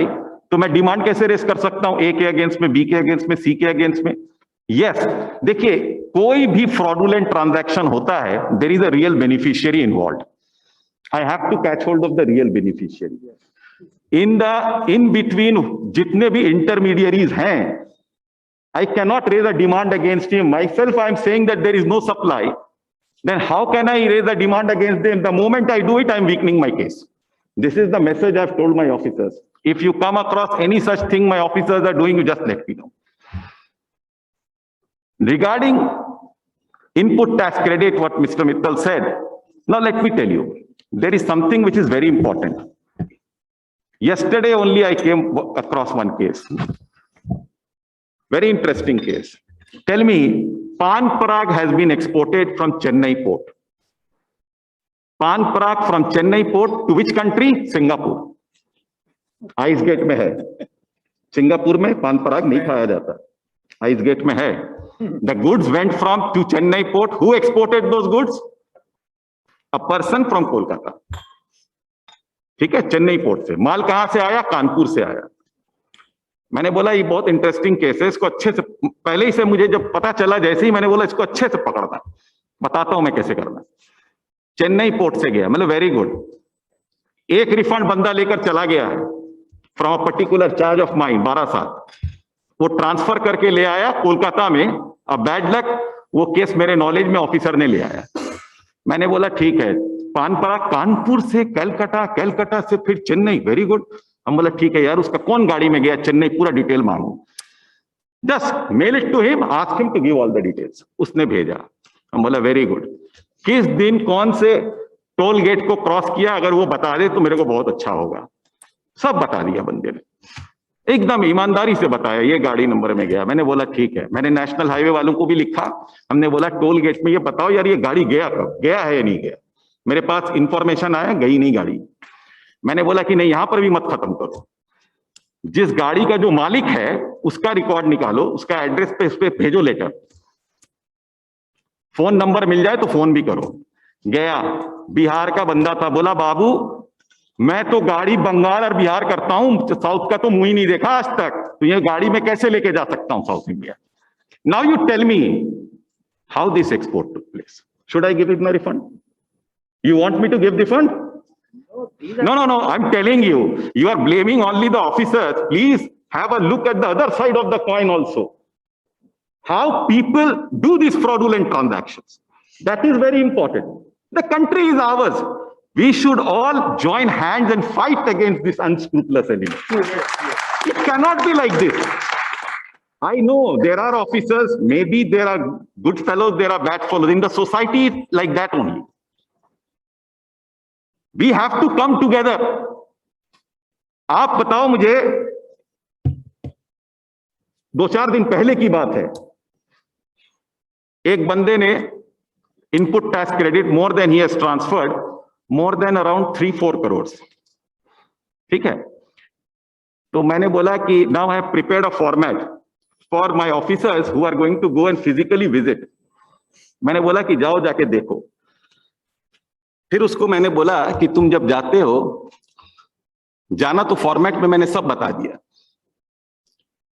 Registration के वक्त में ही had submitted an electricity document, the consumer number was there.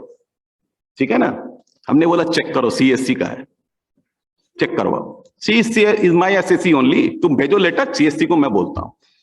Consumer number is of Ankit, apply करने बंदा है mister x, change कर दिया, fake forgery करके ही गॉट द रजिस्ट्रेशन। हम बोला चले जाओ उसके बंदे की जगह पे, है ही नहीं। बाड़ी वाला ने लिख के दे दिया, the landlord has written said I have never given it on rent, the agreement that he has submitted is fake, it is not my signature. हम बोला चलो ले आओ। Now I asked him, I asked my officer to whom he has sold. दूसरे जगह पे मैंने बोला उसको पकड़ो। इसका तो मैंने रिट्रोस्पेक्टिव कैंसिल करनी है नहीं करनी है? Should I go ahead for retrospective cancellation or should I not do it? ठीक है, I have gone for retrospective cancellation and I have cancelled him. Then comes the person B. Person B को मेरे officer ने he has already cancelled him for what? कुछ और ground देख करके उसने कैंसिल कर दिया प्रोस्पेक्टिवली, पहले कर दिया। अब बताओ, the entire purchase of this person is from that person only. उसने तो माल बेचा ही नहीं है, वो है ही नहीं। इसका परचेज को मैं क्या करना है, इसको ऑर्डर को मैं क्या करूं? इसको तो कर दिया प्रोस्पेक्टिव कैंसिलेशन। तो that means in between period का जो ITC he has transferred to C has become legal. That is what you people will say in the court. Because of fault of my officer, you will say that this is a legal ITC. Is it so? Is it so? The candidate वो बंदा मुझे मिला ही नहीं। आप बोलते हो arrest करना, arrest किसको करूंगा? मैं तो आज तक अरेस्ट नहीं किया। In Bengal, state GST has not arrested any of my officer, has not arrested a single person. नहीं किया। किसको करूंगा अरेस्ट? बंदा मिलता नहीं है, मिल जाएगा तो कोई ठेला वाला रिक्शा वाला मिलेगा। आजकल और भी अच्छा कर लिया है लोगों ने। Person from coming from Gujarat, from Maharashtra, using Aadhaar of Maharashtra, PAN of Maharashtra, applying for registration over here as proprietorship business. क्या प्रोप्राइटरशिप हो सकता है? There is a possibility. The moment now I have put 4 or 5 officers in the system only. ऐसे में जैसे कोई registration दिखाता है, पहले देखो कि उसका पैन कहां का है। प्रोप्राइटरशिप बिजनेस पैन बिहार कहीं और दूसरे राज्य का है, फौरन उसको विजिट करो, immediately visit and immediately check all his credentials. Now I am telling you, you are talking about no loss of revenue. I will tell you, this month I have got, now West Bengal is an importing state. Last month I got IGST collection of more than 1,000 crore. This month my IGST has gone down. ठीक है ना? Now I was just trying to understand कि भाई ये कैसे graph ऊपर नीचे करता रहता है। वेस्ट बंगाल में on a year-to-year basis, local intra-state sale, there is a negative growth of certain percentage. How can there be a positive growth for interstate supply between 15 to 20%? And who are the persons who are making those interstate supplies? Mr. Surana, you'll be quite amazed to know the newcomers. जो जन्म लेता है वो आते साथ ही करोड़ों रुपए का इंटरस्टेट सेल करता है। अब बताइए यार, देश में अगर कोई 10,000 रुपया का कैपिटल ला करके लाखों करोड़ों रुपया का बिजनेस करे, तो प्राइम मिनिस्टर को नहीं चाहिए पूरे देशवासियों को 10,000 रुपया बांट दे? क्या कह रहे हैं आप? You have to be aware, you are looking only at one side. See, save genuine tax payers who are being harassed, never try to save a unscrupulous element. I am telling you, this is the reality. We have to be firm with this. Unless we do it, we will never be able to take the country forward. What are we doing? I am shocked. The more I go into depth, the more I see, I am shocked at what these people are doing. My revenue, interstate revenue has gone down by 200 crores. 200 crores I've taken a hit. मैंने 77 RC cancel की last month में मैंने total देखा RC retrospective cancel किया because this dealers are fake. अगर genuine होते तो कोई तो कोर्ट जाता, कोर्ट नहीं जाते. वो तो क्या चेन के, अब मैं चेन में आप कहां पे पकड़ रहे हो, किसको कैंसिल कर रही हो, don't know. He may be in the middle of the chain. The source में जो चेन है वो कहां पे है. देखिए सोर्स में it's very easy. I am asking GSTN कि भाई it's very easy to catch that fellow. If somebody doesn't have any supply in 2A, if he has no 2A, how can he submit 3B?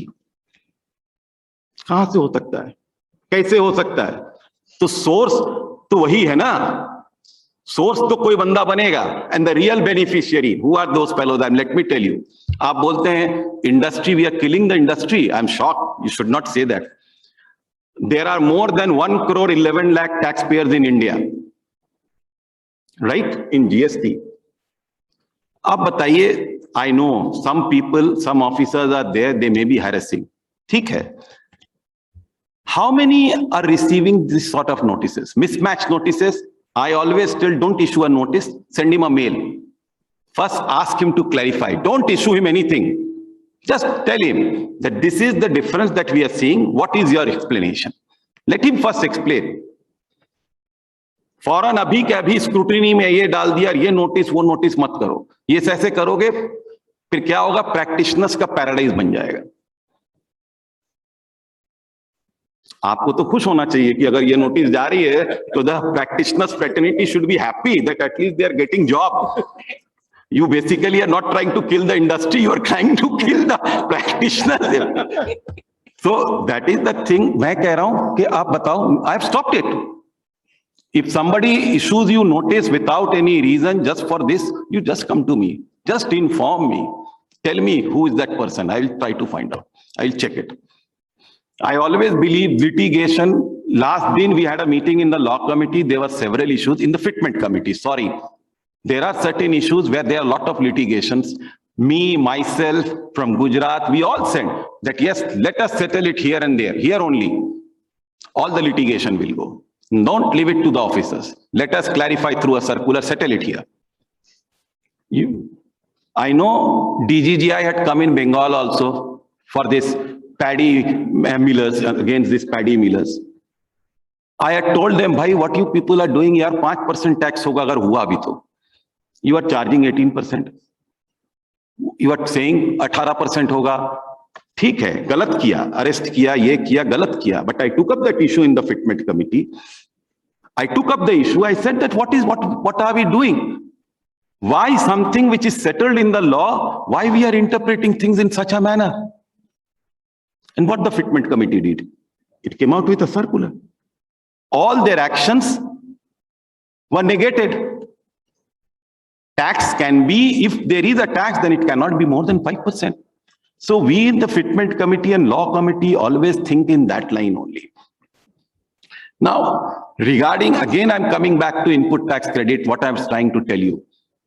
Now you think about the revenue, the moment you see the interstate supplies happens from Bengal to say some other state, you know what happens? My IGST goes down and Bihar's IGST goes up, or some other state's IGST goes up. You got it? So the moment what is happening, so now this input tax credit, the fake credit, if it moves around in the state from one state to another, and all of us are not working together, in GST, the problem is, you see, the law is one, officers working on it have different ways of interpreting things. That's why the law committee, fitment committee are coming out with clarifications. Now you tell me, if my revenue goes down by 200 crore, every state has its own social welfare schemes. I'm taking a big hit. I have to do something. So I am now after those fraudulent fellows. The real beneficiary, I told, कि भैया real beneficiary को जब मैंने पकड़ा, हमने बोला यार तुमने क्यों खरीदा इससे, क्यों खरीदा? बहुत आसान है पकड़ना। आप खाली पूछना कि वो बंदा जिसने खरीदा है कि ये आपका पुराना पार्टी है या कोई नया पार्टी था। जो उनके पुराने पार्टी हैं उनसे उनको कोई परेशानी नहीं होती, वो कोई नया पार्टी है। जस्ट एक सवाल आप कर लीजिए, एनी टैक्स पेयर, आपके नया सप्लायर कौन है? Who are your new supplier this year? Just give me the list. 2 महीना सप्लाई करता है, खत्म। 1 महीना सप्लाई करता है, फिनिश्ड। 2-4 बिल आती है, खत्म। क्या है ये? आई टोल्ड द बेनिफिशियरी कि क्या है, बताओ क्या करना है, what you want me to do. नहीं, मेरे पास तो बिल है, उसके तो आप देखो मेरे पास 2A में रिफ्लेक्ट होता है, उसने 1 दिया है, 3 भी दिया है, he has paid the tax. आप उससे रियलाइज करो। मैं बोलूं अच्छा चलो उससे रियलाइज करूं, कहां है वो बंदा, दिखा दो हमको, लाओ ना यार वो बंदे को, खोज के निकालो ना बंदे को। बोले नहीं हमने खरीद दिया, मुझे कोई क्या पता कहां गया नहीं गया, आप समझो। अरे यार वो बंदा जो ए से खरीदा, ए नहीं है, ए फेक है, बी फेक है, सी फेक है। देखिए ultimately it boils down to the real beneficiary. We have to catch hold of the real beneficiary. When I catch hold of the real beneficiary, some of them I would say they are very honest. They always say they give it in, they admit the tax, they pay the tax also. They admit it, they pay it. They don't go for litigation. बोले sir ठीक है, आप खाली इतना करना 74 में proceeding मत करना, 73 में कर देना, मैं दे देता हूं। Now this is the thing, मैं पेमेंट कर दूंगा।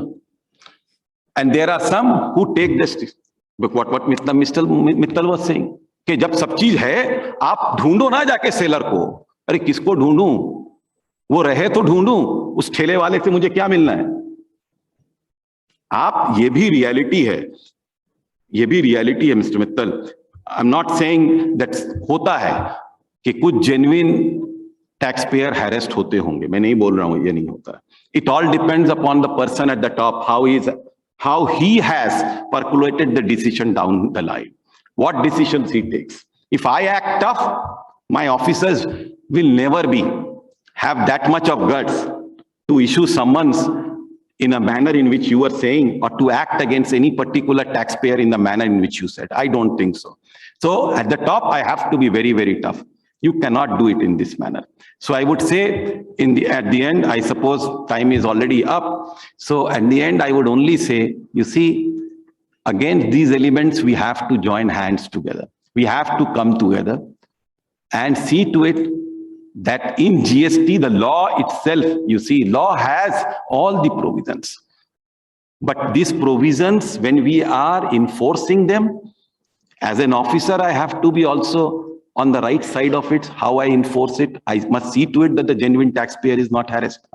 I believe in it. And I want that it should happen.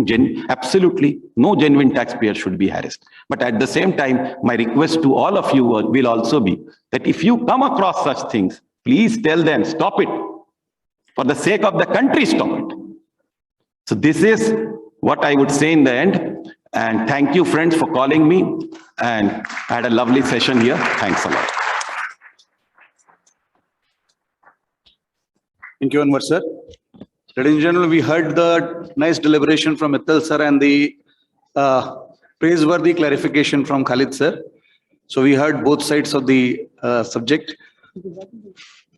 I now request Sultania ji to please come and present a memento to Khalid sir.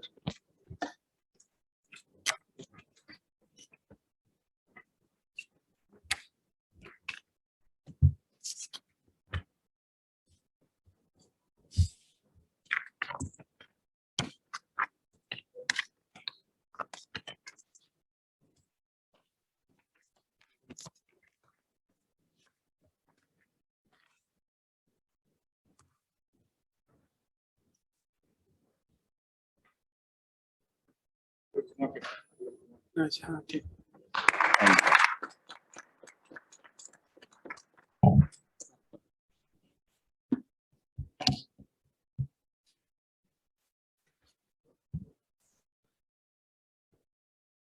May I request KP Khandelwal ji to please come and present a memento to Mr. J.K. Mittal.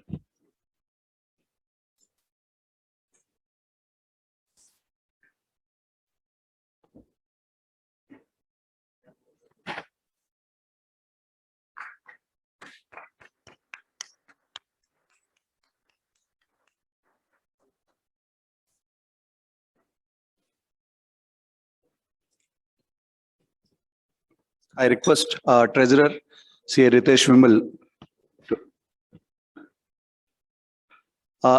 Our research publication on GST has prepared a compendium on the recent case laws, landmark case laws, and I'll request Khalid sir to release that book.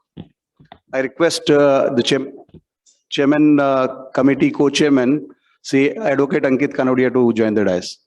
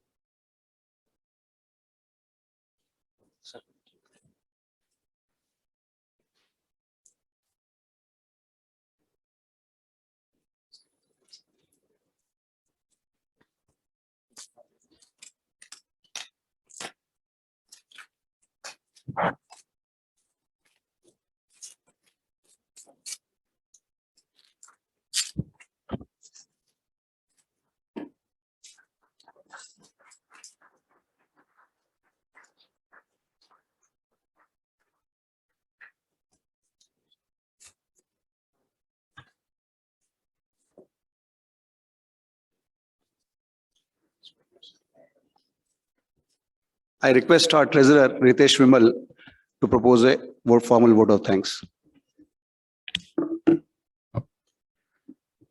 Good afternoon, everyone. At the onset, I would like to thank Mr. Khalid Anwar sir for taking out time and sharing his views, chairing the session and sharing his views from the perspective of the lawmakers and the implementers. Thank you very much, sir. I would like to thank Mr. J.K. Mittal, sir, who has flown down from Delhi to be amongst us and share his words of wisdom. Sir, the issues highlighted by both of you are very pertinent in the current times. I am sure that all the participants have found the session to be very interesting and informative and have made note of the points shared by the deliberations, during the deliberations, thereby leaving them with substantial food for thought. Thank you, sirs. We at DTPA have been privileged to have you amongst us. We will be starting the brain trust session immediately, wherein our eminent panelists will be discussing burning issues of income tax and GST. The GST publication that has been released just now is available at the registration desk. All the participants may please collect it from there. Thank you.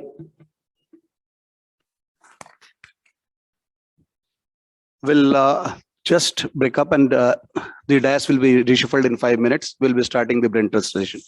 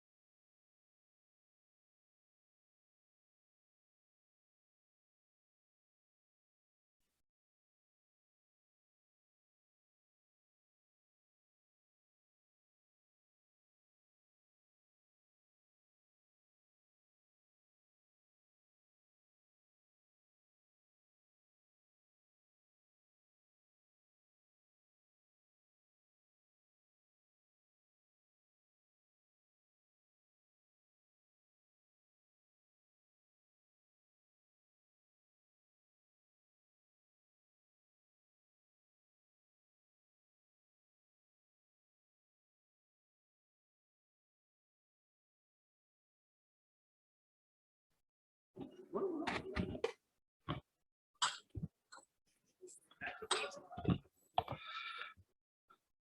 afternoon and welcome back. Our dais is set. We'll be shortly beginning with the brain trust session.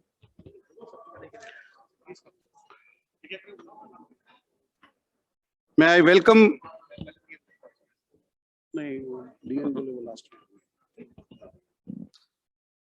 we welcome JP Khetan ji, JK Mittal ji, SM Surana ji, and request Kothari ji and Barkha to escort them. I request our conference committee chairman DN Agarwal ji to escort PM Jagtap Sahab.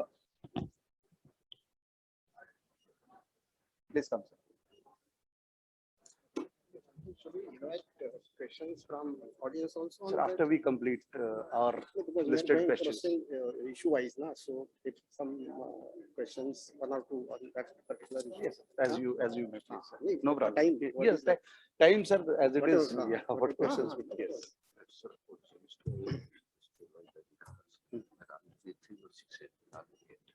So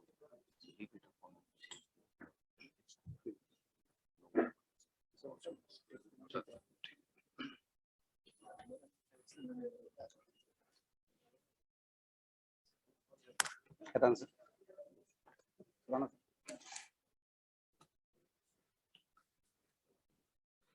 I request IT committee to please give access to Soparkar sir and connect him virtually.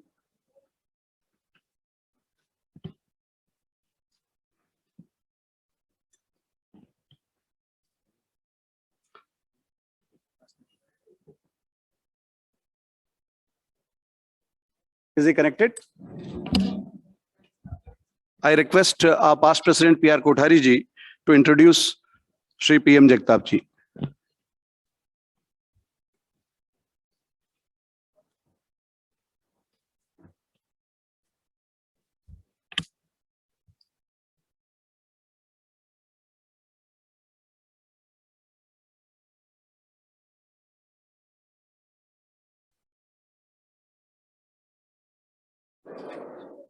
Thank you, President.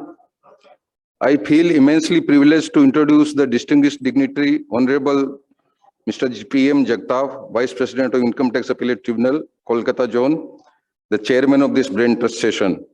Your Honor, we have learnt a lot from you during a few interactions regarding this session. Friends, Mr. PM Jagtap Sahab was born and brought up in the city of Pune and completed his graduation in commerce from Pune University. Thereafter, he passed the CA final examination in the year 1985 and started practicing as a chartered accountant in Pune from year 1986. After completing 13 years of practice, he was selected as an accountant member of Income Tax Appellate Tribunal in the year 1998 at a very young age of 39 years. After initial posting at Jodhpur and Nagpur, he worked at the Delhi benches and Mumbai benches for a period of 5 years each as member of Income Tax Appellate Tribunal. During this period, he has authored many special bench decisions and has also delivered some landmark judgments in transfer pricing and international tax matters. After a short stint in Hyderabad, he joined the Calcutta benches as an accountant member in September 2015, and after elevation as Vice President in October 2018, he has been continuing as Vice President of Kolkata Zone. Thanks. Thank you, Kothari ji. May I request Manjulata Shukla to present flower bouquet to Jagtap sir.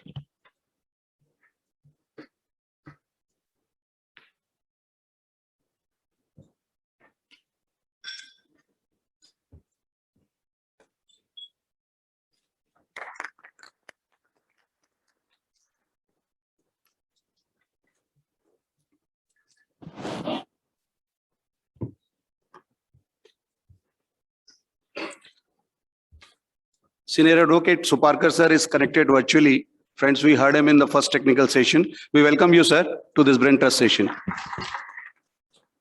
Thank you, sir.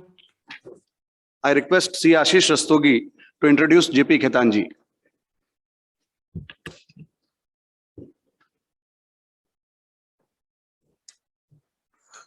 Shri J.P. Ketan ji is a BCom Honours Associate Member of the Institute of Chartered Accountants of India since 1981. He is also LLB practicing in direct and indirect tax law since December 1983. He is designated as Senior Advocate by Calcutta High Court in March 2005. We welcome you, sir. I request Advocate Ritesh Goyal to please come and present a flower bouquet to sir.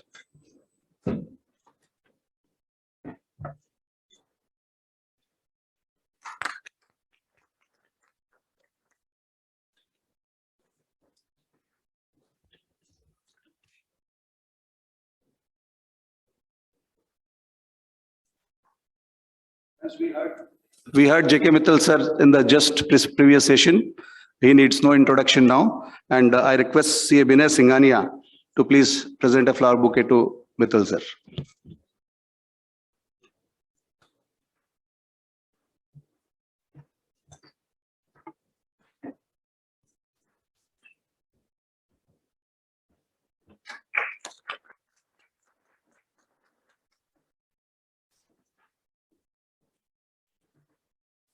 I request CA Shyam Agarwal to please come and introduce Sri Asham Surana ji.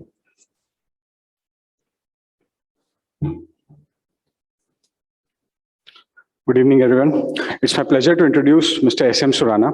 He was enrolled as an advocate in the year 1967. In profession, he is mainly practicing in Income Tax Appellate Tribunal, and in that connection had appeared before Kolkata, Bangalore, Chennai, Cuttack, Ranchi, and Delhi, and Mumbai benches of the tribunal. Many of the cases argued by him have been reported. His main thrust is generally on technical issues, which he has successfully argued in a number of decisions. He was elected as president of the Income Tax Bar Association, Kolkata, in 2004-06, and again for continuous 2 terms, 2014-16 and 16-18. He was the only advocate from outside West Bengal who was nominated chairman of the Disciplinary Committee of Bar Council of West Bengal, constituted under the Advocates Act for the first time in the year 2008-10, and was renominated for a second term for the year 2010-12 and again for the third term in 12-14. He was felicitated by the Bar Council of West Bengal in the function organized by the Bar Council in Town Hall in the presence of Law Minister Mrs. Chandrima Bhattacharya, Chairman, the Bar Council of West Bengal, and Advocate General of West Bengal. It may be noted that Disciplinary Committee is the only authority to take disciplinary action under the rules and regulations of the Advocates Act. We welcome you, sir. Thank you, Shyam. Welcome, Surana sir. I request CA Sujit Sultania to come and present a flower bouquet to Surana sir.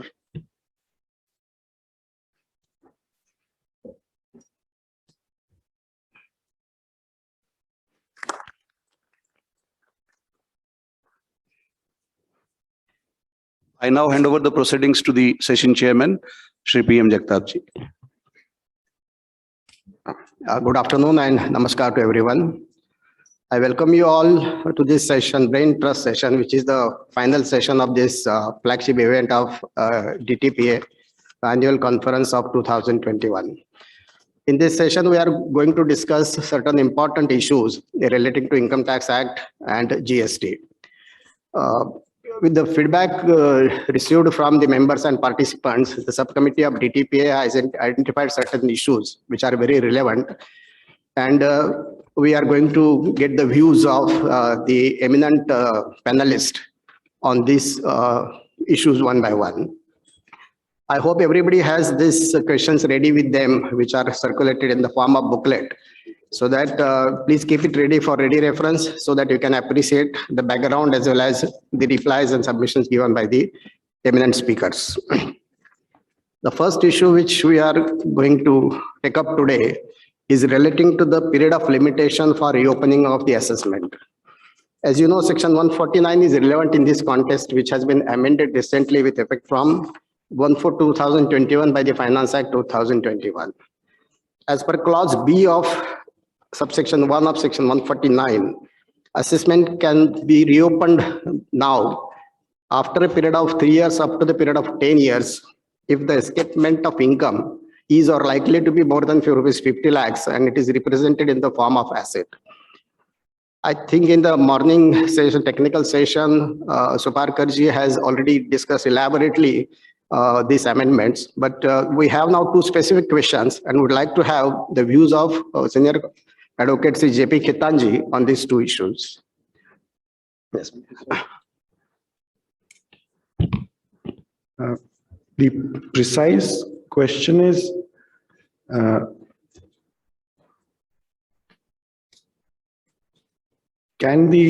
for the purpose of reopening, can the revenue go back in the sense that the facts assumed are that there are unsecured loans, or there's unexplained expenditure, or there's share capital,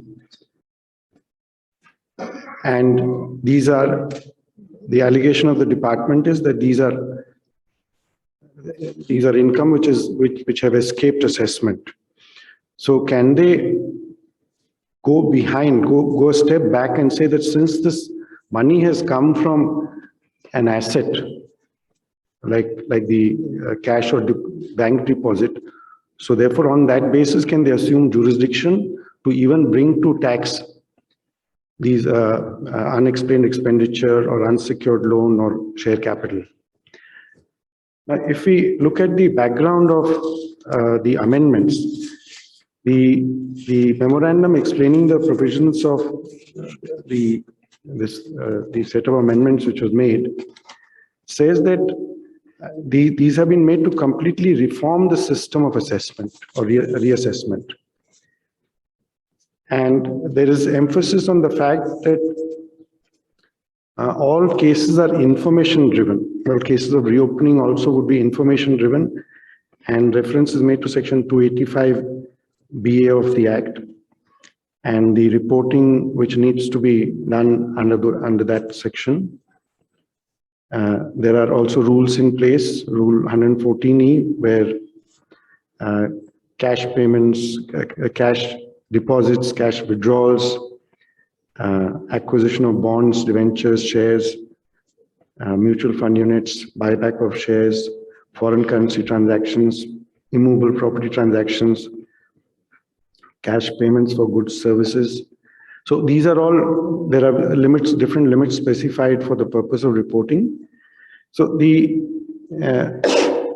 emphasis is that henceforth for cases where I will use the expression longer period of limitations for the sake of convenience, that where they can resort to 10 years instead of the normal period of 3 years, then the section stipulates that, I will just open the book, and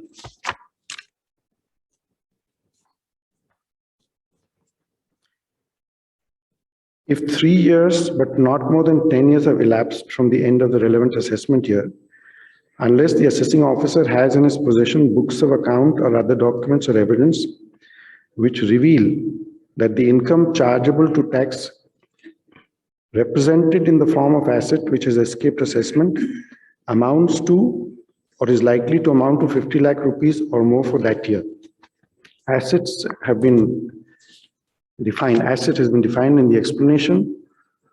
For the purpose of clause B of this subsection, asset shall include, it's an inclusive definition, immovable property being land or building of both, shares and securities, loans and advances, deposits and bank account.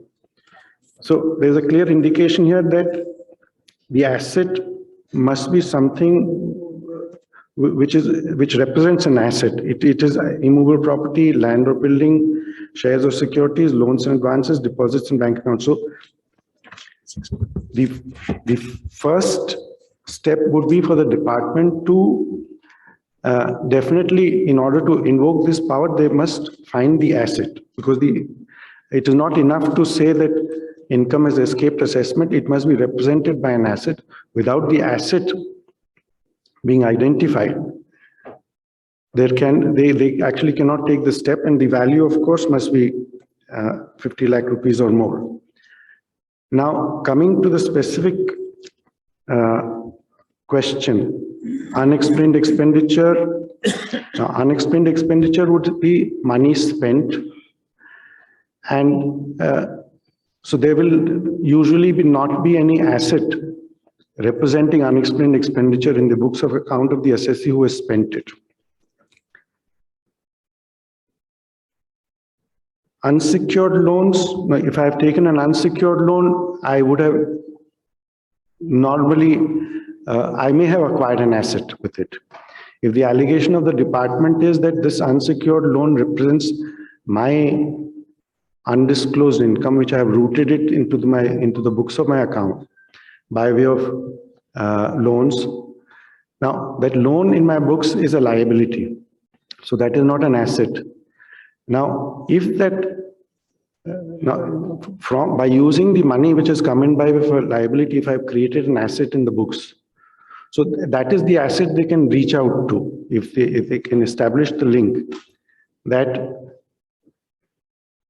this particular item of loan is my undisclosed income. I have rooted the cash in the form of an entry in my books, and by using that loan entry, I have acquired this asset. They actually cannot go to the source of the loan because that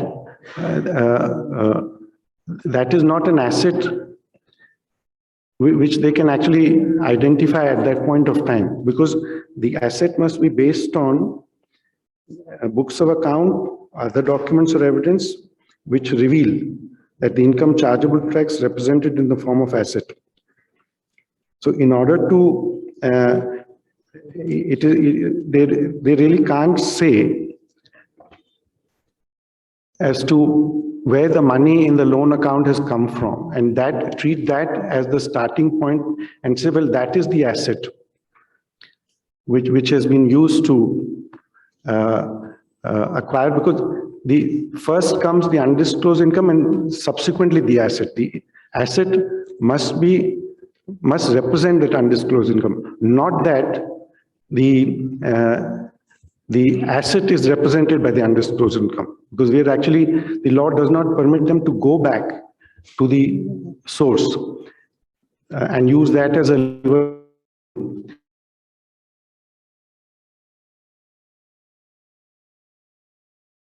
Counter share capital would have come from different share applicants. So the share capital which has come in may be represented in the form of asset in the books of account of the company. So if the revenues case is that the share capital is the company's money, if they want to assess it under section 68, then they can, on the basis of the asset which has been acquired by using that particular share capital, they can actually take that as the fulfillment of the condition of the section to say that we can reopen this assessment. So therefore, they cannot really step back and go into the source of the loan or the expenditure or the share capital, but they have to find out the asset which has been acquired by using the money generated from the expenditure or the money taken by way of loan or the money received as share capital in order to reopen the case. I think that probably answers the question.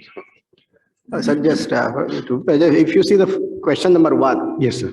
Because the escaped income represented in the form of assets. Yes, so sir. for different types of asset, what would be the relevant point of time to consider the accessibility of a particular year? So it will have to be, the income must be chargeable to tax for that year. And then they have to find that asset, it should be in that year itself.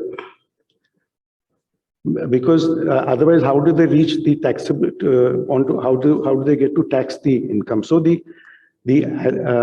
of course, it could happen that the asset they find in a later year, but the taxability has to be of the year in which the income is generated, the undisclosed income. So the taxation must happen in that year. And regarding, may I have a clarification? Just a clarification. Kiran sir, बताइए कि whether both the assets and the income both should be undisclosed, or the income should be undisclosed and the asset may be disclosed. See, suppose for just I'm giving the example that some loan is there and somebody has come forward and given the evidence that this was a bogus loan in my books. And out of that, in my books, it says the asset is sold. It says purchased out of that loan. But the asset is already disclosed in my books. So whether both the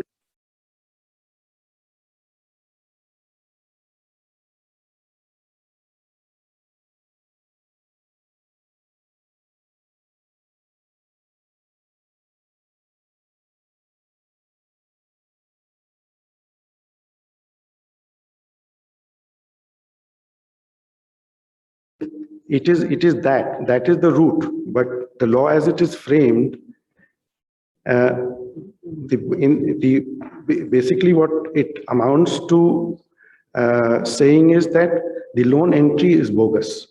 The asset is definitely there. It's a hard fact that there is an asset, because the definition of asset goes to show that that must be in existence. But the loan is bogus, and the source of it is this undisclosed money. So it is enough for them to show if the asset is there, and if they can establish that the loan funds are mine, then they can get it. So I think Anybody from the audience, if I have any quick question relating to this issue?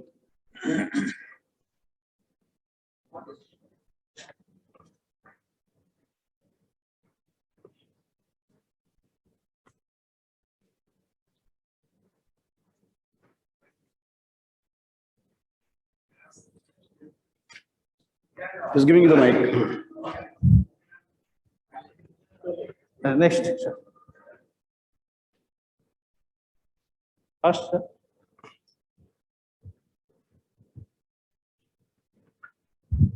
Sir, I have a follow-up question on this.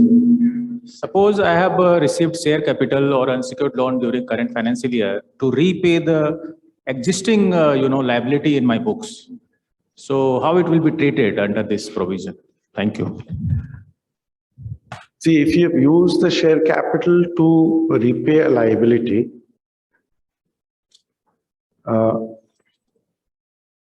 then prima facie it may appear that there is no asset.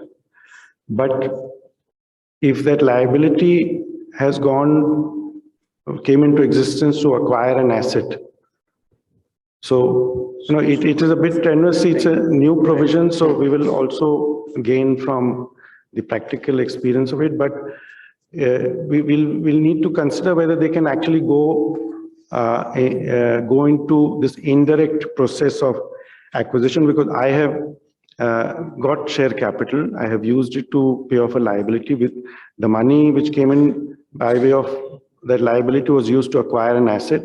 So whether they can actually go that far and establish a link in that manner, that's something which Sir, they use the word asset, and asset is already been defined in the act itself. True. And you just say that it's a prospective acquisition of the asset through that income.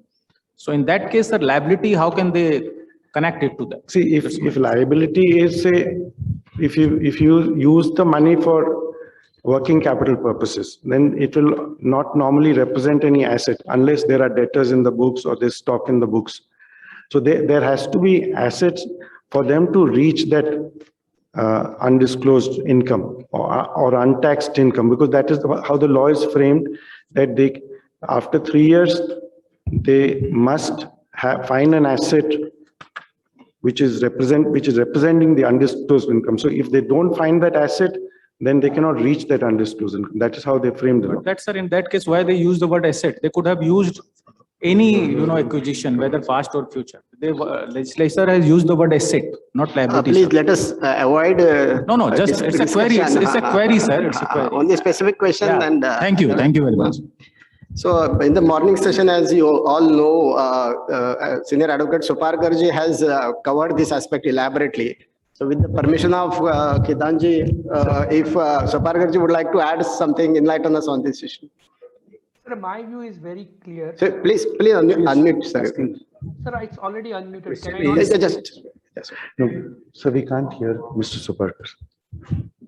Sir, Suparkar sir reply sir, am I Suparkar साहब reply कर रहे हैं, उसके बाद आप question. Sir, we can't hear Mr.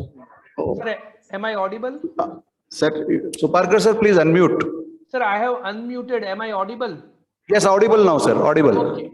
Sir, my view is very clear. As I said in the morning, target is asset, not the liability. Therefore, I am prepared to assume I borrowed rupees 1 crore. I acquired an asset. The gentleman is now coming forward and saying that this is an accommodation entry. I have not lent the money.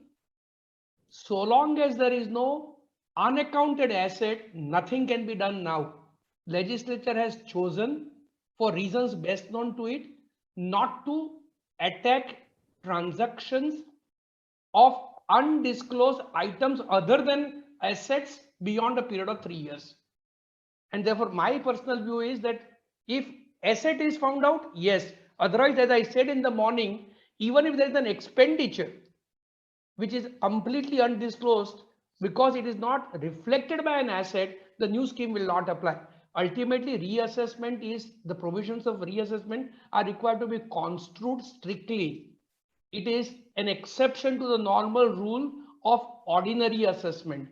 And therefore, and more so when you are trying to rope in a year which is far older in historical time, I would therefore believe that a mere information as regards non-genuine liability when asset is disclosed would not really hit the SSC. That's what my personal view is. Thank you, sir. Thank you. Question. So can we go to the next issue now? You want to ask me? My question is, if we have taken a loan and that department is sending a notice and saying that this loan from the company from whom you have taken, they have some investigation that there is a bogus company. Whereas we have taken a loan and we have paid quarterly interest and thereafter we have repaid the loan also. Still they are saying that this was a bogus loan and repayment has nothing to do it because the other party is a bogus company in our record. What is your say on this? I don't think this question is relevant to the issue here. We are concerned about the asset, which is 149(1) specific. Let us come to the next issue, which is regarding the revisionary powers of the commissioner under section 263. Now we know that explanation to section 263 is inserted in effect from 1/6/2015. There are 4 specific situations stipulated there. And it is provided that if any of these situations is found to be obtained in a particular case by CIT, the order of AO shall be deemed to be erroneous insofar as it is prejudicial to the interest of the revenue, giving jurisdiction to the CIT to exercise its revisionary power. So in this context, there are 3 questions raised which are before us. I don't want to read that again to spend time. I request Suranaji, Advocate Suranaji, to please enlighten us on this. Honorable Chairman, sir, my fellow brothers on the dais and off the dais. The question is with regard to the amendment in section 263 from 1/6/2015. So before answering this question, let us move to the original section. So what is the difference between the two? So you see, the original section starts with the wording on calling for and examining the records if the commissioner considers. There the wording is considers. Now, what is the amendment? For the purpose of this section, it is hereby declared that an order passed by the assessing officer shall be deemed, kindly note down this word, deemed to be erroneous in so far as it is prejudicial to the interest of revenue, if in the opinion of the principal commissioner. Then there are 4 conditions. Condition number 1 is important. That is, the order is passed without making inquiries or verification, which should have been made. And the question now is, does the explanation enlarge the powers of CIT to revise the orders, and if yes, to what extent? In my opinion, explanation, as the word itself suggests, simply explains the section. It can never enlarge the substantive portion of the section. And this is so covered by the Honorable Supreme Court. The Honorable Supreme Court says the explanation will never enlarge the scope of the section. And that judgment of the Supreme Court is as Sundaram versus V.R. Pattabhiraman, 1995 AIR 582, categorically saying that an explanation can never enlarge the scope of the section. Now, does the explanation give power to the CIT to revise any order? The explanation says, in the opinion of the commissioner and verification which is not made, which should have been made. Now, fortunately, this word considers, which is used in the main section, and here the word used in the opinion. Now, this word Rather, both the words have been considered by the Honorable Calcutta High Court in Herschel Properties 109 ITR 229, where the Honorable Court says that whether the word used are they are satisfied or it appears to them or in their opinion or if they consider, so all the words have been used there in the judgment itself. And they say they are synonymous to each other. So by using the word in the opinion in place of considers, it makes no difference. It will make no difference because the word consider and the word in the opinion of the commissioner are synonymous. Now the next thing is whether the inquiries or verification which should have been made. That means whether the commissioner can ask for further investigation, further verification, and whether the verification is done and how the verification is done. For this proposition, I will just cite the judgment of Kesoram Industries in 423 ITR, which was argued by our JP Khetan Sahab. There it says if the AO has asked for the details and the SSC has given categorical reply giving all the details asked for, then the inquiry is done.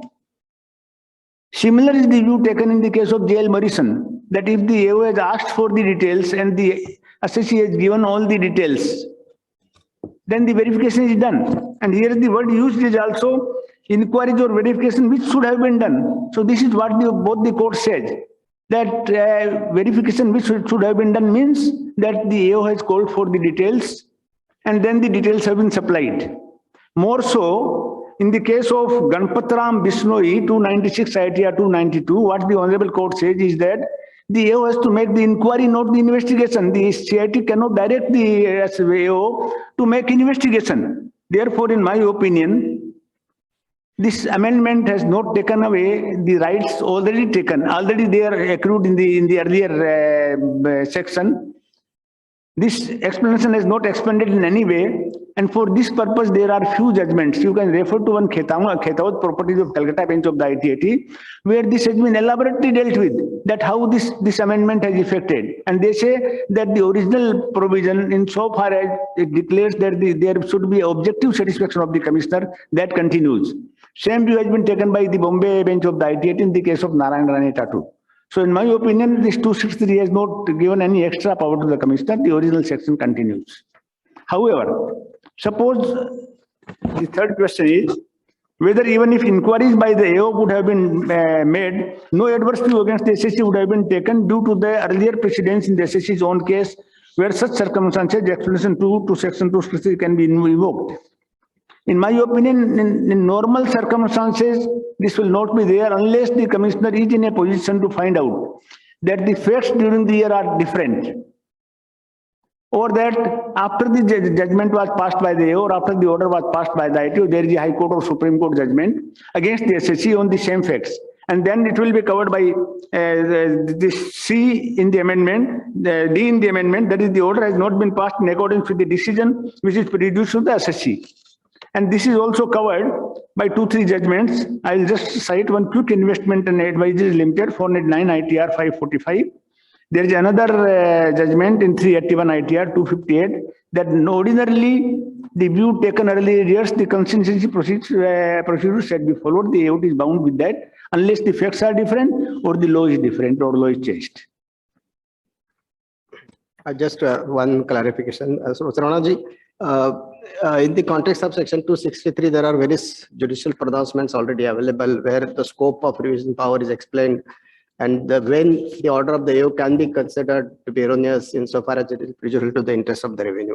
So we would like to know whether in this explanation for situation, is there anything new which is against the principle laid down earlier or based on main provisions of principle? No, nothing, sir. These were the situations already covered earlier by judgments. These have been not codified, that's all, by way of explanation, that's all. Anybody, please. Sir, mic door. Yeah. Sir, suppose there is a loan taken by the SSC and AO in the course of assessment proceeding had asked for details of loan and loan confirmation, which SSC duly supplied. Now, Commissioner is of the view that in case of credits in the books, three ingredients have to be examined. And AO, in the course of original assessment, he has not even issued 133.6 or 131. He made no inquiries at all, simply asking for the loan confirmation. And according to the judgment cited by you prior to the explanation inserted, now, as per those decisions, if any query was raised in the course of original assessment proceeding, that is sufficient. But now the explanation clearly says that the inquiry which should have been done has not been done. Then also it will fall under the category of the assessment being prejudicial to the interest of revenue and erroneous. So how do you explain this? See, in my opinion, as I said to you, the assessing officer asked for the confirmation letters and the SSC has submitted the confirmation letters. You know, the Odisha Corporation, what this says, that if the SSC has filed the confirmation letters and the AO has proceeded further, then nobody can dispute the genuinity of the loans. Now, No, but their summons were should have been issued. made. Their summons were issued in Odisha No, Corporation. in that case, summons were issued, but summons were returned unserved. No, he Then did the not AO appear. He did not appear. No. The summons were returned unserved, but the AO did not proceed further. He even did not ask for the SSC to give the fresh addresses or the further evidences. He simply kept quiet. So Odisha Corporation says that once the SSC has filed the confirmations, the AO has not proceeded further. That means inquiry has been conducted and the loan has to be genuine. Here also, applying Kesoram Industries, the AO has asked for the details, the SSC has submitted. Now, if there is any further information with the commissioner that this particular loan taken was not genuine, there was on record, there was information from the DDIT investigation that this particular party is accommodation entry provider. If that information is already there with the evidences, whatever the DDIT has sent, then a question arises that he should have proceeded further. Then 99 ITR may apply. That if the information was there on record and thereafter even the SSC AO has not proceeded further, this inquiry was called for at least by issue of summons. Otherwise, in normal course, if he has asked for the confirmation letters and confirmation letters have been filed by the SSC and the transactions are in accordance with law, that is by check and all that, then in my opinion, this has not expanded further. The question is what the explanation has done. The question is whether the explanation has enlarged the powers. This explanation has not enlarged the powers. Sir, my humble request is that if you can have a view of Mr. Soparkar also on this, because this is a very vital raising issue. So if you can have a second opinion. Can we give the mic to Pradesh? Sir, he is giving you, sir. Being from the department, I'll give you the alternative view. Mr. Subhash Agrawal is raising a very valid question. You see, should have been done. This word has been added. Means something has been prescribed to be done for a particular inquiry. Now, in income tax or any department, if there's a manual that if you were to follow this and you have not followed it, so there is no assessment manual. Now, so there is no assessment manual. That remains a subjective satisfaction of the principal commissioner. Had there been a manual, he could have said, this was in the manual, and manual is binding on the officers. So there is no manual of assessment procedure. So I am not able to make out. Secondly, if there is no manual, maybe Supreme Court in certain issues have said, while verifying the commission, you should see whether it is a proper rate, whether he has a qualification. So if he cites, if the commissioner cites, this are the court laid down for this inquiry, maybe commission or loan, this court has said these guidelines and you have not followed, then he can say that this should have been done. Otherwise, it remains the principal commissioner's subjective satisfaction. So, to sum up, should means whether the department has prescribed a particular inquiry for commission, for loan, for things. There is no assessment manual as such, so I don't think. Unofficial training issues, guidelines are not manuals. Manuals means approved. And second could be the court's order. If Supreme Court has prescribed for this transaction, this should have been done. And while setting aside, he said that this should have been done, then I think it's valid. Thank you. ऐसे उपाध्याय साहब और अग्रवाल जी की question है what explanation has done, whether the explanation has enlarged. Explanation has not enlarged anything. explanation has simply explained the provision which existed earlier. Now what I refer to one judgment only, there are number of judgments that commissioner cannot direct to investigate the issue. He has to simply see whether inquiries are made. There are number of decisions of the Calcutta ITAT recently in long-term capital gases where 263 was done, and the Honorable ITAT has held. I can refer one judgment, Usha Devi Modi, where the AO called for the details of the long-term capital gain. The details were filed by the SSC, including contract notes and everything. The commissioner applied section 263, cancelling the assessment that he has not made the proper inquiries. The Honorable Tribunal and following all the judgments that it was, you cannot say that it was no inquiry. It is a case of inadequate inquiry may be there. But if there is lack of inquiry, then only it can be set aside. And what the explanation says is, the order is passed without making inquiries or verification. That is, this doesn't say that inadequate inquiry. Say inquiries or verification. Inquiries and verification are done. There is no lack of inquiry. So this is what the earlier section said. This is what the new section says. I think my personal opinion is that there is a slight difference here, because lack of inquiry and lack of sufficient inquiry. When earlier the position was that there is lack of inquiry on the part of the AO, then 263 revisionary powers could be. But now explanation perhaps has slightly made a change, because they say in the opinion of the CIT, if proper. So even if some inquiry is made by the AO and that is found to be insufficient by CIT, whether this explanation can be invoked, that perhaps may be a slight difference as compared to the earlier situation. It's a debatable point, but now let us come to the next point. This is in regard to GST. The recently introduced section 16(2)AA, coupled with existing rule 36(4), restricts availment of ITC, input tax credit, by the recipient if the supplier has not uploaded the invoice details in GST R1 and the same is not reflected in GSTR 2A or 2B.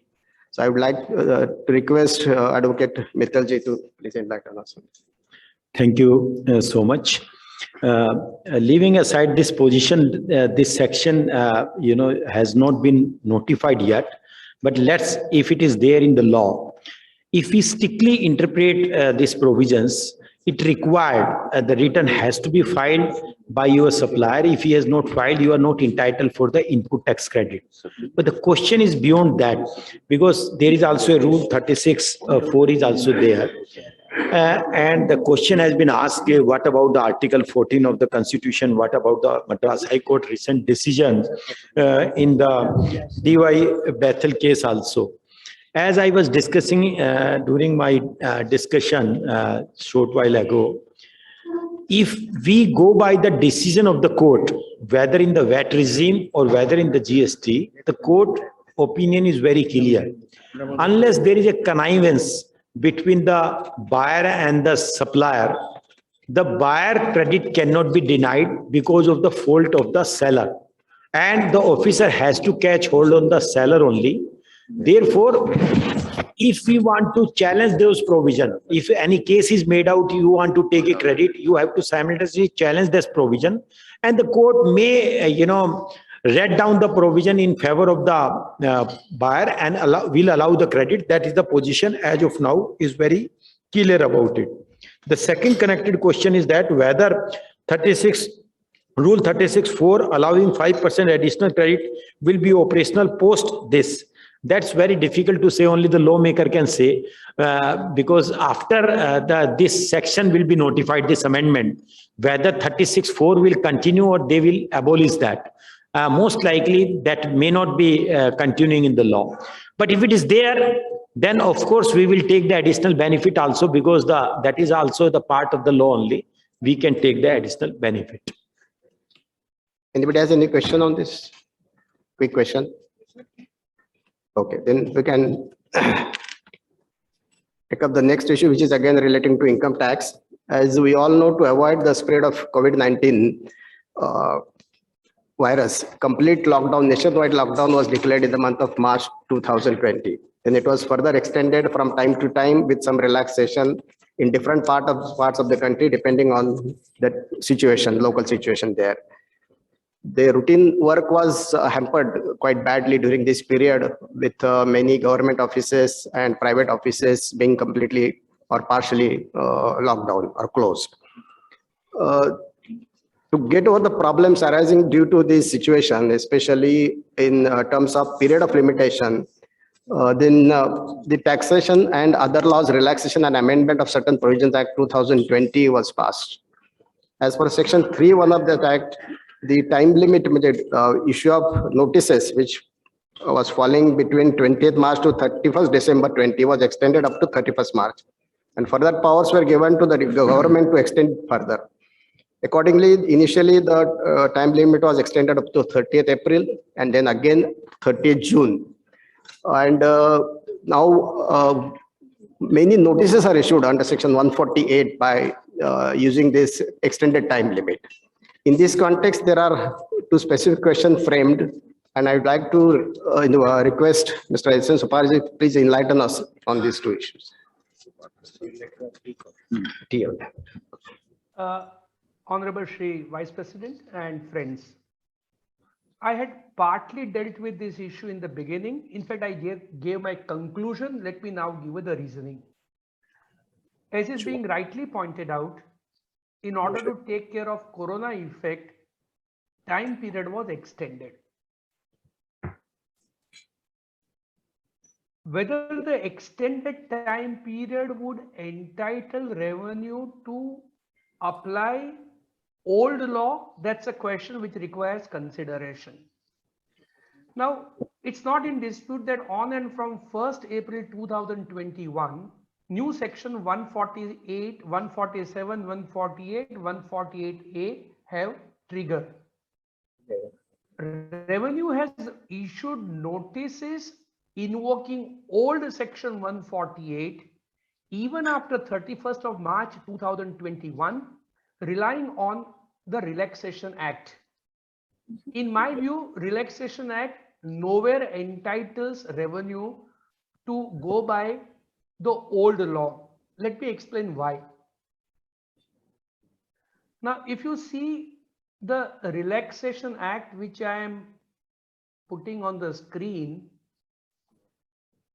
the Relaxation Act only permitted revenue to extend the time limit, where the time limit was to expire between 20th of March 2020 till 31st December 2020, or such other date after 31st of December 2020 as central government by notification specify in this behalf.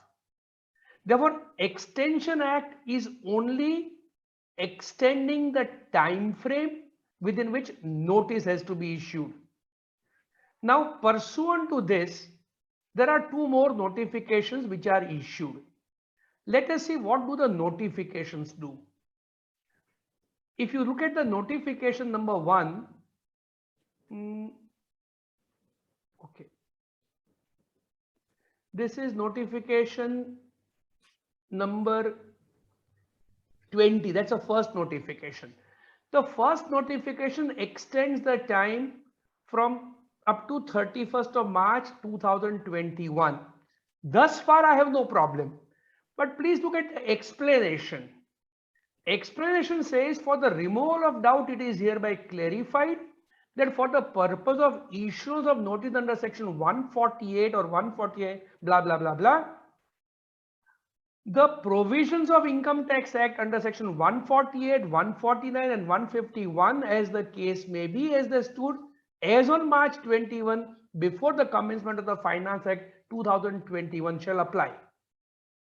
Now the question is, under which law the notification entitles revenue to apply old quote unquote dead law after 31st March 21. Now it is well settled that a delegatee cannot act beyond the order of delegation, or a delegated legislation cannot go beyond the parent legislation. The parent legislation, namely Relaxation Act, only permitted extension of time frame. it did not permit the delegated legislation or the rule making authority to explain or to provide by of explanation that old act shall continue to apply. From where do they get this particular power? It's completely unknown to law. The same thing continued when the second notification was issued, further extending the period. The second notification where the period was further extended up to 30th of June 2021. Therefore, the first reason why these notifications would fail is that they go far beyond the main parent Extension Act. Extension Act restricted the power of the central government to extend the time limit. It did not give the central government a power to apply old law when old law was nowhere in force. The second reason, now that the new act has come into force, a statutory provision can be suspended or put in abeyance only by another statutory provision. You cannot by a rule or a notification say that new section 147, 148 or 148A are suspended and old sections will continue to be in force. And therefore, in as much as the delegated legislation seeks to go beyond the main section, that is also a reason as to why I would believe that this provision cannot be invoked. And there is a third reason. Now, if you look at the scheme, it said that anything which was, let me again put it that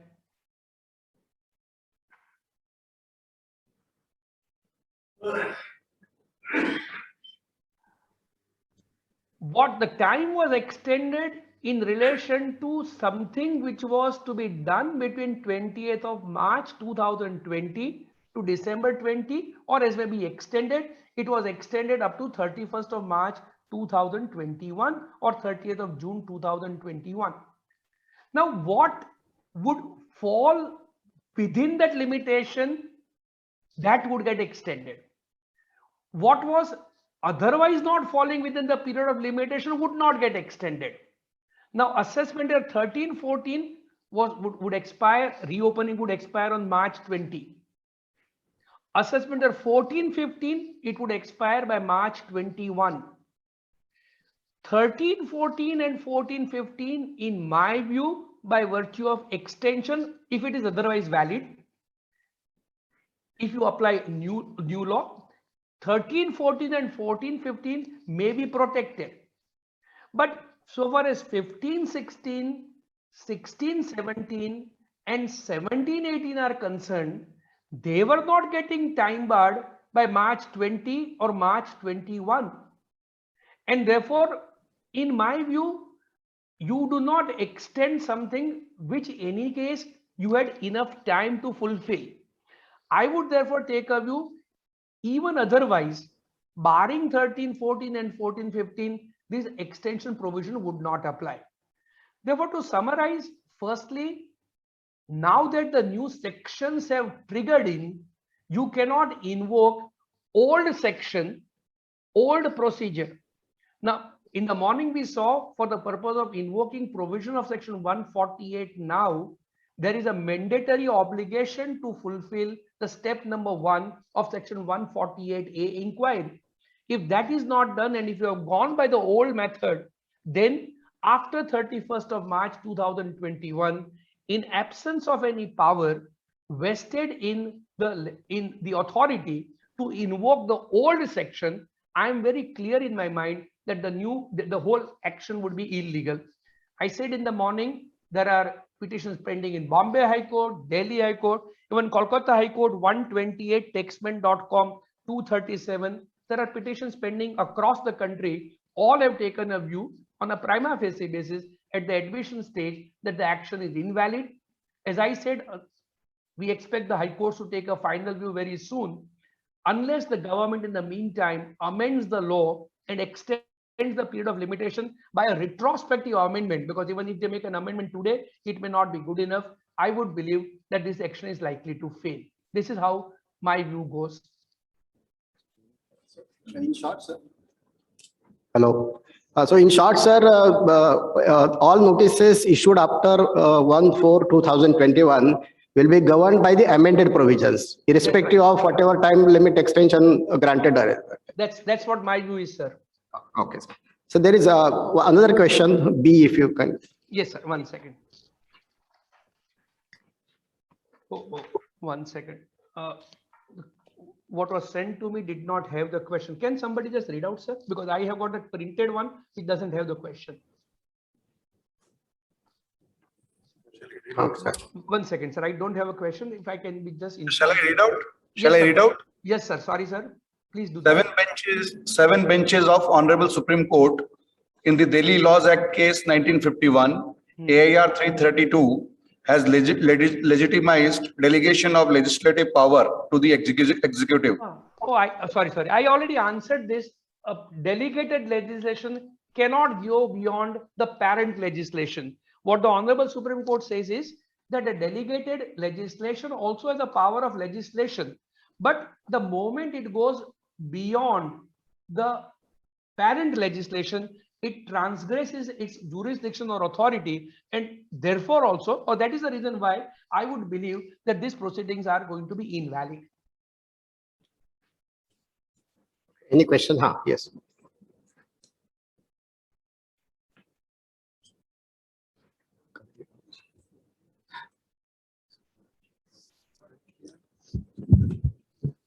Be specific and precise.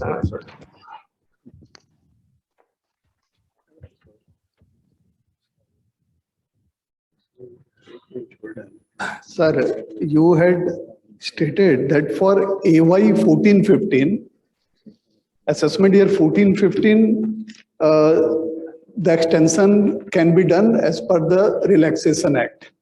Correct. Now, if we go by the language, it says the limitation falling within a particular period, that is up to 31/12/2020. Sir, it got extended. It got extended by the extension notification. 14-15 does not fall in this particular period, sir, in this bracket which has been specified. It further says as extended by notification. If we read the notification, it never says that the period is being extended for 14-15. The last date falling within that bracket has not been specified in the notification. So if that bracket has further not been specified in the notification, that is then 14-15 also is barred by limitation. This is question number 1. Question number 2, sir. Whether a retrospective amendment can be done to extend the limitation period. Suppose something as per the original law, limitation period expires. Now, by way of rectification, they enact a vested right has been created. Now they extend the period of limitation by making a retrospective amendment. What is the constitutional validity of that action? Number 3, sir. No, these 2 questions can be answered. Okay. Let me ask. Let me answer the first question first. Please see.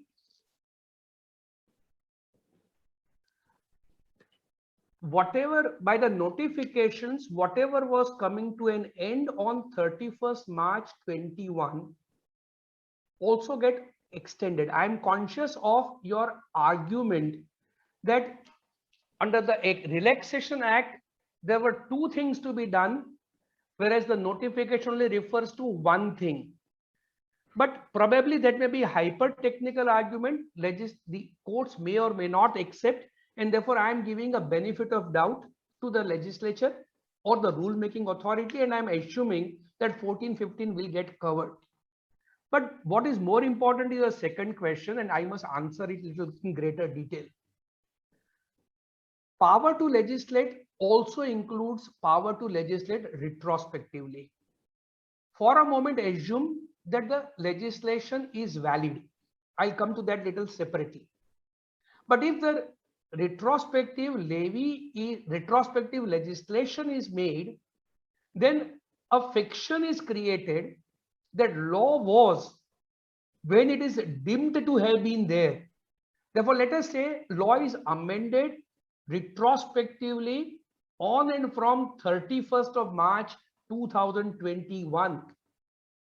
To the effect, let us say a proviso is added under section 148, provided that in relation to all assessment years prior to under the old scheme, for which assessment is to be framed under the Extension Act, the provisions of section 148 as it then stood will apply, and this provision is introduced, let us assume, on 31st of March 2021.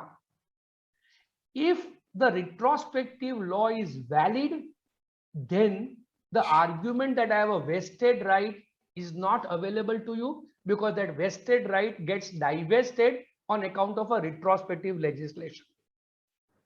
It is well settled that once limitation is run out, let us say today limitation is 6 years, and thereafter the law gets extended to 10 years, then something is sought to be done in 8th year by saying, now I have a limitation of 10 years. Courts have taken a view consistently, once limitation has run out, you cannot take advantage of a longer period of limitation. I'm conscious of that line of judgment. But if you by retrospective amendment say that this is what the law is and is deemed to be the law from the very beginning, I am afraid SSs would have no right to argue that even then the new law must apply and old law will not apply. Having said this, I now turn to the second issue. Suppose government were to make a retrospective legislation today for the purpose of validating all those notices, would that be regarded as bad? Now, you can challenge a piece of legislation only on the ground that it violates fundamental rights or it is beyond the legislative competence. Now it is also possible to challenge, following Shaira Banu and Joseph Shine, to challenge on the ground of manifest arbitrariness. I believe that legislature has all the rights to legislate the law, even retrospectively. And if for the purpose of validating notices, law is amended retrospectively, for the SSs to challenge the law on the ground that it is either violative of fundamental right, because nobody has a fundamental right to say that I should not be assessed or I should be assessed only in a particular manner. And obviously it is not beyond legislative competence. So the government, in my view, can save the situation only by retrospectively amending the law. Even if the law is amended today, it would not save the situation. Sir, my second question has perhaps not been understood properly. Sorry. Yes, sir. Second question, actually, I'm giving a little background. There was a dispute whether the legislature can delegate at all. And there is a different viewpoint. USA says that there the judiciary says you cannot delegate at all. And UK says you can delegate. So India followed a middle path, the 7-judge judgment of 1951. Then there the question was posed that whether you can delegate or not. There they said up to a limit you can delegate. Now this Relaxation Act is giving the power of extension of issuing notice to the executive. For say 13, 14, they are giving that power. So whether that is not excessive delegation, number one. Number two, sir, in the morning you promised us that in the second session, brainstorming, brain trust session, you will explain as to whether REIT is a better remedy or to follow the regular course is a better remedy. Okay. Let me answer the second part first, sir. REIT is obviously better remedy because it is quick and easy solution. It also ensures that before demand is created, you get the relief. If you do not prefer REIT, obviously assessing officer is going to make addition. You will have to challenge in appeal. You will have to make some payment of taxes in the meantime. Penalty proceedings may start. Ultimately, you may get relief in this faceless world. Now we do not know whether we'll get relief at the first stage or not. This is therefore you will have to undergo the rigmarole of whole departmental proceedings. Supreme Court in 41 ITR Calcutta discount has very clearly held that if an authority acts without jurisdiction, then High Court will be failing in its duty if it does not intervene and protect the SSC. Therefore, I would always take a view that REIT is a preferable view. Undoubtedly, one will have to consider the cost benefit analysis. And therefore, I am not necessarily saying that even if addition is proposed to be insignificant, rush to High Court. But otherwise, I would always believe that you must file a REIT, especially when in matters of this kind, where the matter is essentially of a lack of jurisdiction on the part of assessing officer. Going to the issue of your delegation, I don't think we are on different cross purposes. We are on the same purpose. Delegation cannot, a delegate cannot delegatee cannot go beyond delegator's power or the delegation order. And I would therefore believe that to the extent the explanation is introduced by the two notifications, or whereby all the provisions are continued to be made applicable, is completely without any jurisdiction. Thank you, sir. Any question on this issue? Yeah, please come past. Be specific and precise. Sir, I would like to add one question and a query raised by Mr. Agrawal, that can a legislature amend a retrospective amendment in the for the powers taken by the executives? Because in section 48, they have issued a notice. They have exercised the executive powers. So do the legislature have the power to ratify the notices issued by the executives, which was otherwise not available to them? Because as I remember in one case, it was discussed this point that the legislation cannot validate the notices, or you can say that they cannot validate the powers which was used by them, which was otherwise not available to them. So the retrospective amendment cannot be made for the notices issued under section 148. Can they? Sorry, please go ahead. Sorry. Okay. See, power, legislation, it has plenary power, plenary legislation. There can be legislation even in relation to one person or one transaction. There is no law that legislation has to be for the world at large or the society at large. Number one. Number two, even when the Supreme Court has taken a view that a particular levy is invalid, law can be introduced retrospectively to validate the levy, albeit by removing the defect which the Supreme Court has said, which makes the levy invalid. Courts have number of times held that levies of taxes, duties, cess, fees are invalid, and number of times legislature has overridden the judgment of Supreme Court by retrospectively amending the law, by removing the basis by which Supreme Court had taken a view that the levy is invalid. Therefore, to say that the law cannot be made to validate notice, I don't think I can agree with that. Number one. Number two, legislation or law is what is being declared. Based on the law, executive takes action. Legislation is what the legislator or legislative wing of the state. Once legislative wing of the state makes the law, executive then implements the law. Here, executive implemented something which was not the law. Legislation steps in and makes the law from a back date. Effect of this would be what was impermissible by the executive at the relevant time by virtue of, if the legislation chooses to do it retrospectively, by virtue of retrospective legislation, what was impermissible, because the retrospective legislation presumes that the law was of the day on which it is brought in with retrospective effect, and therefore what was probably impermissible becomes permissible. I don't the government, whether it will bring in law or not, I really have no idea, nor am I counsel for the government. I am only of the view that if that happens, the SSs may have a difficult time.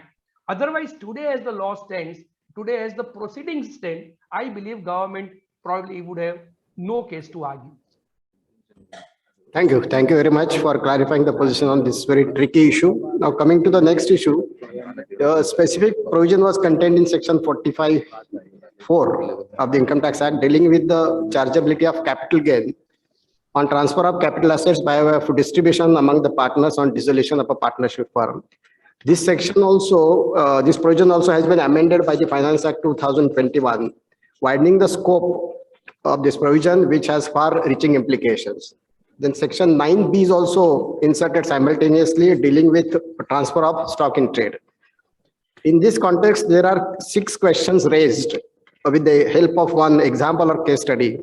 And I would again like to request Saparkarji to please address us on this. The problem with this problem is section 9B and 45(4) are world unto themselves. They are too complex and too intricate to really answer in a short while, especially in a brain trust. It probably calls for a seminar on its own, but I'll be very brief. What's happening is this: prior to even 45(4), dissolution of firm, if a partner receives something, no tax. On retirement, even today, if partner receives cash, no tax. If partner receives any immovable property or any capital asset, 45(4) says, to the extent the partner receives the asset, the firm will have to pay tax, whether it is on retirement or dissolution. However, if the partner received before this amendment against his capital balance of rupees say 20 lakh, asset of rupees 50 lakh, then on the difference of rupees 30 lakh, he was not required to pay tax. So as a result, in the hand of the recipient, the transaction was wholly tax-free. In the hand of the firm, there was a tax liability if it was a transfer of a capital asset, and therefore if cash transactions were made, there was no tax liability. Now that is sought to be curbed. So now we have got section 45(4) and 9B. Let's go to 45(4) first. Then I'll go to the question proper, but we must first of all understand the scheme. Under section 45(4) now, if on account of reconstitution, which includes dissolution of firm, a partner receives a capital asset, then as per the old law, the difference between the book value or indexed cost and the market value is deemed to be the income capital gain in the hand of the firm. Therefore, let's say firm has an asset worth rupees 50 lakh in its books. On retirement, it is being handed over to the partner. Its 50C value or market value is rupees 1 crore. The difference between 1 crore and index cost of 50 lakh, let's say rupees 70 lakh, on 30 lakh, firm has to pay tax. Thus far, I can understand. Section 9B is introduced to cover the other situation in the hands of recipient. Take the very example. Partner had a capital balance of rupees 20 lakh in this case. On account of the profit, on account of transfer of that capital asset after taxes, etc., let's say his capital balance becomes rupees 30 lakh. But he is being given an asset worth rupees 1 crore when he is walking out. So he also gets additional benefit of rupees 70 lakhs. So now section 9B says on this 70 lakh also, the firm will have to pay tax. Effectively, therefore, if firm is transferring a capital asset at a rate higher than its index cost, firm pays tax on that difference as capital gain. And if a partner on account of reconstitution, retirement, dissolution, or change of his profit sharing ratio receives a capital asset or receives a sum of money, as a result of which his capital balance, he receives more than his capital balance, that is also a gain, again on which the firm pays tax. This is broadly the scheme of the act, to put it in a very, very simple language, because otherwise the time will run out of time. Okay. Now coming to the questions proper. Now questions proper have, there is a slight issue over here. There's an LLP of only 2 partners. So, and of the 2 partners, one has died. And the question says the balance amount extending to his capital account was paid by the firm to cash. Market value of immovable property is 5 crore and there is only a surviving partner. I have a question. How can there be an LLP with only 1 partner? Look at section 6 of the LLP Act. Under section 6, subsection 1, read with subsection 2. If there is only 1 partner at any point of time within 6 months, you will have to bring in another partner. You cannot have a 1 partner LLP. Not only that, if you look at section 64, clause B of the LLP Act, if a LLP is continued for more than 6 months with only 1 partner, the LLP is liable to be wound up by NCLT. Section 6, subsection 2 further says if it goes beyond 6 months, the partner, sole partner would be liable for the act of the firm as if he is the personally liable. Be that as it may. The more interesting issue is, unlike partnership firm, where there is no independent existence of the firm vis-a-vis partners, it's only for the purpose of Income Tax Act that we presume that a firm is independent of the partners. Otherwise, it is the same as the partners. Firm is nothing but a compendious name given to the partners. LLP Act, LLP is a separate legal entity having permanent existence, perpetual existence, its own life. So with the death of one of the partners, LLP ipso facto would not come to an end. But what is more important is, share in LLP is also an asset of the estate. Therefore, let's say A and B were partners, B dies, B is given, or heirs of B are given over rupees 60 lakh standing to his credit. But what happens to his share in the LLP? His heirs would have a right to call upon LLP to pay for it or to transfer it. Let me assume that, however, LLP Act, the LLP document says that heirs of a deceased partner would have no right, title or interest in the share of LLP of the deceased partner. But then what happens to the share? If you say it goes to the sole surviving partner, it is against the constitution of LLP. Therefore, if it does not go to the sole surviving partner, it remains for being picked up by a new partner, which can be done within 6 months. I would take a view, there is still no taxing event. Why do I say so? Section 9B is attracted only if a specified person, meaning thereby a partner, receives during the year any capital asset or stock in trade. On demise of B, A has received nothing. A continues to be 50% partner with other 50% share of B either going to the heirs of B or going to someone else. If A is receiving nothing, then at this stage there will be no tax. Eventually, for 6 months, if LLP continues with the sole surviving partner, and ultimately if it is taken for winding up before the NCLT, and if a view is taken that because of a peculiar clause in LLP deed, A receives everything, then at that stage 45(4) will trigger in, 9B will trigger in. If assets are worth rupees 5 crore, then, and let's assume the index cost is rupees 1 crore, the firm will have to pay tax on 4 crore. And if the capital balance of A was, let's say, rupees 60 lakh, he is receiving asset worth rupees 5 crore, he will have to pay, the firm will have to again pay tax on 4.40 crore. Therefore, so far as the question goes, it has its own problems because of LLP and assumption that one partner dies. Subject to that, now I'll answer the question. Sole surviving partner, that concept is unknown to LLP Act, but if it is there, merely because he is sole surviving partner, by itself he does not become entitled to a larger share. If it is, he becomes entitled to larger share, it will be case of reconstitution. But because he is not getting anything today, section 9B is invoked only if there is a transfer of capital asset or stock in trade from LLP to the partner.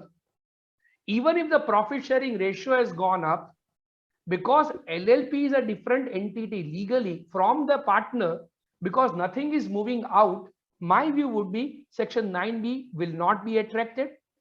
If at all an asset is going out, yes, cost inflation index would be available. Then third question is on dissolution, can the partner take over the asset in his own name? Answer is yes. If the LLP gets dissolved, then on dissolution, whatever goes to the partner, it will be transferred to him. At that stage, the tax would have to be paid. Whether the LLP is partner of LLP is an individual or a private company, to my mind, would not really make any difference. Fifth question I've already answered. Though, in fact, the fifth question is, let's say before death of B, C joined the partnership firm. Now, merely by joining the partnership firm, if there is no movement of any capital asset, there is no issue. But let us say C joins in the partnership firm. At that time, the profit sharing ratio of B is reduced and is given a certain sum of money. Then depending upon what is tending to his capital account, he may be liable to pay tax. Going to the next and the last question about the 3 examples given in the board circular, I am not attempting to answer. Prima facie, I believe there is nothing much contradiction, but I am not going into greater detail because they are very longish examples. And if I try to analyze each of the example, probably even if we reach end of the day without taking any other question, I will not be able to finish. Therefore, please excuse my not taking question 6 only for the purpose of saving the time. Okay. Thank you, sir. As you rightly said, this is a complex issue, perhaps requires some separate technical session for this. Now we are running out of time, so we'll try to cover a few issues relating to GST quickly. There is a demand that question number 9 may be taken first. This is again regarding input tax credit, section 16. 9 and 12. Huh? Sir, I decided they want 12. 12, acha. So this is in respect of GST on cancellation of units, and I request Mittalji to please address us on this. Yes, the question number 12 related to the construction where you book the flat and later on this transaction is not materialized, and by the time the 2-year period has expired, and as per the provision of section 54, the refund which you can claim within the period of 2 years. Now the question arises, once the 2-year period has expired, how this refund can be taken up? I think the 2-year time period, though I am conscious of the fact of one of the judgment of the Supreme Court in ALD Automobile, where it was held that under the VAT regime, this time period is mandatory, not the directory. But if that judgment was in a totally different context, we can, make out a different case, because here the fact and circumstances are there, where the 2-year time period expired, not because of that the person was sitting idly and he did not file the refund claim. When this transaction itself is cancelled today, whether the time period should be claimed from today or from the day when the tax was paid, that question will arise. And I'm sure, as per my experience in the court, in such a case, we can succeed to get the refund. And secondly, I succeed in one of the cases in the Gujarat High Court. Also, the refund can be claimed maybe by the supplier, maybe by the buyer also, because he has ultimately borne the tax. So here, once the flats deal is cancelled, the builder can say, I will pay the net of tax, the amount. The tax which I have already deposited with the government account, let the person who has entered into a transaction as a buyer who has borne the burden of tax, he should claim the refund. And in that situation, the builder can save off this litigation, and the buyer under the law has entitlement to claim the refund. The time period, I think so, the 2 years still will be live, because we came to know about this transaction today only, not in the past. Thank you. Can you please cover question number 6 and 9 also? They are short and you can. Yes. Question number 6 and 9, both are relating to input tax credit. Yes, question number 6 is very interesting, where the question has been asked, the word, because the condition is that the input tax credit shall be available to you once the goods or services are actually received. The question has been asked, the word received, whether it would be a physical or whether it could be symbolic or constructive also. If it would have been a physical, the legislator was empowered to, put the word, the physical delivery only. But the physical delivery is not necessary in the law itself, because there could be, the bill to ship concept is there. The delivery is made to the third party also, not to the person who has actually purchased the goods. To my mind, what I understood is that the delivery could be symbolic and constructive also, and in those situations, input tax credit will be available. Another question in the same query has been asked, is that if on 31st March the transaction was entered into and the delivery of the goods was postponed and not the actual delivery, he said the physical delivery is postponed for a couple of days, maybe the certain transaction. Therefore, the delivery he has taken, physical delivery he has postponed. Therefore, you are entitled for the credit in the previous month itself when actual transaction happened, not on the day when actual and physical delivery is made. Because you have accepted the delivery, only for the purpose of physical delivery, you have postponed it. It is a bona fide transaction. It is not a transaction of fraudulent nature. You will be entitled to take credit. And after that, sir, 9. Yes, 9 is about the 6.4. A registered dealer, will be entitled to take credit. The certain time period is prescribed. That is after the end of the financial year, September, you have to take the credit. Now, this is a question that if you miss this period, whether you would be entitled to take a credit or not. The time period is there. Again, ALD Motor said this time period is, has to be adhered to in the VAT regime. But to my mind, you can still argue the case whether time period is a mandatory or a directive, because that is on the fact and circumstances of each case the court has to interpret.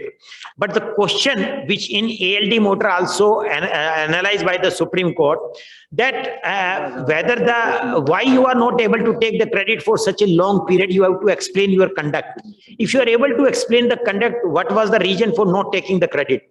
Like in one of the situation, not in this type, but a similar type in the transitional credit, Delhi High Court has recently analyzed when the credit for the previous period, service tax period, was in fact materialized only in the year 2018, then how he could have filed the Tran 1 return in 2017?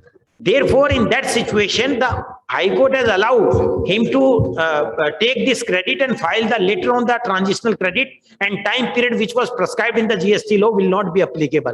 Therefore, it will be depending upon that. If you have missed the bus, what was the reason, and you can go to the court and court can come to your rescue, because in ALD Motor, the certain principle were not considered, and just I will take half a minute to explain that. In the ALD Motor, what the Supreme Court said and what the Gujarat High Court later on the GST law said, this input tax credit is a concession. It is not your statutory right. I little disagree with this point, because in if you see the central excise law where this question was analyzed, there was no VAT in the earlier central excise law in 1944 onwards. The VAT or mode VAT came later in 1985 onward, and ultimately it became a value-added tax. Therefore, it was not given as a matter of right to you by the legislator in the central excise law earlier.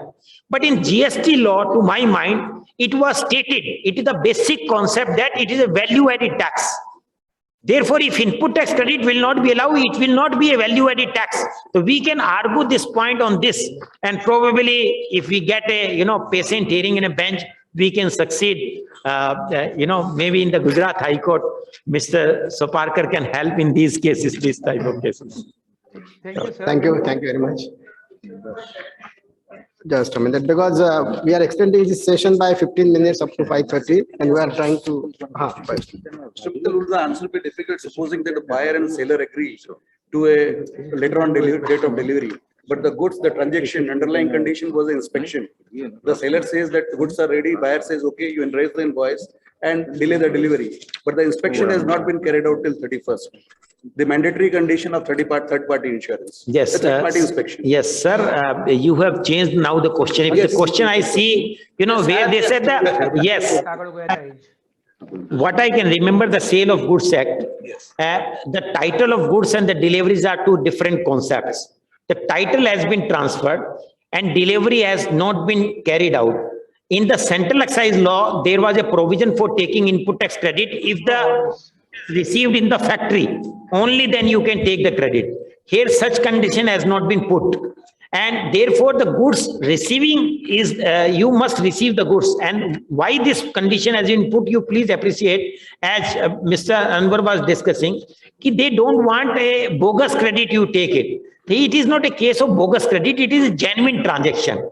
So once there is a genuine transaction, law does not say you will take the credit only when the actual delivery comes, because in the central excise law, concept was that it goes into the manufacturing of the goods. Here is no concept of manufacturing, etc. It is a trading concept. Therefore, to my mind, you can take the credit, because please appreciate, you can further sell the goods even if the delivery actually not has come in your. Suppose, for example, on 31st March, I purchased the goods and the delivery is postponed for 15th. But the goods must have been manufactured. That time it is ready for delivery. If the goods is not in existence, then the situation will be totally different. And then I further enter into a transaction on 2nd July, because I will not, wait for actual delivery of the goods. Then what would happen? Then should I be liable to pay the tax on the full amount? Then again, my question, my answer and argument would be, we are deviating from the GST concept itself. Thank you. Thank you very much. So in order to cover maximum questions, we are just changing the order. We are taking up small questions, brief questions, and avoiding lengthy questions. So now coming to question number 8. This is relating to the exemption for corpus donations received by a charitable institution under section 11(1)(d). Finance Act 2020 has amended this section also. There are two questions raised here in the context of implication of this amendment, and I request, I invite Senior Advocate Ketanji to address us on this issue. So this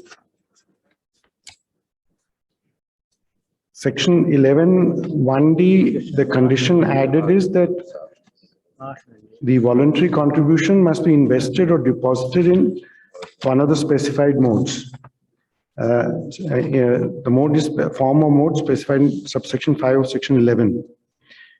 Now, we have to, having regard to the questions posed, we must also read section 13(1) clause D and subclauses and the proviso clauses I and IIA, because the question framed is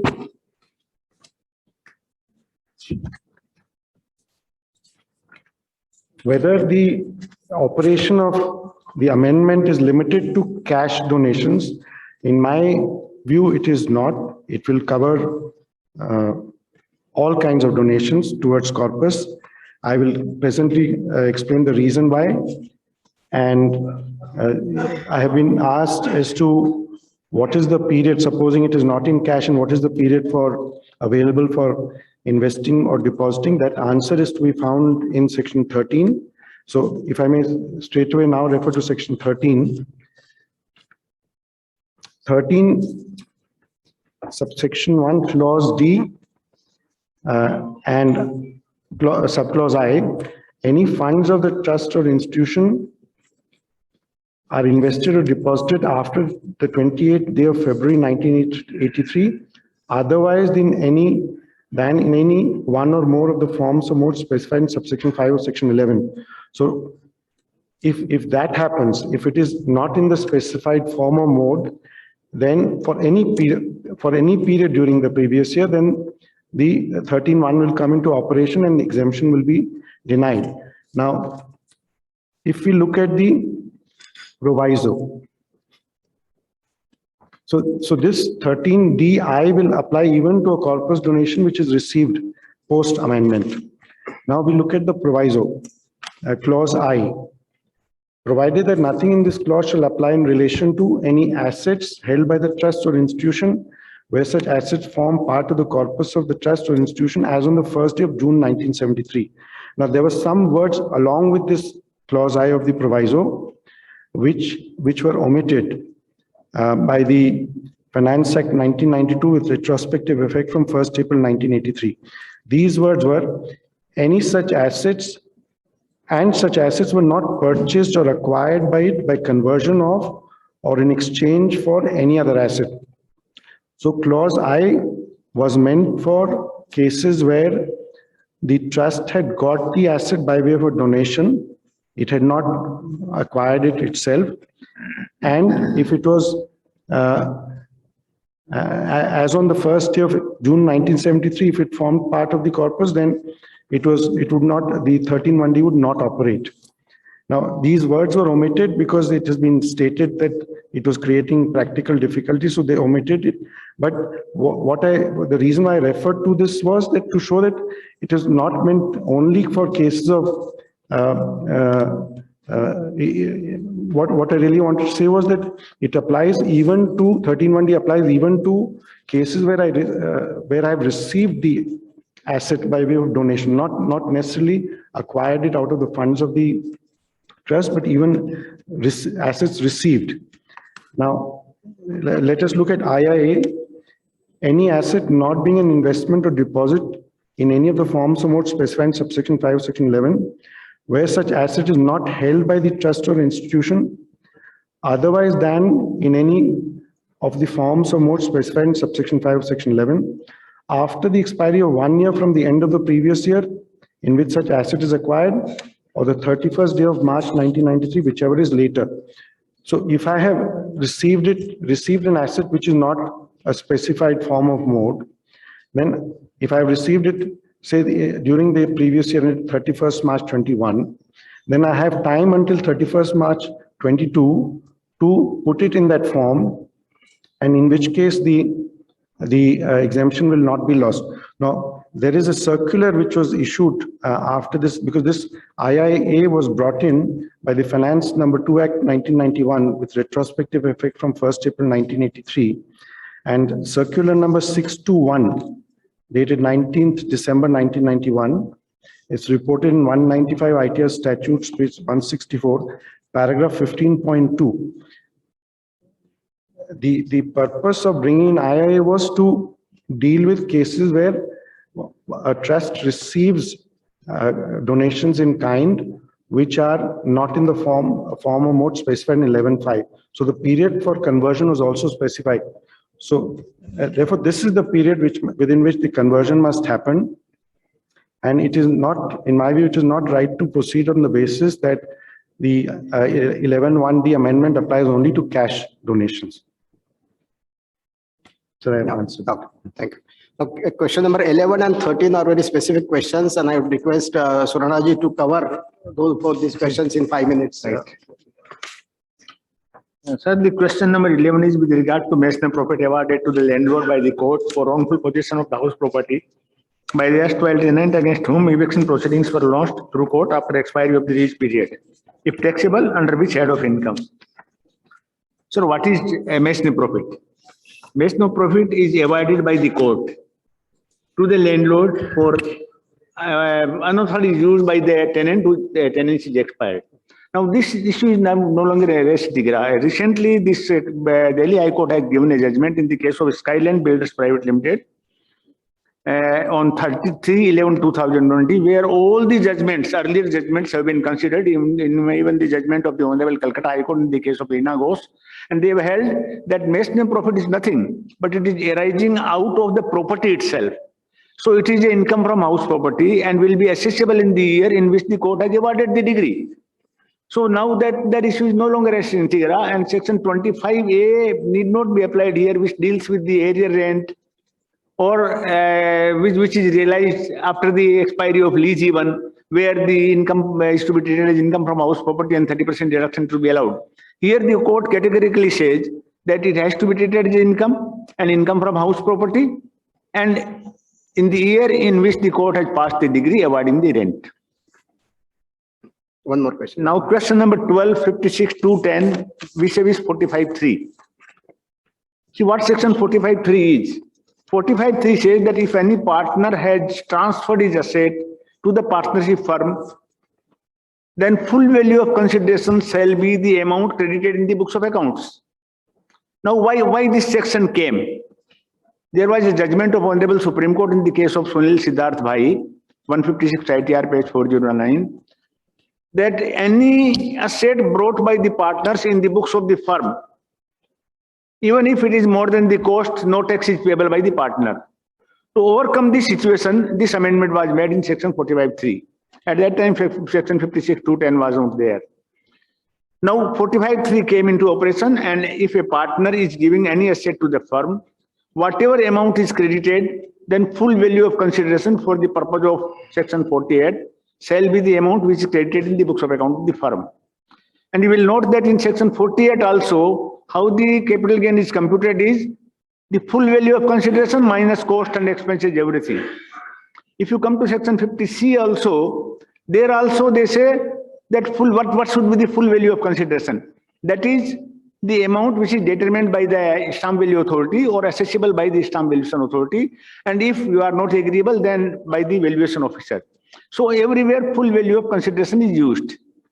Now, vis-a-vis you take section 56.210, there if an assessee person receives any property without consideration or inadequate consideration, that the difference is to be treated as income of that person.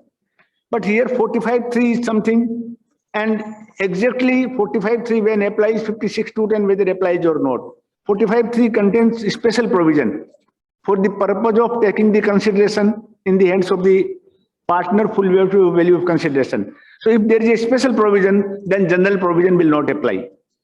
There is judgment of the Honorable Supreme Court in the case of Binani Cement Limited, very recent judgment, that if there is special provision, then general provision will not apply. So for the purpose of determination of transfer to the firm by the partner, there is special provision under section 45.3. And even because this Sunil Siddharth Bhai case, to overcome that, 45.3 came. But 56.210, there is no provision to determine the market value. Now, just think of situation 56.27b, what it says. If a company receives any share capital amount, and if the share price is less than whatever the payment they are asking for taking, then the difference will be accessible under section 56.27b. But for the purpose of determination of the share in the partnership firm, there is no mechanism to determine market value. We are not taking the view that a partner is contributing and the difference will be taxed. The partner is also asking for the share of profit. Who will determine the value of that share of profit? That is also a consideration. Therefore, in my opinion, 56.210 will not apply when a partner contributes its asset to the firm, even if it is less than the fair market value, because section 45.3 had made special provision. And the similar situation came in section 56, and number of judgments are there of the tribunal that 50C will not apply when a partner contributes its capital, and which is taxable under section 45.3. Okay. Thank you, Suranaji. For want of time, it is not possible to take up other issues now. Even the extended time is getting over, and I'm thankful to you that nobody has raised any objections, for at least for this time extension. So I think no,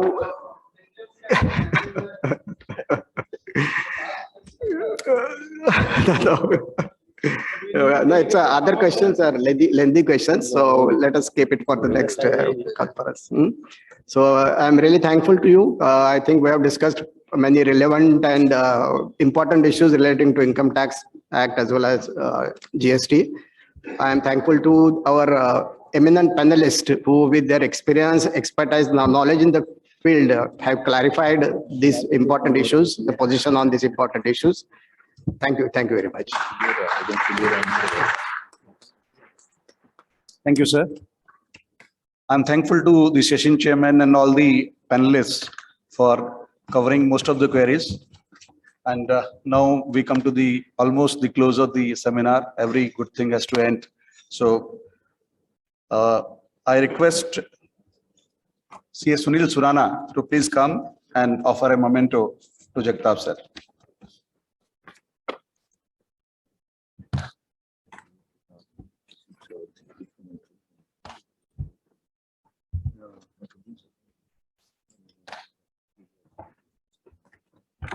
I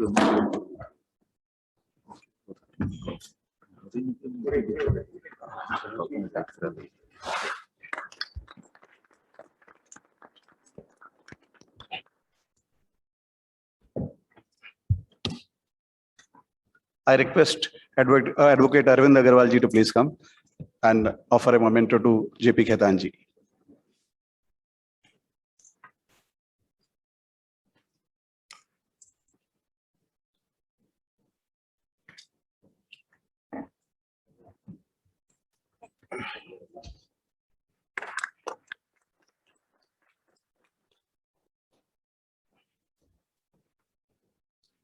I request Advocate Subhas Agarwal ji to please come and present a memento to Surana sir.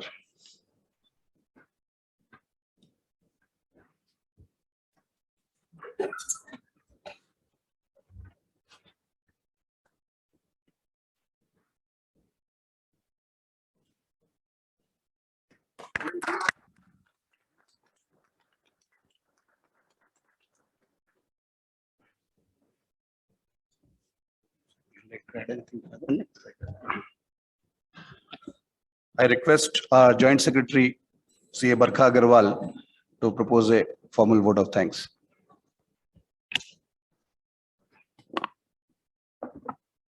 Thank you, President. First and foremost, I, on behalf of DTPA Chartered Accountant Study Circle EIRC, extend our heartfelt thanks to Mr. PM Jagtap Sir, Honorable Vice President ITAT, Kolkata Benches, for being with us this evening and chairing this brain trust session. I request the delegates to put their hands together and give a big round of applause. I extend our heartfelt thanks to Mr. Saurav Sparkar, Senior Advocate, Mr. JP Khaitan, Senior Advocate, Mr. JK Mittal, Senior Advocate, and Mr. SM Surana, Advocate, for sparing their valuable time and sharing their deep insights on queries raised by our members. Sir, your gracious presence is a source of great encouragement for all of us. I again request the delegates to put their hands together and give a big round of applause to our panelists. I also extend my thanks to all our conference committee members, delegates, staff, and hotel management, without whom this conference would not have been a great success. Thank you, everyone.